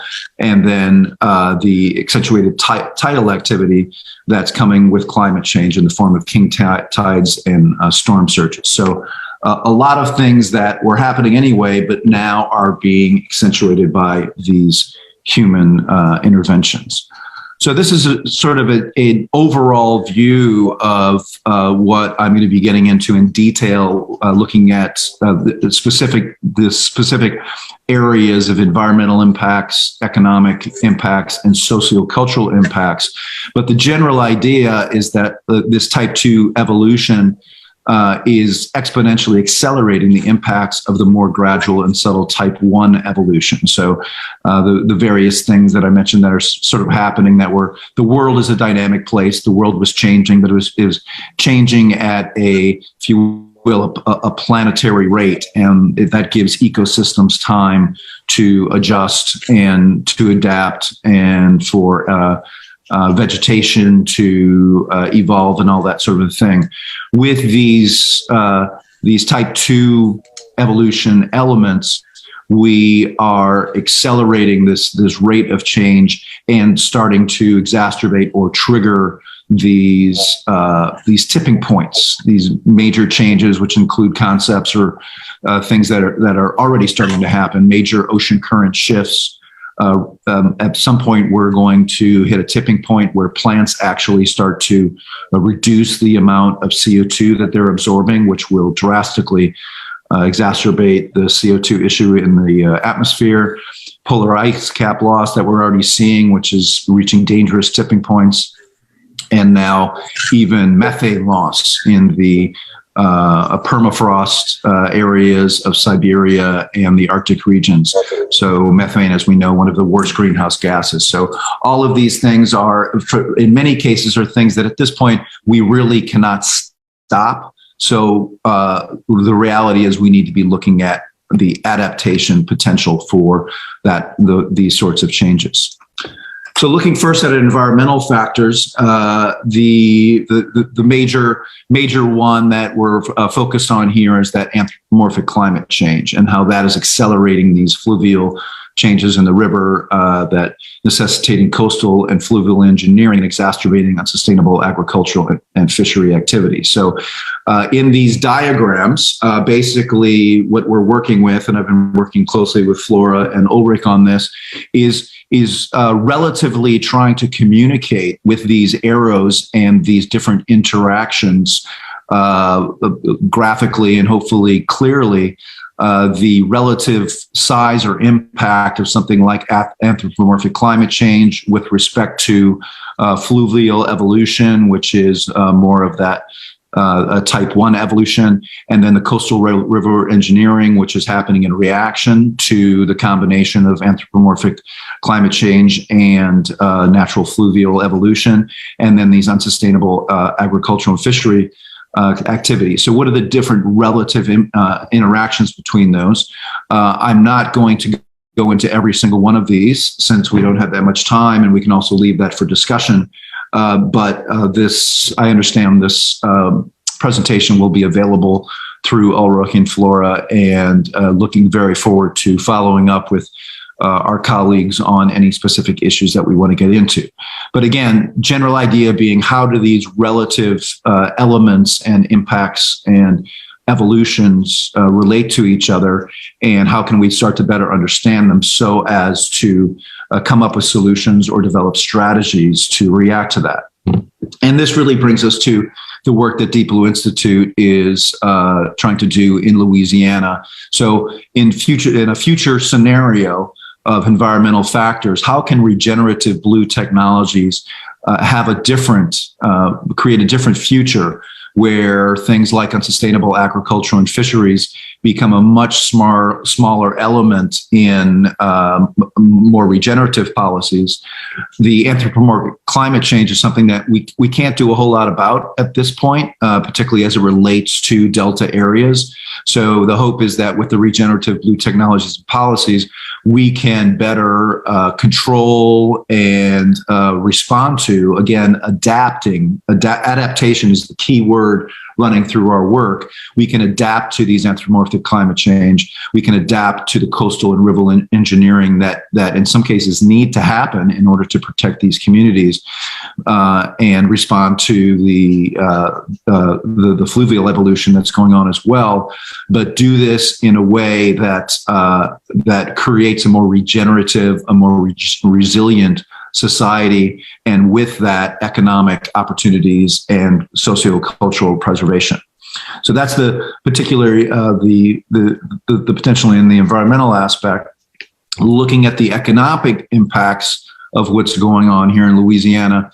Again, the type one in terms of the economy in Louisiana is looking at these longer term global evolution of energy and marine industries internationally that are being internationally experienced around the world, but have their own unique manifestation here. In particular, the fossil fuel industry is very important here and dominates along with tourism. Shipping is very important here as well.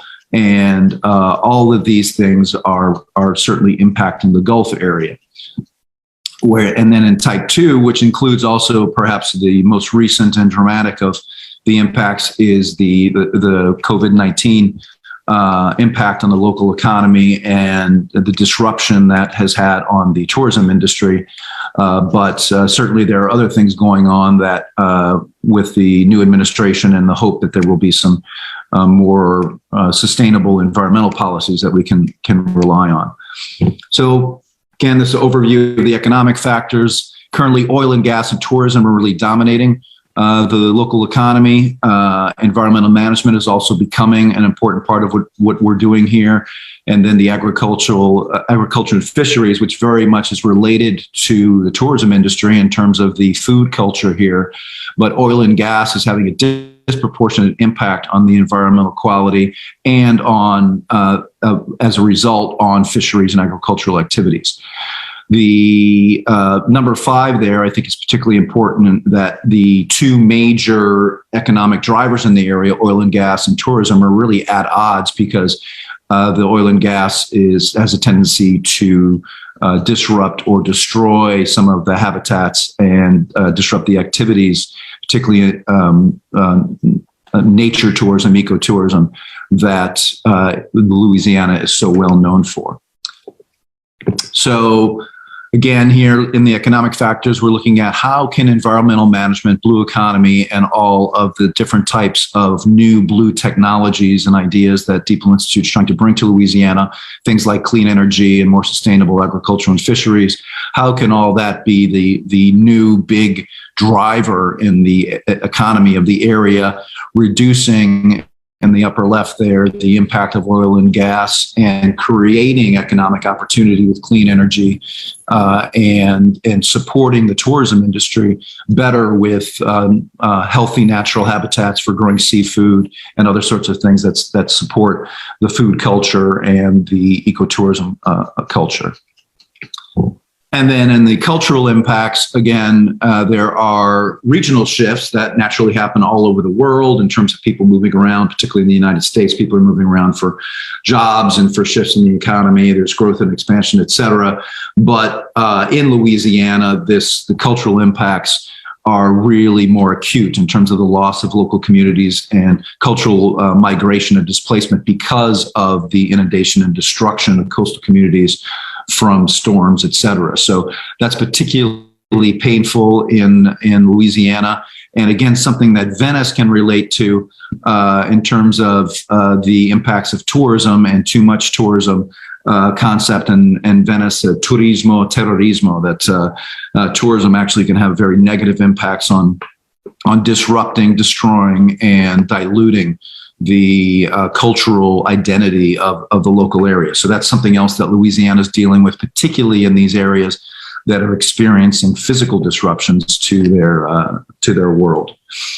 So these cultural factors, as they currently stand, current dynamics, is this regional sociocultural dislocation and disruption that in part is happening because of climate change, but also because of impacts of the oil industry on which we're extremely dependent, such that when oil companies start to move away from the area, as they've done in various times throughout history and the last 150 years, that becomes a huge impact on the local culture, the local economy, and the impacts that has on creative culture and identity because of the economics of the region, and on the general evolution of lifestyle as it relates to jobs and the ability of communities, stability of communities in the Gulf region that are dependent upon oil and gas jobs or tourism jobs. And when either of those industries falter, that really has a big impact.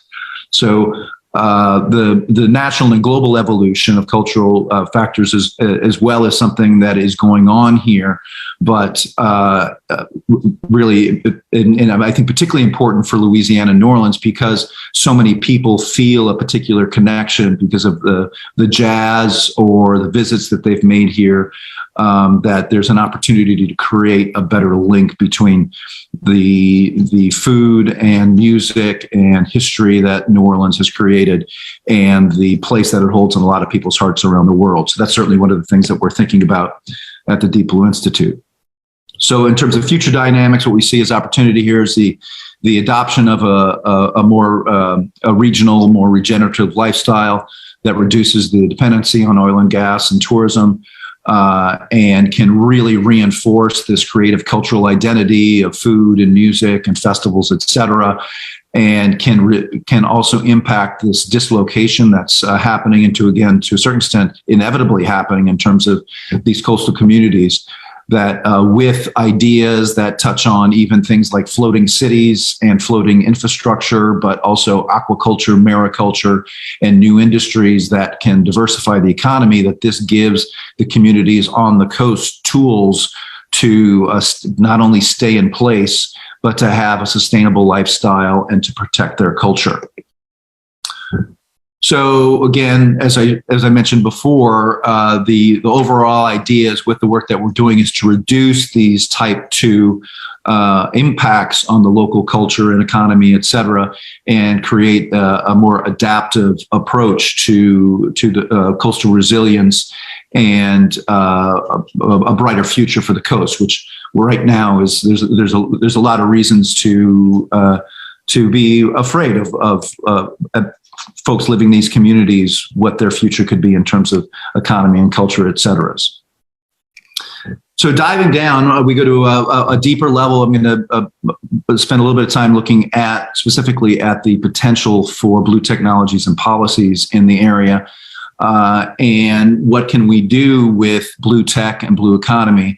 And that touches particularly on things like regenerative off-grid energy, water and waste systems and infrastructure, also on integrated regional scale ecosystem services. So these are things like wastewater assimilation projects, which use municipal waste and create fertilizer liquid fertilizer that can be used to grow coastal wetlands and barrier islands and therefore protect the coast. But then also getting into more social systems like education and research policy oriented towards regenerative marine-based initiatives. So that's where we get into engaging with public-private partnerships with schools and regional government, and then also robust expansion of entrepreneurship and industry diversification in blue technology. So that's bringing some of Deep Blue Institutes and also UIX Global, another one of our organizations, work from the Bay Area and working with green and clean smart cities in the San Francisco Bay Area and Silicon Valley area on the entrepreneur community, incubation and acceleration of new technologies, and bringing that sort of mindset and expanding those activities in the Gulf region so as to grow these activities. So this is kind of the big hope of and what we're trying to support here for the future dynamics of the regenerative blue economy and blue technology development in the region is a marine-focused education and research activities and how those can really support blue tech entrepreneurship, how it can support integrated regional ecosystem services in the form of these not only wastewater assimilation, but other sorts of habitat restoration and water quality improvement, and then regenerative energy and water systems. So things like offshore wind and blue energy and all sorts of things that can really revolutionize the blue economy and blue technology in the region. And in so doing, also with number 6 there, create an exchange relationship with other regions of the world that are facing these exact same issues. And when we think about countries or communities like the Dutch 500 years ago or more developed flood control technologies, which for at least the last 300 years, they have been marketing and distributing around the world as an important exported set of technologies and know-how. And that's something that Louisiana could do the same. And not only can Louisiana do this in the future with these sorts of regenerative marine infrastructure technologies and blue technologies, but also Louisiana's already done it in the past. So in the last century, with the oil and gas industry, if you went to the platforms of Siberia or Norway or the Baltic Sea, the foremen or heads of the teams of roughnecks that are running the drilling platforms, et cetera, those were very often from southern Texas, from southern Louisiana. So not only were those technologies being exported from the Gulf region, but also the actual human resources and skills were being exported from here. So that's the big hope on what we can accomplish here. And I can answer questions on all the ways that we're already getting started with that type of activity. But how that manifests in terms of our plan for engagement is with this Deep Blue Institute eco-solution space concept that basically a series of different nonprofit and for-profit activities.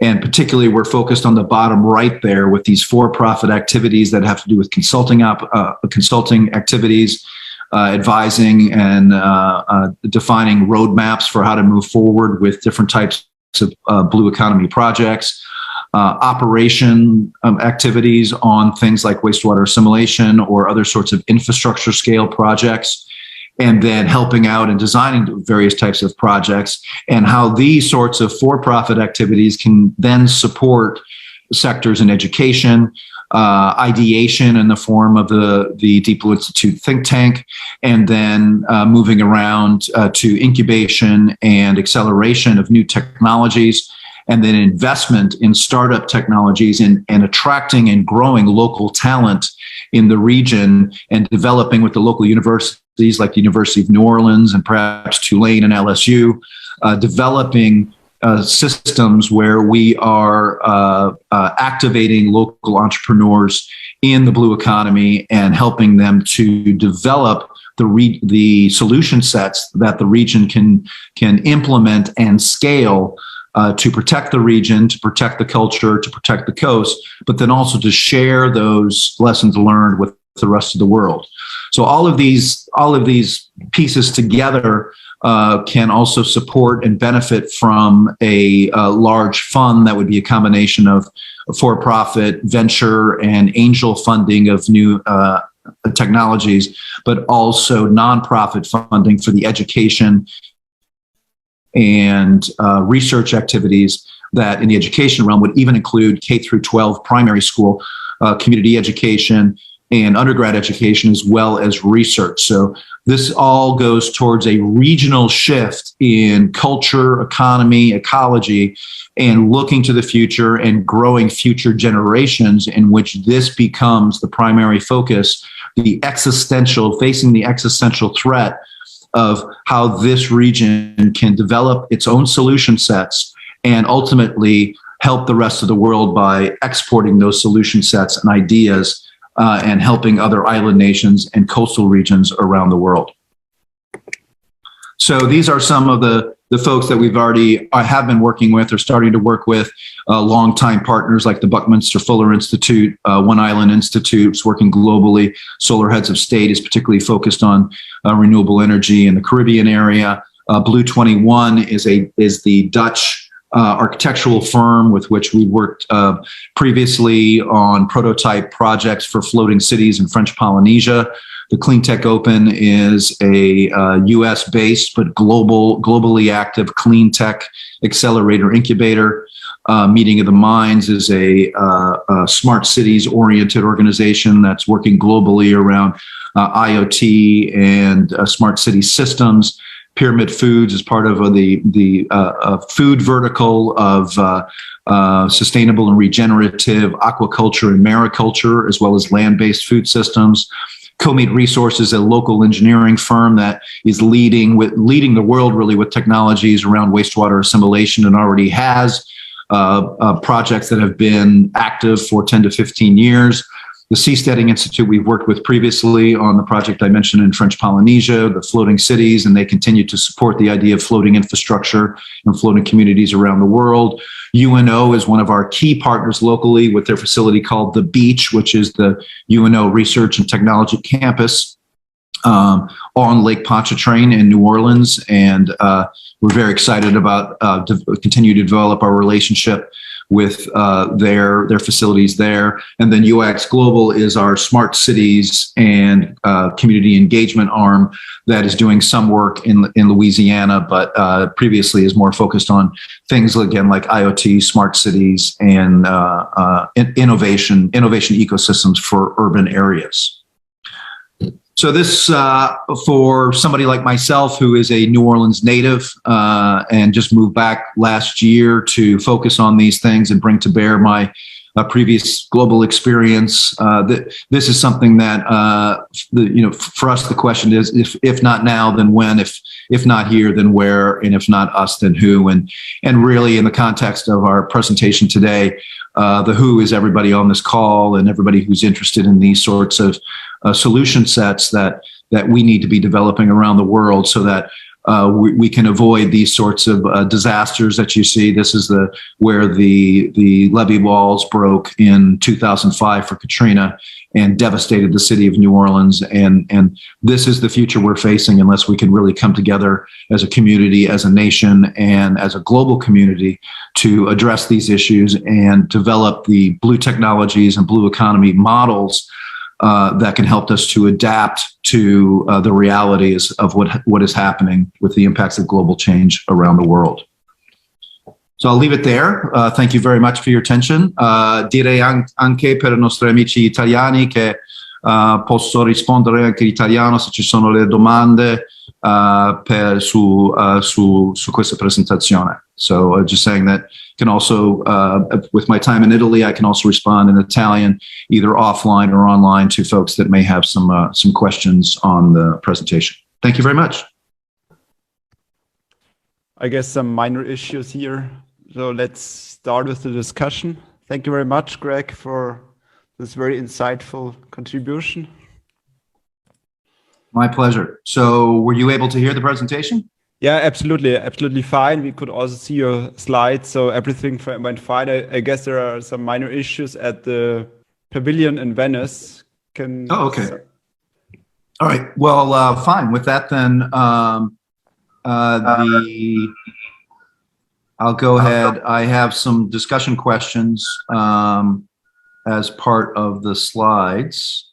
So to get the discussion going. I'm happy to answer any questions, but these were some of the discussions that items we talked about. So thinking about what may be some of the engagement or opportunities for collaboration around the world, sort of a big question that'd be interesting to hear folks comment on is, how do we build resilient global networks to support these sorts of large regional scale innovation labs for coastal protection and community preservation? So that's really what we're trying to do here, is create this sort of regional scale lab activity and opportunity. And then also, how do we exponentially accelerate coastal adaptation beyond the speed of government? So that really gets into the motivation for the public-private partnerships and activating entrepreneurs and small businesses and corporations at a private sector speed, at a entrepreneur speed, because certainly one of the issues here and around the world is that government has a tendency to move too slowly, to either with policy changes or with funding of projects, et cetera. So at Deep Blue Institute, we really feel like that needs to happen from the private sector and in these partnerships. So very interested and excited to hear what people may have to say about that. And then for other folks from other parts of the world that are tuning in, what are the most pressing technological needs facing your coastal area or island community? Because again, Deep Blue Institute, we want to be sort of a clearinghouse and a facilitator for the discussions of what are the technologies that we should be developing to come up with these solution sets. It was a very interesting contribution you had, since it was about large systems and solutions, as you said, can be exportable to other regions. The coastal regions, as you addressed it, are the most endangered regions for the time being due to climate change. And first of all, we had to apologize, as we had a technical problem here in the Biennale Pavilion, but now it's settled, I think. My first question is, keeping in resume the questions you outlined. My first questions in resuming your questions is speed, as a speed of change.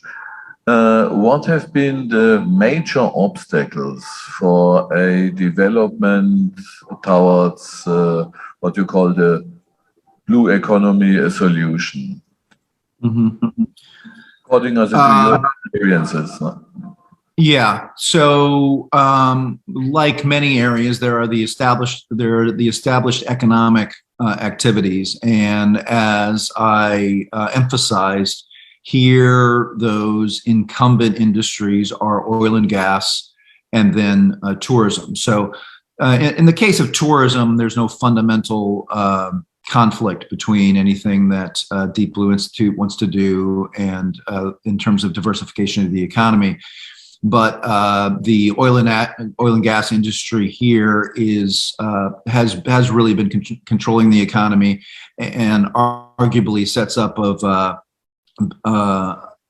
if you will, not a very nice term, but a banana republic dynamic where the investment and the activities that go on here are in many ways destructive to the environment. They are unsustainable in terms of labor force and the future of what's going to be happening with oil and gas industries, et cetera. And to the extent that there are benefits in terms of financial benefits, et cetera, those have a tendency to leave the state and go to where the headquarters of these oil and gas companies are. So there's going to be pushback in terms of the diversification of the economy, but the good news is that the same skill sets that people have from the oil and gas industry, which are things like pipe fitting, welding, heavy machinery, design, construction, maintenance, et cetera, marine infrastructure, civil marine infrastructure, all those sorts of things are skill sets that can be adapted to the blue economy and to these sorts of blue infrastructure projects. So I would say, yeah, the obstacles are sort of incumbent, incumbent activities or incumbent patterns in how the economy works, and the resistance to change of things like opening up the levee and creating new drainage patterns. And that means a shift in lifestyle for people who may be used to in some cases, a saltwater fishing and, shrimping, growing oysters, etc. So shifts between saltwater activities and freshwater activities, and how changes to the levee system and changes to the coastal engineering are going to impact those lifestyle changes. So as always, anywhere in the world, change is difficult. And that's why we have to take a multidisciplinary approach that includes community development, community engagement, economic development, as well as existing and new engineering solutions. Yeah, I've got a quick question about the community engagement side of things. I mean, we've talked about that with Jatine and Sam in our previous presentations, just in terms of building cities or places for communities to live. But I'd be interested to know from your point of view how that works. What's the consultation process like, and to what extent are communities involved? Mm-hmm. Yeah, so I was glad I got to get on a little bit and hear a little bit of what Jatine and Sam had to say, and of course there are always similarities wherever we are in terms of what are the obstacles and hopefully the solutions for this sort of engagement. I mean, the good news in that is that Southern Louisiana, and the coastal region already has a lot of great organizations and a lot of great efforts that are underway in terms of cultural preservation, and particularly with regard to, for instance, the African American community and the jazz culture and the creative culture here, and what we call culture bearers, some of these key leaders in the music community and the arts community, and the festivals, which things like Jazz Fest and Mardi Gras and French Quarter Heritage Fest, and all of the little individual festivals that happen in these coastal communities, and again, are things that are at risk in terms of their cultural identity. So people really value and understand those things here. So from an academic approach, universities have a number of different institutions and community engagement groups that are already working with communities. So the DeepBlue Institute, as a relatively newcomer to the region, that's a lot of what we're doing right now, is establishing those partnerships. And again, why the University of New Orleans and their research and technology campus, the Beach, is such a key factor in what we're doing. Also, another good example is at Tulane, there's a new Department of River Coastal Science and Engineering. So that's another organization we're looking forward to engaging with. And other aspects of that, architecture departments at Tulane, marine architecture and marine civil engineering at UNO. These are all in that diagram, that ecosystem diagram that I showed. These are all the constituent parts, because the DeepBlue Institute by itself cannot hope to implement any significant change. It has to be a partnership between all of these public and private entities, and our engagement strategy. And what we feel good about so far in the last year is our ability to start to convene the, if you will, the self-identified groups that are really willing and ready to make, in some cases, these difficult and even painful changes, but are ready to do that work and dive into it, and already have some experience and are already connected with some of the unofficial mayors, the community leaders, the culture bearers that are working to preserve and look to the future for the identity of the region. No, that's great. Thank you, Greg. I think I agree. It has to be collaborative. It's not just about the individual. It's about communities and people coming together and actually trying to change things. We've got one question, actually, an audience question about floating cities. This may relate to your work with Seasteading Institute, because obviously there's been some criticism about this idea of having floating cities. And the question's about whether it's could be realized, is it practical, or is it a utopian dream, so to speak. Well, how much time do we have? Can I have another 2 hours? Yeah, exactly. Thank you for the question. So the evolution of the work at Deep Blue Institute, I mentioned UIX Global, the Urban Innovation Exchange. And very briefly, UIX Global was asked to engage with the Seasteading Institute on this project that I mentioned in French Polynesia, where the Seasteading Institute was seeking to build the first prototype floating city.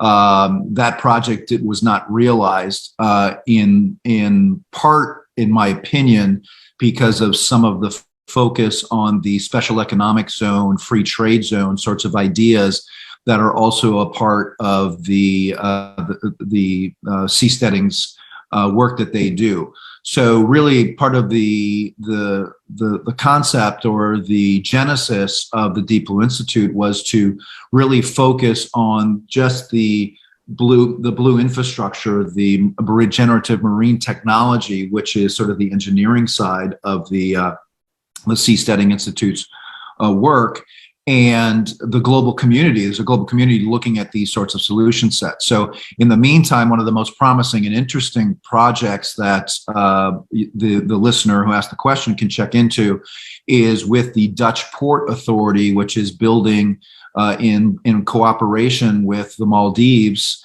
The government of the Maldives is building a floating city prototype for a couple thousand people. So these things are moving forward. They are realistic. The reality is that the Dutch have been building floating communities, floating architecture. I mentioned Blue 21 has built floating community centers, conference centers in Holland, in Rotterdam. So they're based out of Rotterdam. So there's lots of examples. There's nothing new about this. There's a scaling question. Can it be scaled around the world? Fundamentally, at the Deep Blue Institute, we believe that this is realistic, and it's realistic in doing it in a regenerative and positive way. That we're imagining communities along the coastline that are floating communities that are engaged in economic activities like mariculture and aquaculture, but also fundamentally some of the technologies that the Seasteading Institute supports and talks about in the future is basically these floating cities parked off the coast of existing land-based cities and actually taking the pollution that is being released, the sewage, et cetera, that is being released by those communities, and doing what Buckminster Fuller characterized as pollution is just a resource that we have not yet realized how to take advantage of, that these coastal cities are in partnership with their floating counterparts, and they are absorbing harvesting nitrates and phosphates that otherwise might do harm to the environment, and using those in the context of aquaculture, mariculture, and fish farming, et cetera. So we very much believe that floating infrastructure, floating communities are possible. In the case of these communities that are being lost, this is the communities that are being impacted by this loss, losing a football field of land every hour and a half along the coast.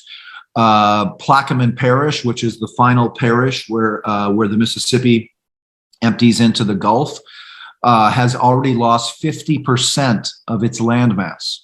So they've lost a major high school. So that means that the high school where your parents went to and your grandparents went to doesn't exist anymore. So these are huge cultural dislocations. And the only really adaptive solution, if you want to keep those people in that location and preserve that culture, is to build some sort of floating infrastructure or on stilts or something that can remain in place. So this has to be a part of what we're looking at in terms of coastal communities. It is realistic. The engineering has already been solved, and it's really just a question of scaling and distributing those technologies to different parts of the world.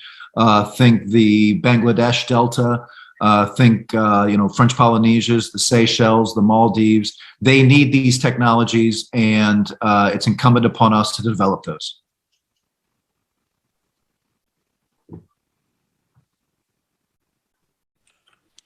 I had to actually Google how large a football field is, but it's substantial. So how aware is the general public about this issue? So I guess a football field every 90 minutes. This is a slogan that everybody could understand. So what is the general public discussion about? Yeah, well, you're right on the money. That statistic came out of a study from a number of years ago, and is certainly accurate. The reality of it is, it's when you calculate all of the erosion, you think about that as a thin line all along the coast. But in reality, what it means is that when you take the accumulated land loss each year from points, very pointed erosion in specific areas, flooding, loss of areas that may even be farther inland, that is sort of the total that then is being lost on a yearly basis. It is a statistic that, again, as you're saying, is often used here and in explaining the realities of what goes on here. Many people locally have heard it, and it certainly makes an impression on them. But in my opinion, the real sort of reality check, or the what people are facing, is much more personal. So what's happening in Lafourche Parish right now post Ida, and the fact that they can't rebuild the power grid, that so many homes are lost, that areas like Grand Isle that were completely wiped clean. It's another coastal island area near New Orleans. It was completely leveled. For Ida, they were left with 4 feet of sand after the storm. So those are the real life and personal stories that make an impact here with the community, and they can relate to, whether it's happening to them or to a family member or to a friend. The recreation areas, and even relating back to some of the idea of floating infrastructure, a lot of people have fish camps here. So you go to your house on the coast, or your houseboat, etc. Those are things that get particularly hard hit in these storms. So sure, that statistic, it catches people's attention, but there's lots of other things that on an individual basis people know about here. And as it relates to our work, it's something that this goes way beyond politics or constituency. People understand this is real, this is really happening. And regardless of your politics, we need to work together to do something about it and to face the future. And that statistic is just one of the ways that we underscore and really simplify what is a very complex problem.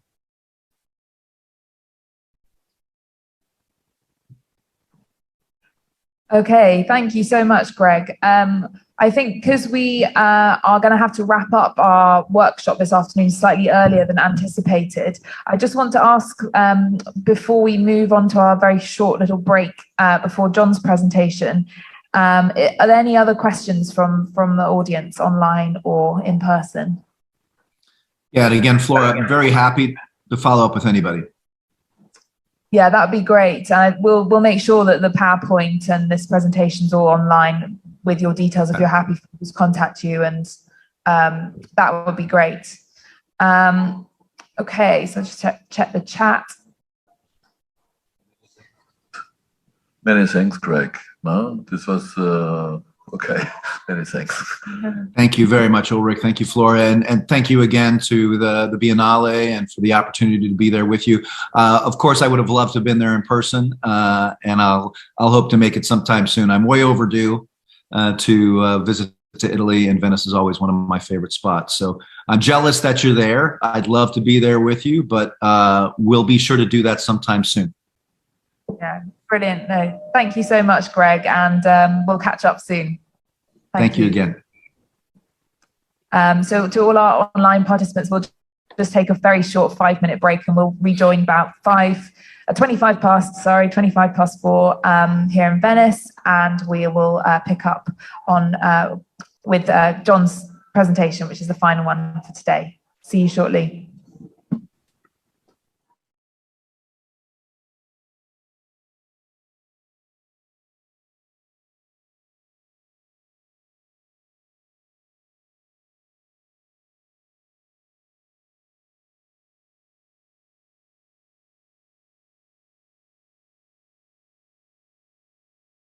Okay, welcome back everyone.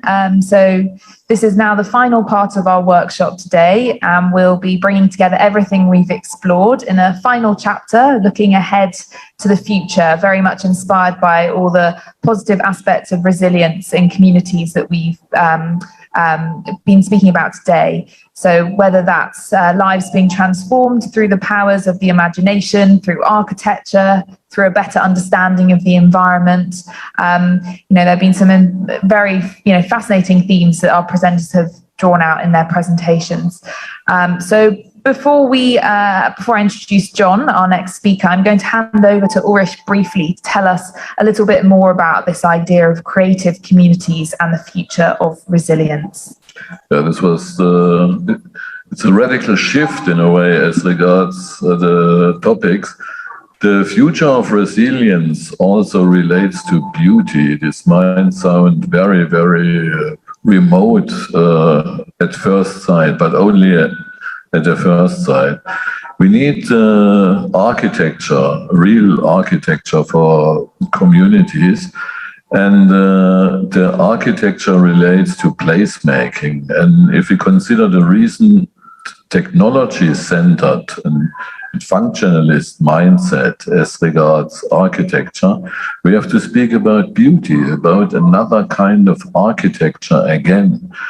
Again, because in former historical periods before modernity, this notion of proportion, of human proportion, of beauty was in discourse. And therefore, this presentation from John Marks coming now is a kind of final conclusion and relates very direct to the future of resilience. Okay, so to introduce John Marks more formally, John is an architect and co-founding principal and chief artistic officer of the firm Form for Architecture in San Francisco, California. He's responsible for developing Form for Architecture's design vision and philosophical language. Form for Architecture has received over 174 design awards, and in 2017, John became a laureate of the American Prize for Architecture, which is one of the highest public tributes for architecture in the United States. So we're delighted to have you join us today, John. Thank you for being here. And if I could invite you to please share your PowerPoint presentation, that would be great. Thank you. Great, thank you, Flora.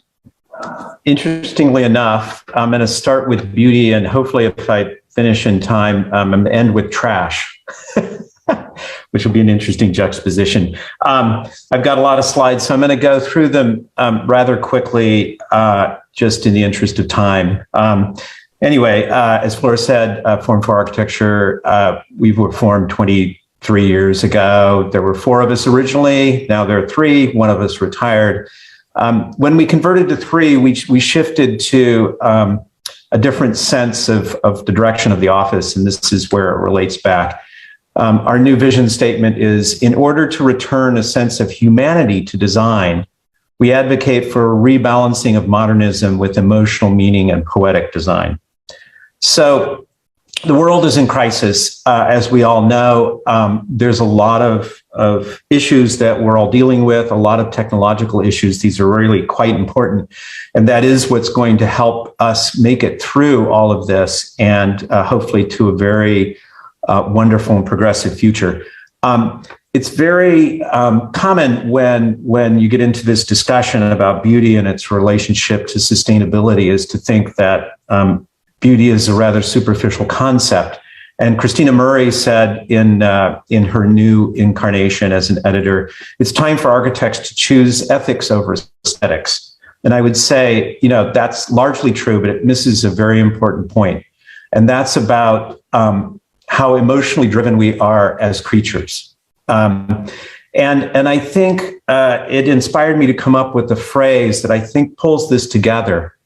The most sustainable things in life are those things you won't throw away because you love them too much. And in a sense, you will fight for and preserve and create the things that you love. And I think that's something that's really quite important, and we miss that. So in a sense, I'm advocating for lovable cities and lovable communities, and not just the physical environment, but the way that the communities work together with each other. So it's all about a balanced dynamic. In the sustainability world, we've done a lot of sustainable buildings. This is an example of one in India, the shape of lotus blossoms. But what are we advocating for? So we're advocating, again, for rebalancing of modernism towards an architecture of abundance. And this started several years ago in 2015. When we won the American Prize, I started with a poem. We ask ourselves, when did the world become so gray? When did the public fall out of love with the built environment? When did our profession polarize so deeply between the pragmatic and the self-indulgent? When did we begin to neglect the people we pledged to care for? We could debate the causal merits of modernism in this disconnection, the difficulty in translating a minimalist approach to a wider culture. But have we exhausted the conceit yet that the public just needs to catch up? So this disconnection, even Forbes magazine quoted Frank Gehry as saying 98% of the architecture day has no respect for humanity. Now, some people and a lot of people in the public blame the Starchitects for this. And I think that's a little misguided, because Starchitects, they do maybe 1/10 of 1% of the buildings in the world.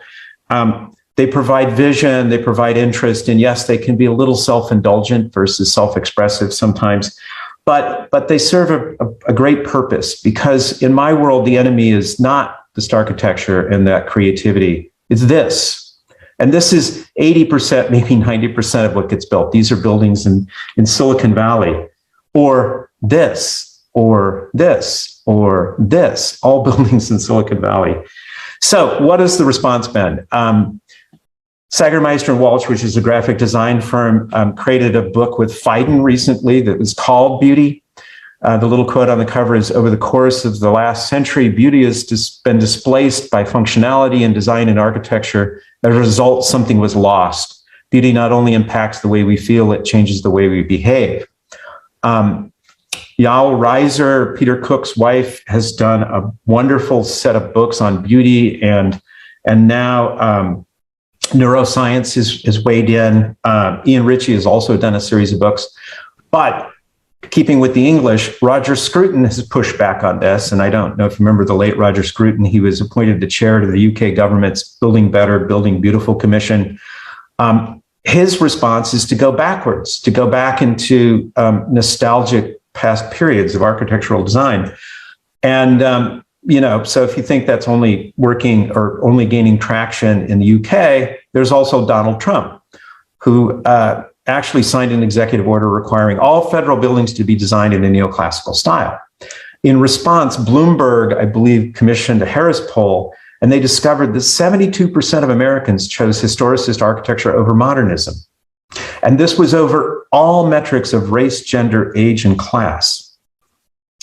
And even our fellow artists in the ballet, this is a ballet my wife and I went to, and the quote from it is, in making this ballet, Dawson found himself responding to the polarized present-day world.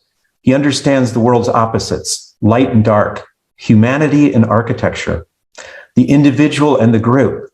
Do we have to choose between humanity and architecture? I thought these were interrelated. Why can't we have both? This is what I fear the most. And this is on one side Chicago, on the other side Mumbai. I'm not sure which is the better place to live. The one in Chicago is one of the wealthiest areas in the world.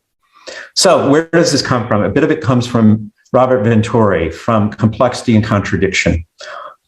He started out opening up the world in the postmodern way. I like complexity and contradiction in architecture, and wanted to go work against the puritanically moral language of the orthodox modern architecture and provide richness of meaning rather than clarity of meaning.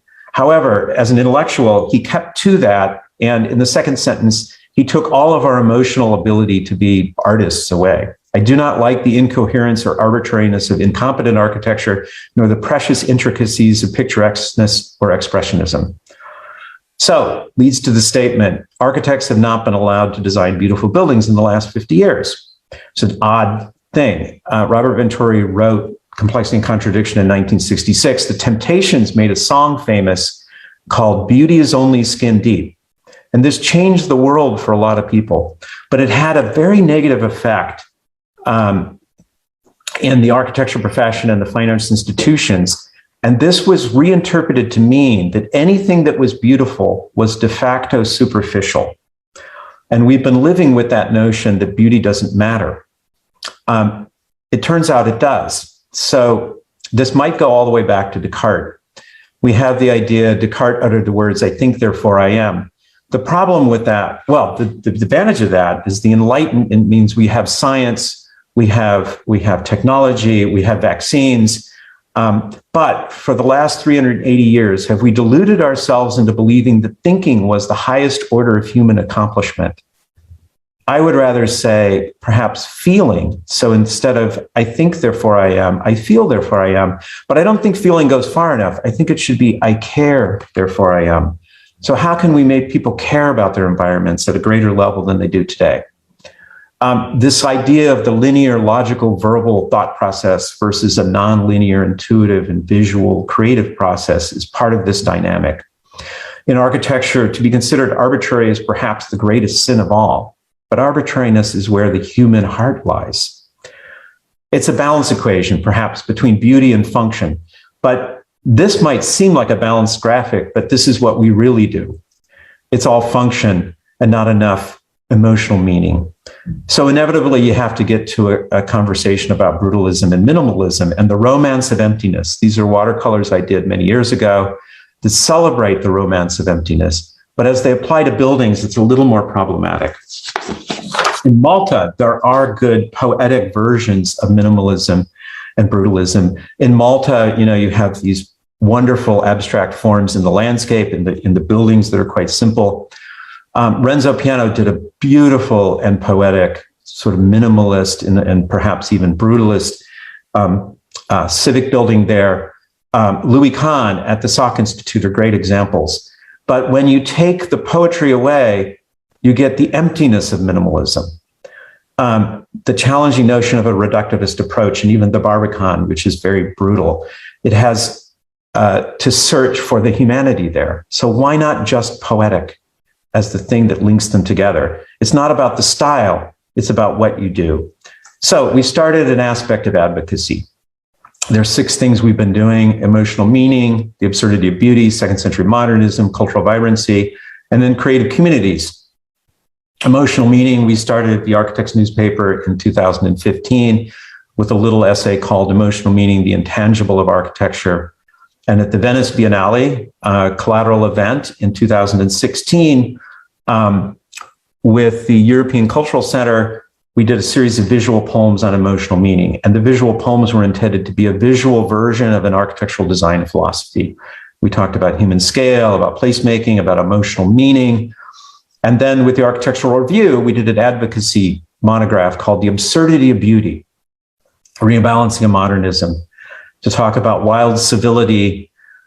Richard England wrote an essay about how poetic buildings affect people in positive ways. Ian Ritchie wrote about how he writes a poem before he starts the building design, and also talked about neuroscience. And then the idea of cultural vibrancy, which gives expressive shape to architecture. This led to the notion of second century modernism. Second century modernism, if first century modernism was an architecture of abstraction, which a lot of, I think, hardcore modernists might agree with, second century modernism might be seen as an architecture of abundance, emotional abundance. So again, back to an event during the Venice Biennale in 2018 at the Palazzo Mora.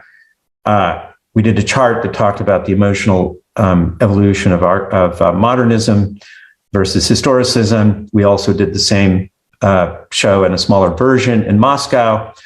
And we're left with 3 questions. Why should we love this design? What emotions does this building evoke? And does this design promote an architecture of emotional abundance, an architecture of humanity? These are buildings in Amsterdam, which is otherwise a very lovely city. Cultural vibrancy. Now, this leads us to Burning Man, and this ultimately is going to lead us to the trash issue and how do you get people to change through culture. We've got vibrancy in terms of tourism, perhaps in some modern cities evolving, but then we get into things that really spark the imagination. Signs of life can be seen as what we consider in the dismissive graffiti.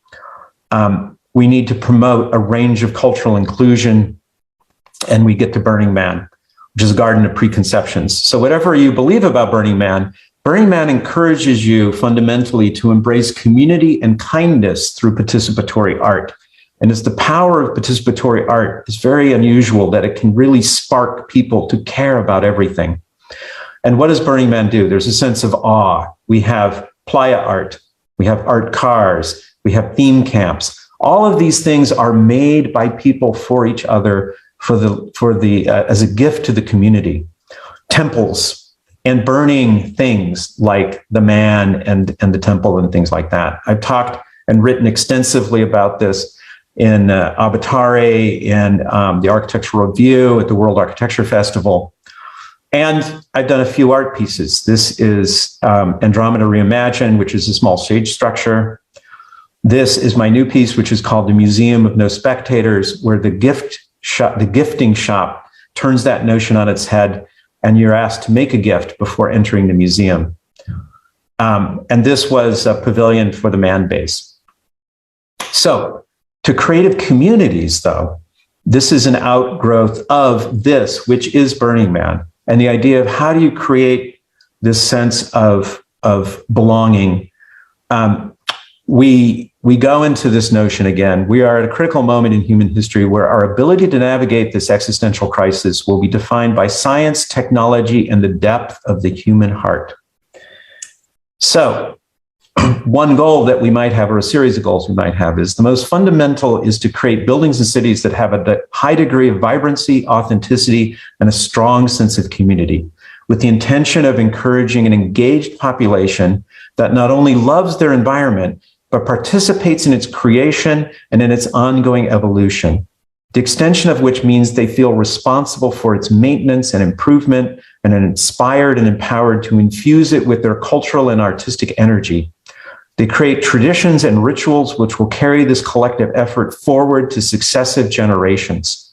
This vibrancy extends across a full range of socioeconomic strata so that everyone participates and enjoys these benefits. Based on this goal set, our research has led us to study the concept of a creative community. Creative community is a community whose shared value system revolves around the attraction of participatory art and innovation, of embracing and sharing self-expression, of empowering and unlocking the inherent creative and imaginative spirit that resides in every human being. For the heart of all great cities lies in the spirit of its people. So vibrancy, we started thinking that we would prototype. So this started with a research project, which led to a workshop at Esalen that Ulrich and Greg, who just spoke, participated in. There you see the beauty of Big Sur in California. We started out with quite an extensive outline of what we were going to try to deal with, asking questions of what's a creative community, what are types of communities, the issue of utopian communities, future cities, developer issues. We did a bunch of programming and storytelling experiences. We dealt with infrastructure, economic drivers, neighborhood goals, and urban diagrams, comparing Black Rock City to other urban ideas, and the idea of prototyping. Burning Man does a thing where they have a decompression. 70,000 people go to Burning Man, but they have a large urban event over 2 days that 10,000 people go to in a highly urban setting. So this notion of this city that can form this vibrancy, it doesn't have to be in the middle of nowhere in the desert. It can be in basically downtown San Francisco, and 10,000 people will show up. So we did a design charrette. In Oakland, there was a site that we were looking at, and we said, what could happen here? We had the various different teams come up with a bunch of ideas and sketches. And we started to create sort of some massing ideas based on that. And then in Freiburg in Germany, a couple of years ago before COVID, Ulrich and the Ideal Spaces Group did a creative community seminar. A lot of great ideas came out of that. And then eventually, this led to a project I've been working on that is a very stealthy design competition. But it's the idea of creating this sort of city at scale. So a scale of 500,000 people. In its golden moments, a great city needs to create more culture and innovation than it consumes. So we started studying creative communities at a city scale. And the idea was to break it down into smaller subunits. And each subunit would have its own sense of a civic core. It would have a creative community center, which is where we can share, where we can create art like a makerspace, but also a sharing space and a gifting space. There would be a school, there would be, religious functions and all those kinds of things. But what would happen is all of these different subcommunities that would be sort of like super neighborhoods would be interlinked with a sort of ritual pathway. And the idea there is that many times during the year, but at least twice a year, you'd have everybody, contributing their art or their innovation, and you would sort of, in a sense, almost go on a parade, and you would link all of these places together. And instead of everyone going into the downtown and then back out, and the downtown is where you have your thing, these celebrations, these, in a sense, decompression moments where 10,000 people might show up, they're linked all together on their own path. And we also, in the same project, started to look into what the metaverse might offer for this, because, we are all living in a world where the intersection of the physical and the virtual worlds are something that we really need to start to address, and placemaking in virtual life. So this is actually the same moment as that, just changed. And this was a design for a physical space, actually not even a virtual space, but we were going to do a virtual twin of it so that you could literally be there in the physical space, put on your AR glasses, turn to the right and see your friend and have a conversation and walk through this space. And they're walking through with VR goggles, and they're in the same space, and they turn and they see you. So we're trying to create the #1 virtual hybrid city, the physical and the virtual. And the idea was, it was a catalyst for transformation of embracing holistic balance. The idea of embracing paradox, not should it be regenerative thinking, but it should be productive and consumptive. There should be the past and the future. There should be the collective and the individual. There should be the digital and the physical. It's a balance of those things together, not picking one or the other. We're not trying to resolve paradox. We're trying to embrace it. So we looked at different ways that you can do this. We had this great AI concierge that would manage, let's say, 1,000 different simultaneous experiences in this world. And then we tried to create, the world's greenest city through a series of living urban scale laboratories, so that you would experiment with things. You would experiment with waste without landfills, water without energy, energy without carbon, data with purpose, streets without cars, dew harvesting and things like that. All kinds of different ways that if you were starting a city from scratch, to go beyond Masdar, to see what you could do, but using the city as an actual experimentation moment, water and energy and all those kinds of things that we would localize. So the idea was local energy production, local waste collection and reuse, and local energy storage. Now, what about trash? That's what I promised you at the very beginning. How can you change behavior through culture? This is my neighborhood in San Francisco. It's one of the wealthiest areas in the world, perhaps. We still have a lot of trash.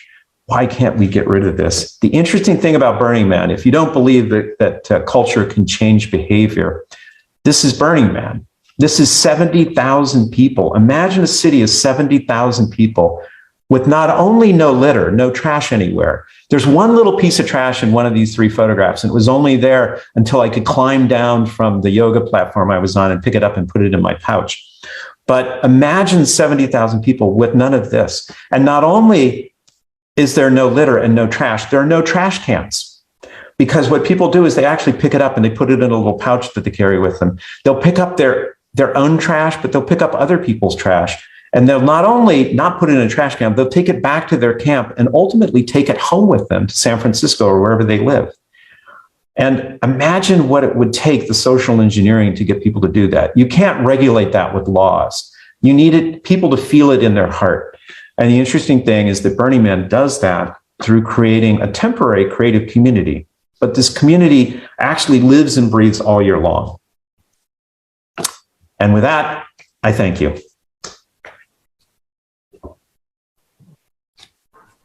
Gosh, thank you, John. That was brilliant. I don't even know where to start. I mean, you've shown us some fantastic examples of how we can start driving change by creating emotionally resonant buildings and cities that are really community focused. And I think that example at the end with the trash, I mean, it speaks volumes. I think it's fantastic, and it goes to show that if people are willing and they believe in something, then yes, change can happen. So really positive way to end our workshop today. I'd love to find out a bit more about the metaverse you were talking about, because one thing that's been coming up in our presentations throughout the workshop is this contradiction between the individual and the community. And I think this example of actually accepting that there will be contradictions between individual versus community. And I just think it's a fantastic way of consuming space in a way where we can just live with these imbalances. And I mean, how amazing. I would love to be in that space right now. So one of the interesting things about the idea of the individual and the community is this notion of embracing paradox. So if you say you want to resolve paradox, you have to pick one or the other. In architecture, we went through a long, long period where, the white heroic male was the model for design. Now we're in sort of a very highly collaborative period where vision has been sort of put on a shelf, individual vision, self-expression, and it's what this kind of communal group can do. And I believe that the future is the ability to embrace both of these things, kind of a both and scenario, so that you have vision and collaboration. And it's just a matter of what the balance act is between the two. And the metaverse is a place where you are a person, as an individual, you can navigate things, but you can participate in the whole world. I mean, you can be playing a game or learning through a game environment or through other environments with anybody in the world. And the technology is, in the study that we did for this giant project, the ability to do this, the technology is actually, there's a big race to see who can do this. And the way to look at the metaverse in a sense is Amazon made shopping easy, but they didn't make it fun. The metaverse can make it fun, and the metaverse can add Facebook into that and create a community, but not create a two-dimensional community, create a three-dimensional community. So it's fully immersive, like the image that you see on the left. And in that sense, you've got the whole world as your community. I don't know if that answers your question, though. Yeah, I guess the interesting thing is that obviously caters to communities who have access to that kind of technology. So I guess that's worth thinking about as well. When we've been talking about some resilient communities in previous presentations like Jateen's, where communities have had absolutely nothing. I suppose we're talking about very different types of community, and I suppose it's worth putting that out there. Well, the side of accessibility is I think that Google and Facebook especially have gone out of their way on a private business standpoint to try to hook the entire world up as fast as they possibly can. So there's the notion of governments doing it, but I think private industry wants to do this even more than the governments do, which means that you'll get a lot of immediate traction. I think Facebook or Google, whichever one, was going to try to float balloons over Africa to try to create connectivity.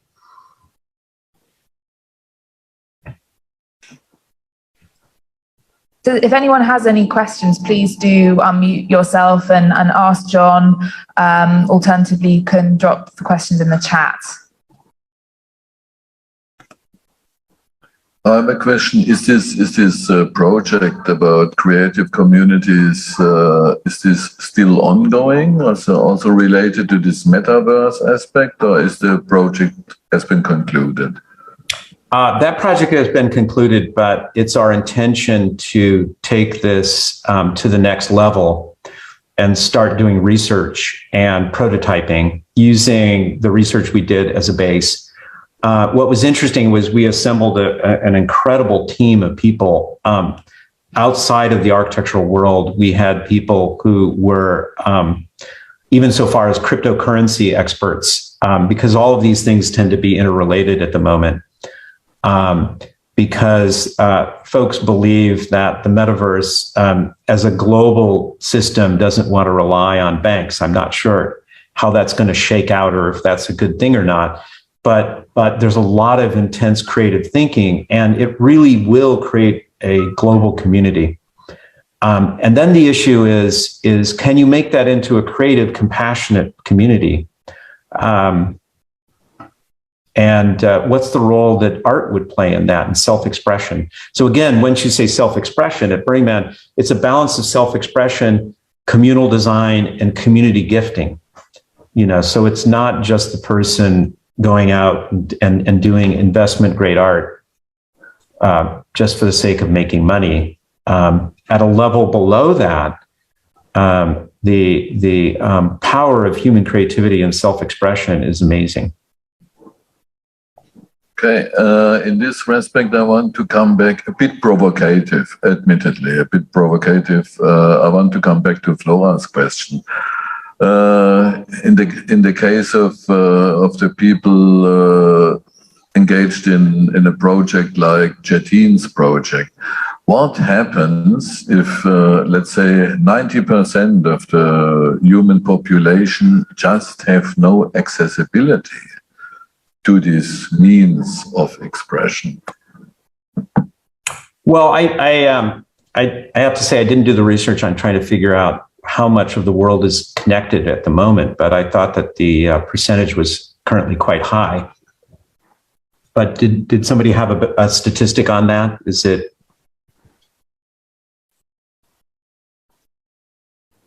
60%, 80%? It's another problem of being connected in a technical sense. It's a problem of economy and the social constraints. So therefore, I brought Jettine's case as an example.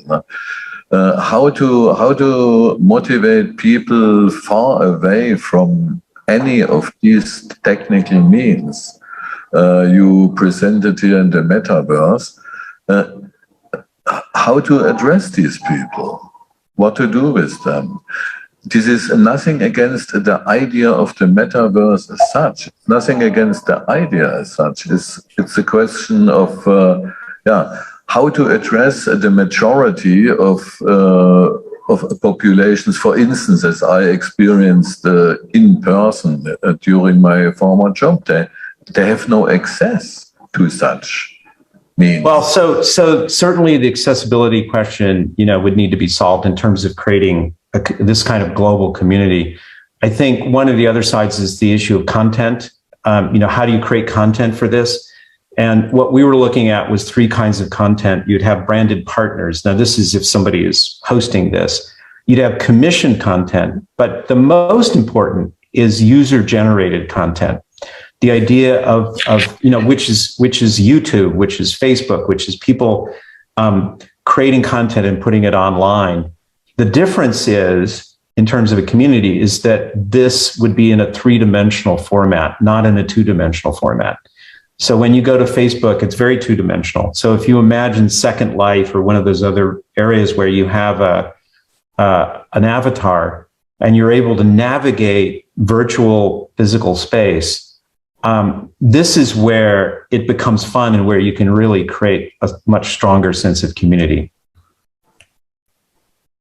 Yeah, and I think it goes back to this idea of people allowing themselves to engage and participate through the arts, in whatever form that is. I guess in this case with the metaverse, it might be something, people are connected and have access to technology. But I think the principle of people being engaged in culture and having that kind of emotional attachment, is a kind of form of positive resilience, if we see it in that way.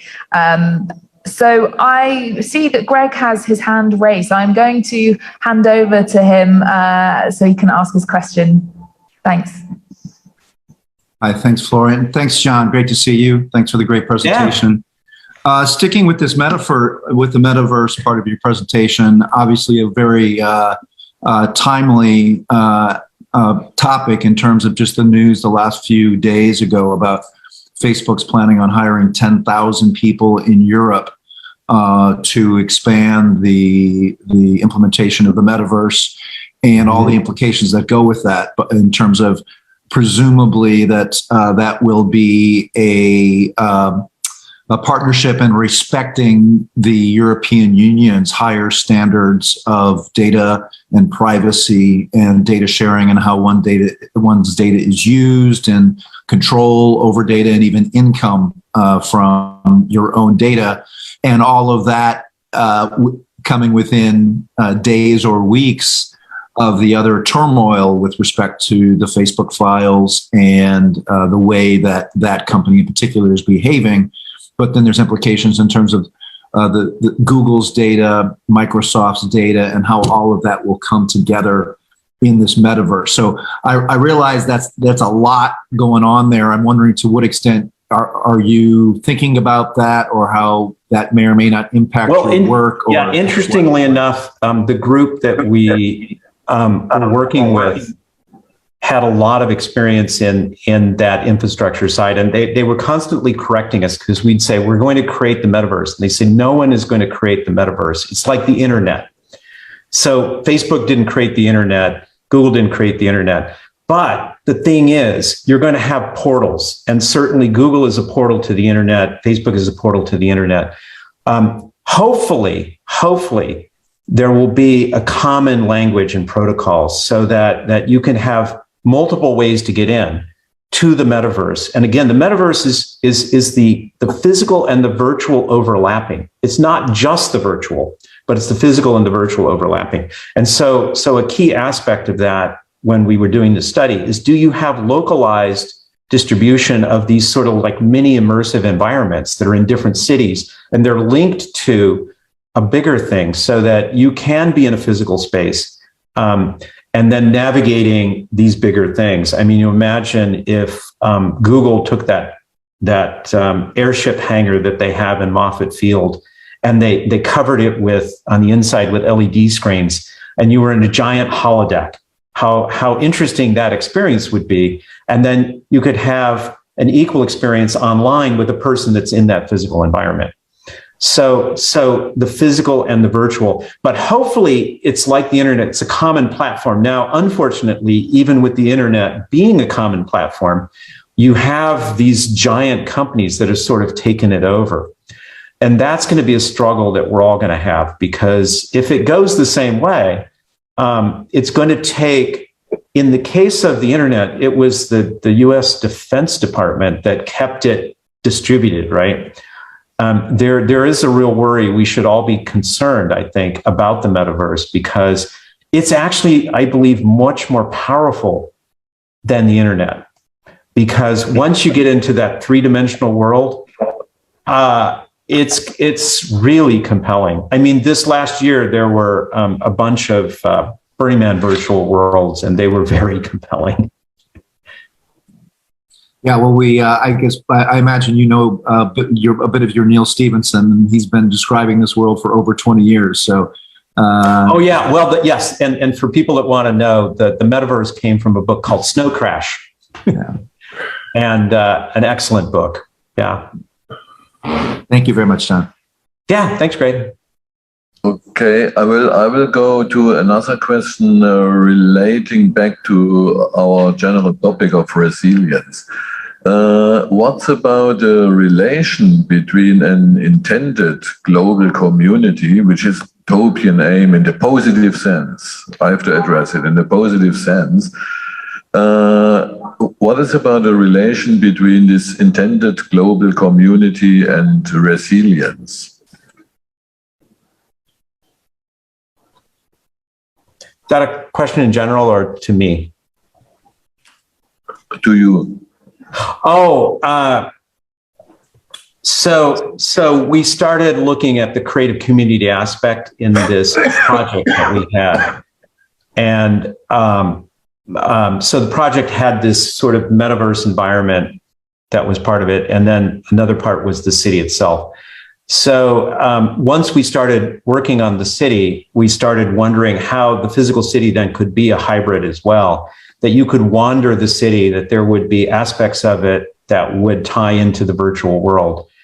I think that the interesting thing, though, is as if the world keeps becoming more and more urban and keeps becoming sort of, in a sense, maybe disassociative, in the sense that, you don't go outside as much, you're not out in nature and things like that. People are going to start, as they already are, having most of their life online.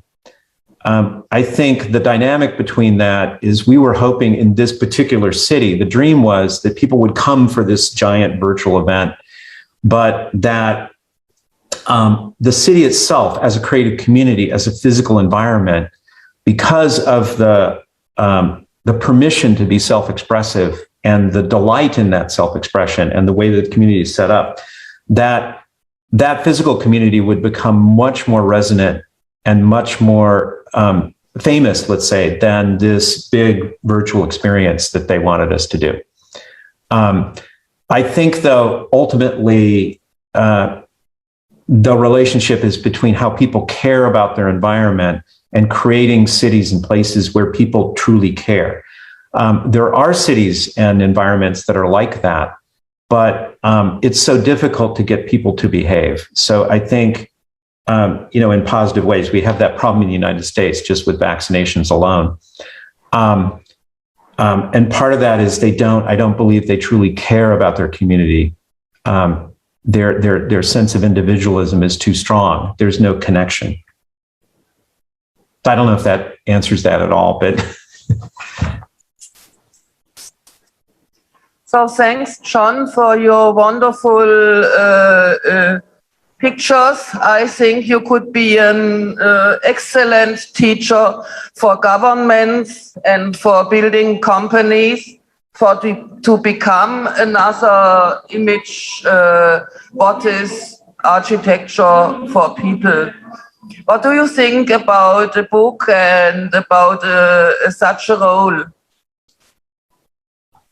Oh, about what? Shall I ask again? What was the actual question? I'm sorry. Oh, okay. The original part was quite delightful, but what was the actual question? I think governments in the world, they don't think about your thinkings about architecture, also not building companies, the big companies in the neoliberalism, capitalism, which are building houses and places and shopping malls. What do you think about a book or lessons for government people and also building house people? Yeah, we're in my office. We're talking about doing an advocacy monograph that would try to change that dynamic. I mean, I think we focus a little bit too much on the technology. I was at an unconference called Kindernet in France a few years ago, and there were all these people talking about how we're going to change the 15-minute walking city and all of these things about waste production and technology and those, they were all wonderful. And at the end of it, I said, well, you guys have done 2 hours worth of discussion about how the technology is going to change, but why and what's going to make this city lovable, and how are we going to make people care about it? And they said, well, that's important. but they didn't, they didn't want to go further. So we need to get people talking about and dealing with emotions and dealing with how to get people to care. And so that is the part of what I'm hoping, that we can make that connection and get people to change their priorities. So it's not that the city needs to work, the city needs to be lovable. And modern cities don't tend to quite do that.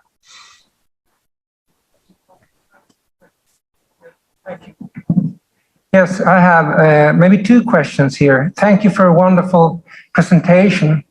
Do you think that metaverse could be a threat to democracy? I mean, some people think that social media is that right now, threatening our democratic values. Well, in which way would it be challenging democratic values? I'm curious. I mean, well, right now we see that Facebook, for instance, has a lot of, at least. Yes. Yeah. So it's very important that just like with the internet, it has to be an open source environment, so that it's not just Facebook and Google and those folks that you sort of pay to get in through either data analysis, so that they're predicting your patterns, and you sign kind of the agreement that they always ask you to sign, which basically sells all of your data. Nobody reads those things, they're too long. So there needs to absolutely be public discourse, public discussion. I think that if you can get an open platform, which is incredibly critical, so that any little company, any startup, any person that wants a presence in the metaverse can create that, I think that there is a even greater sense of the ability to have a global world of, imagine simultaneous translation, which a lot of gaming engines have developed, where you're talking to anybody, you're talking in your native language and they're talking in their native language, but you can hear each other. It's translated.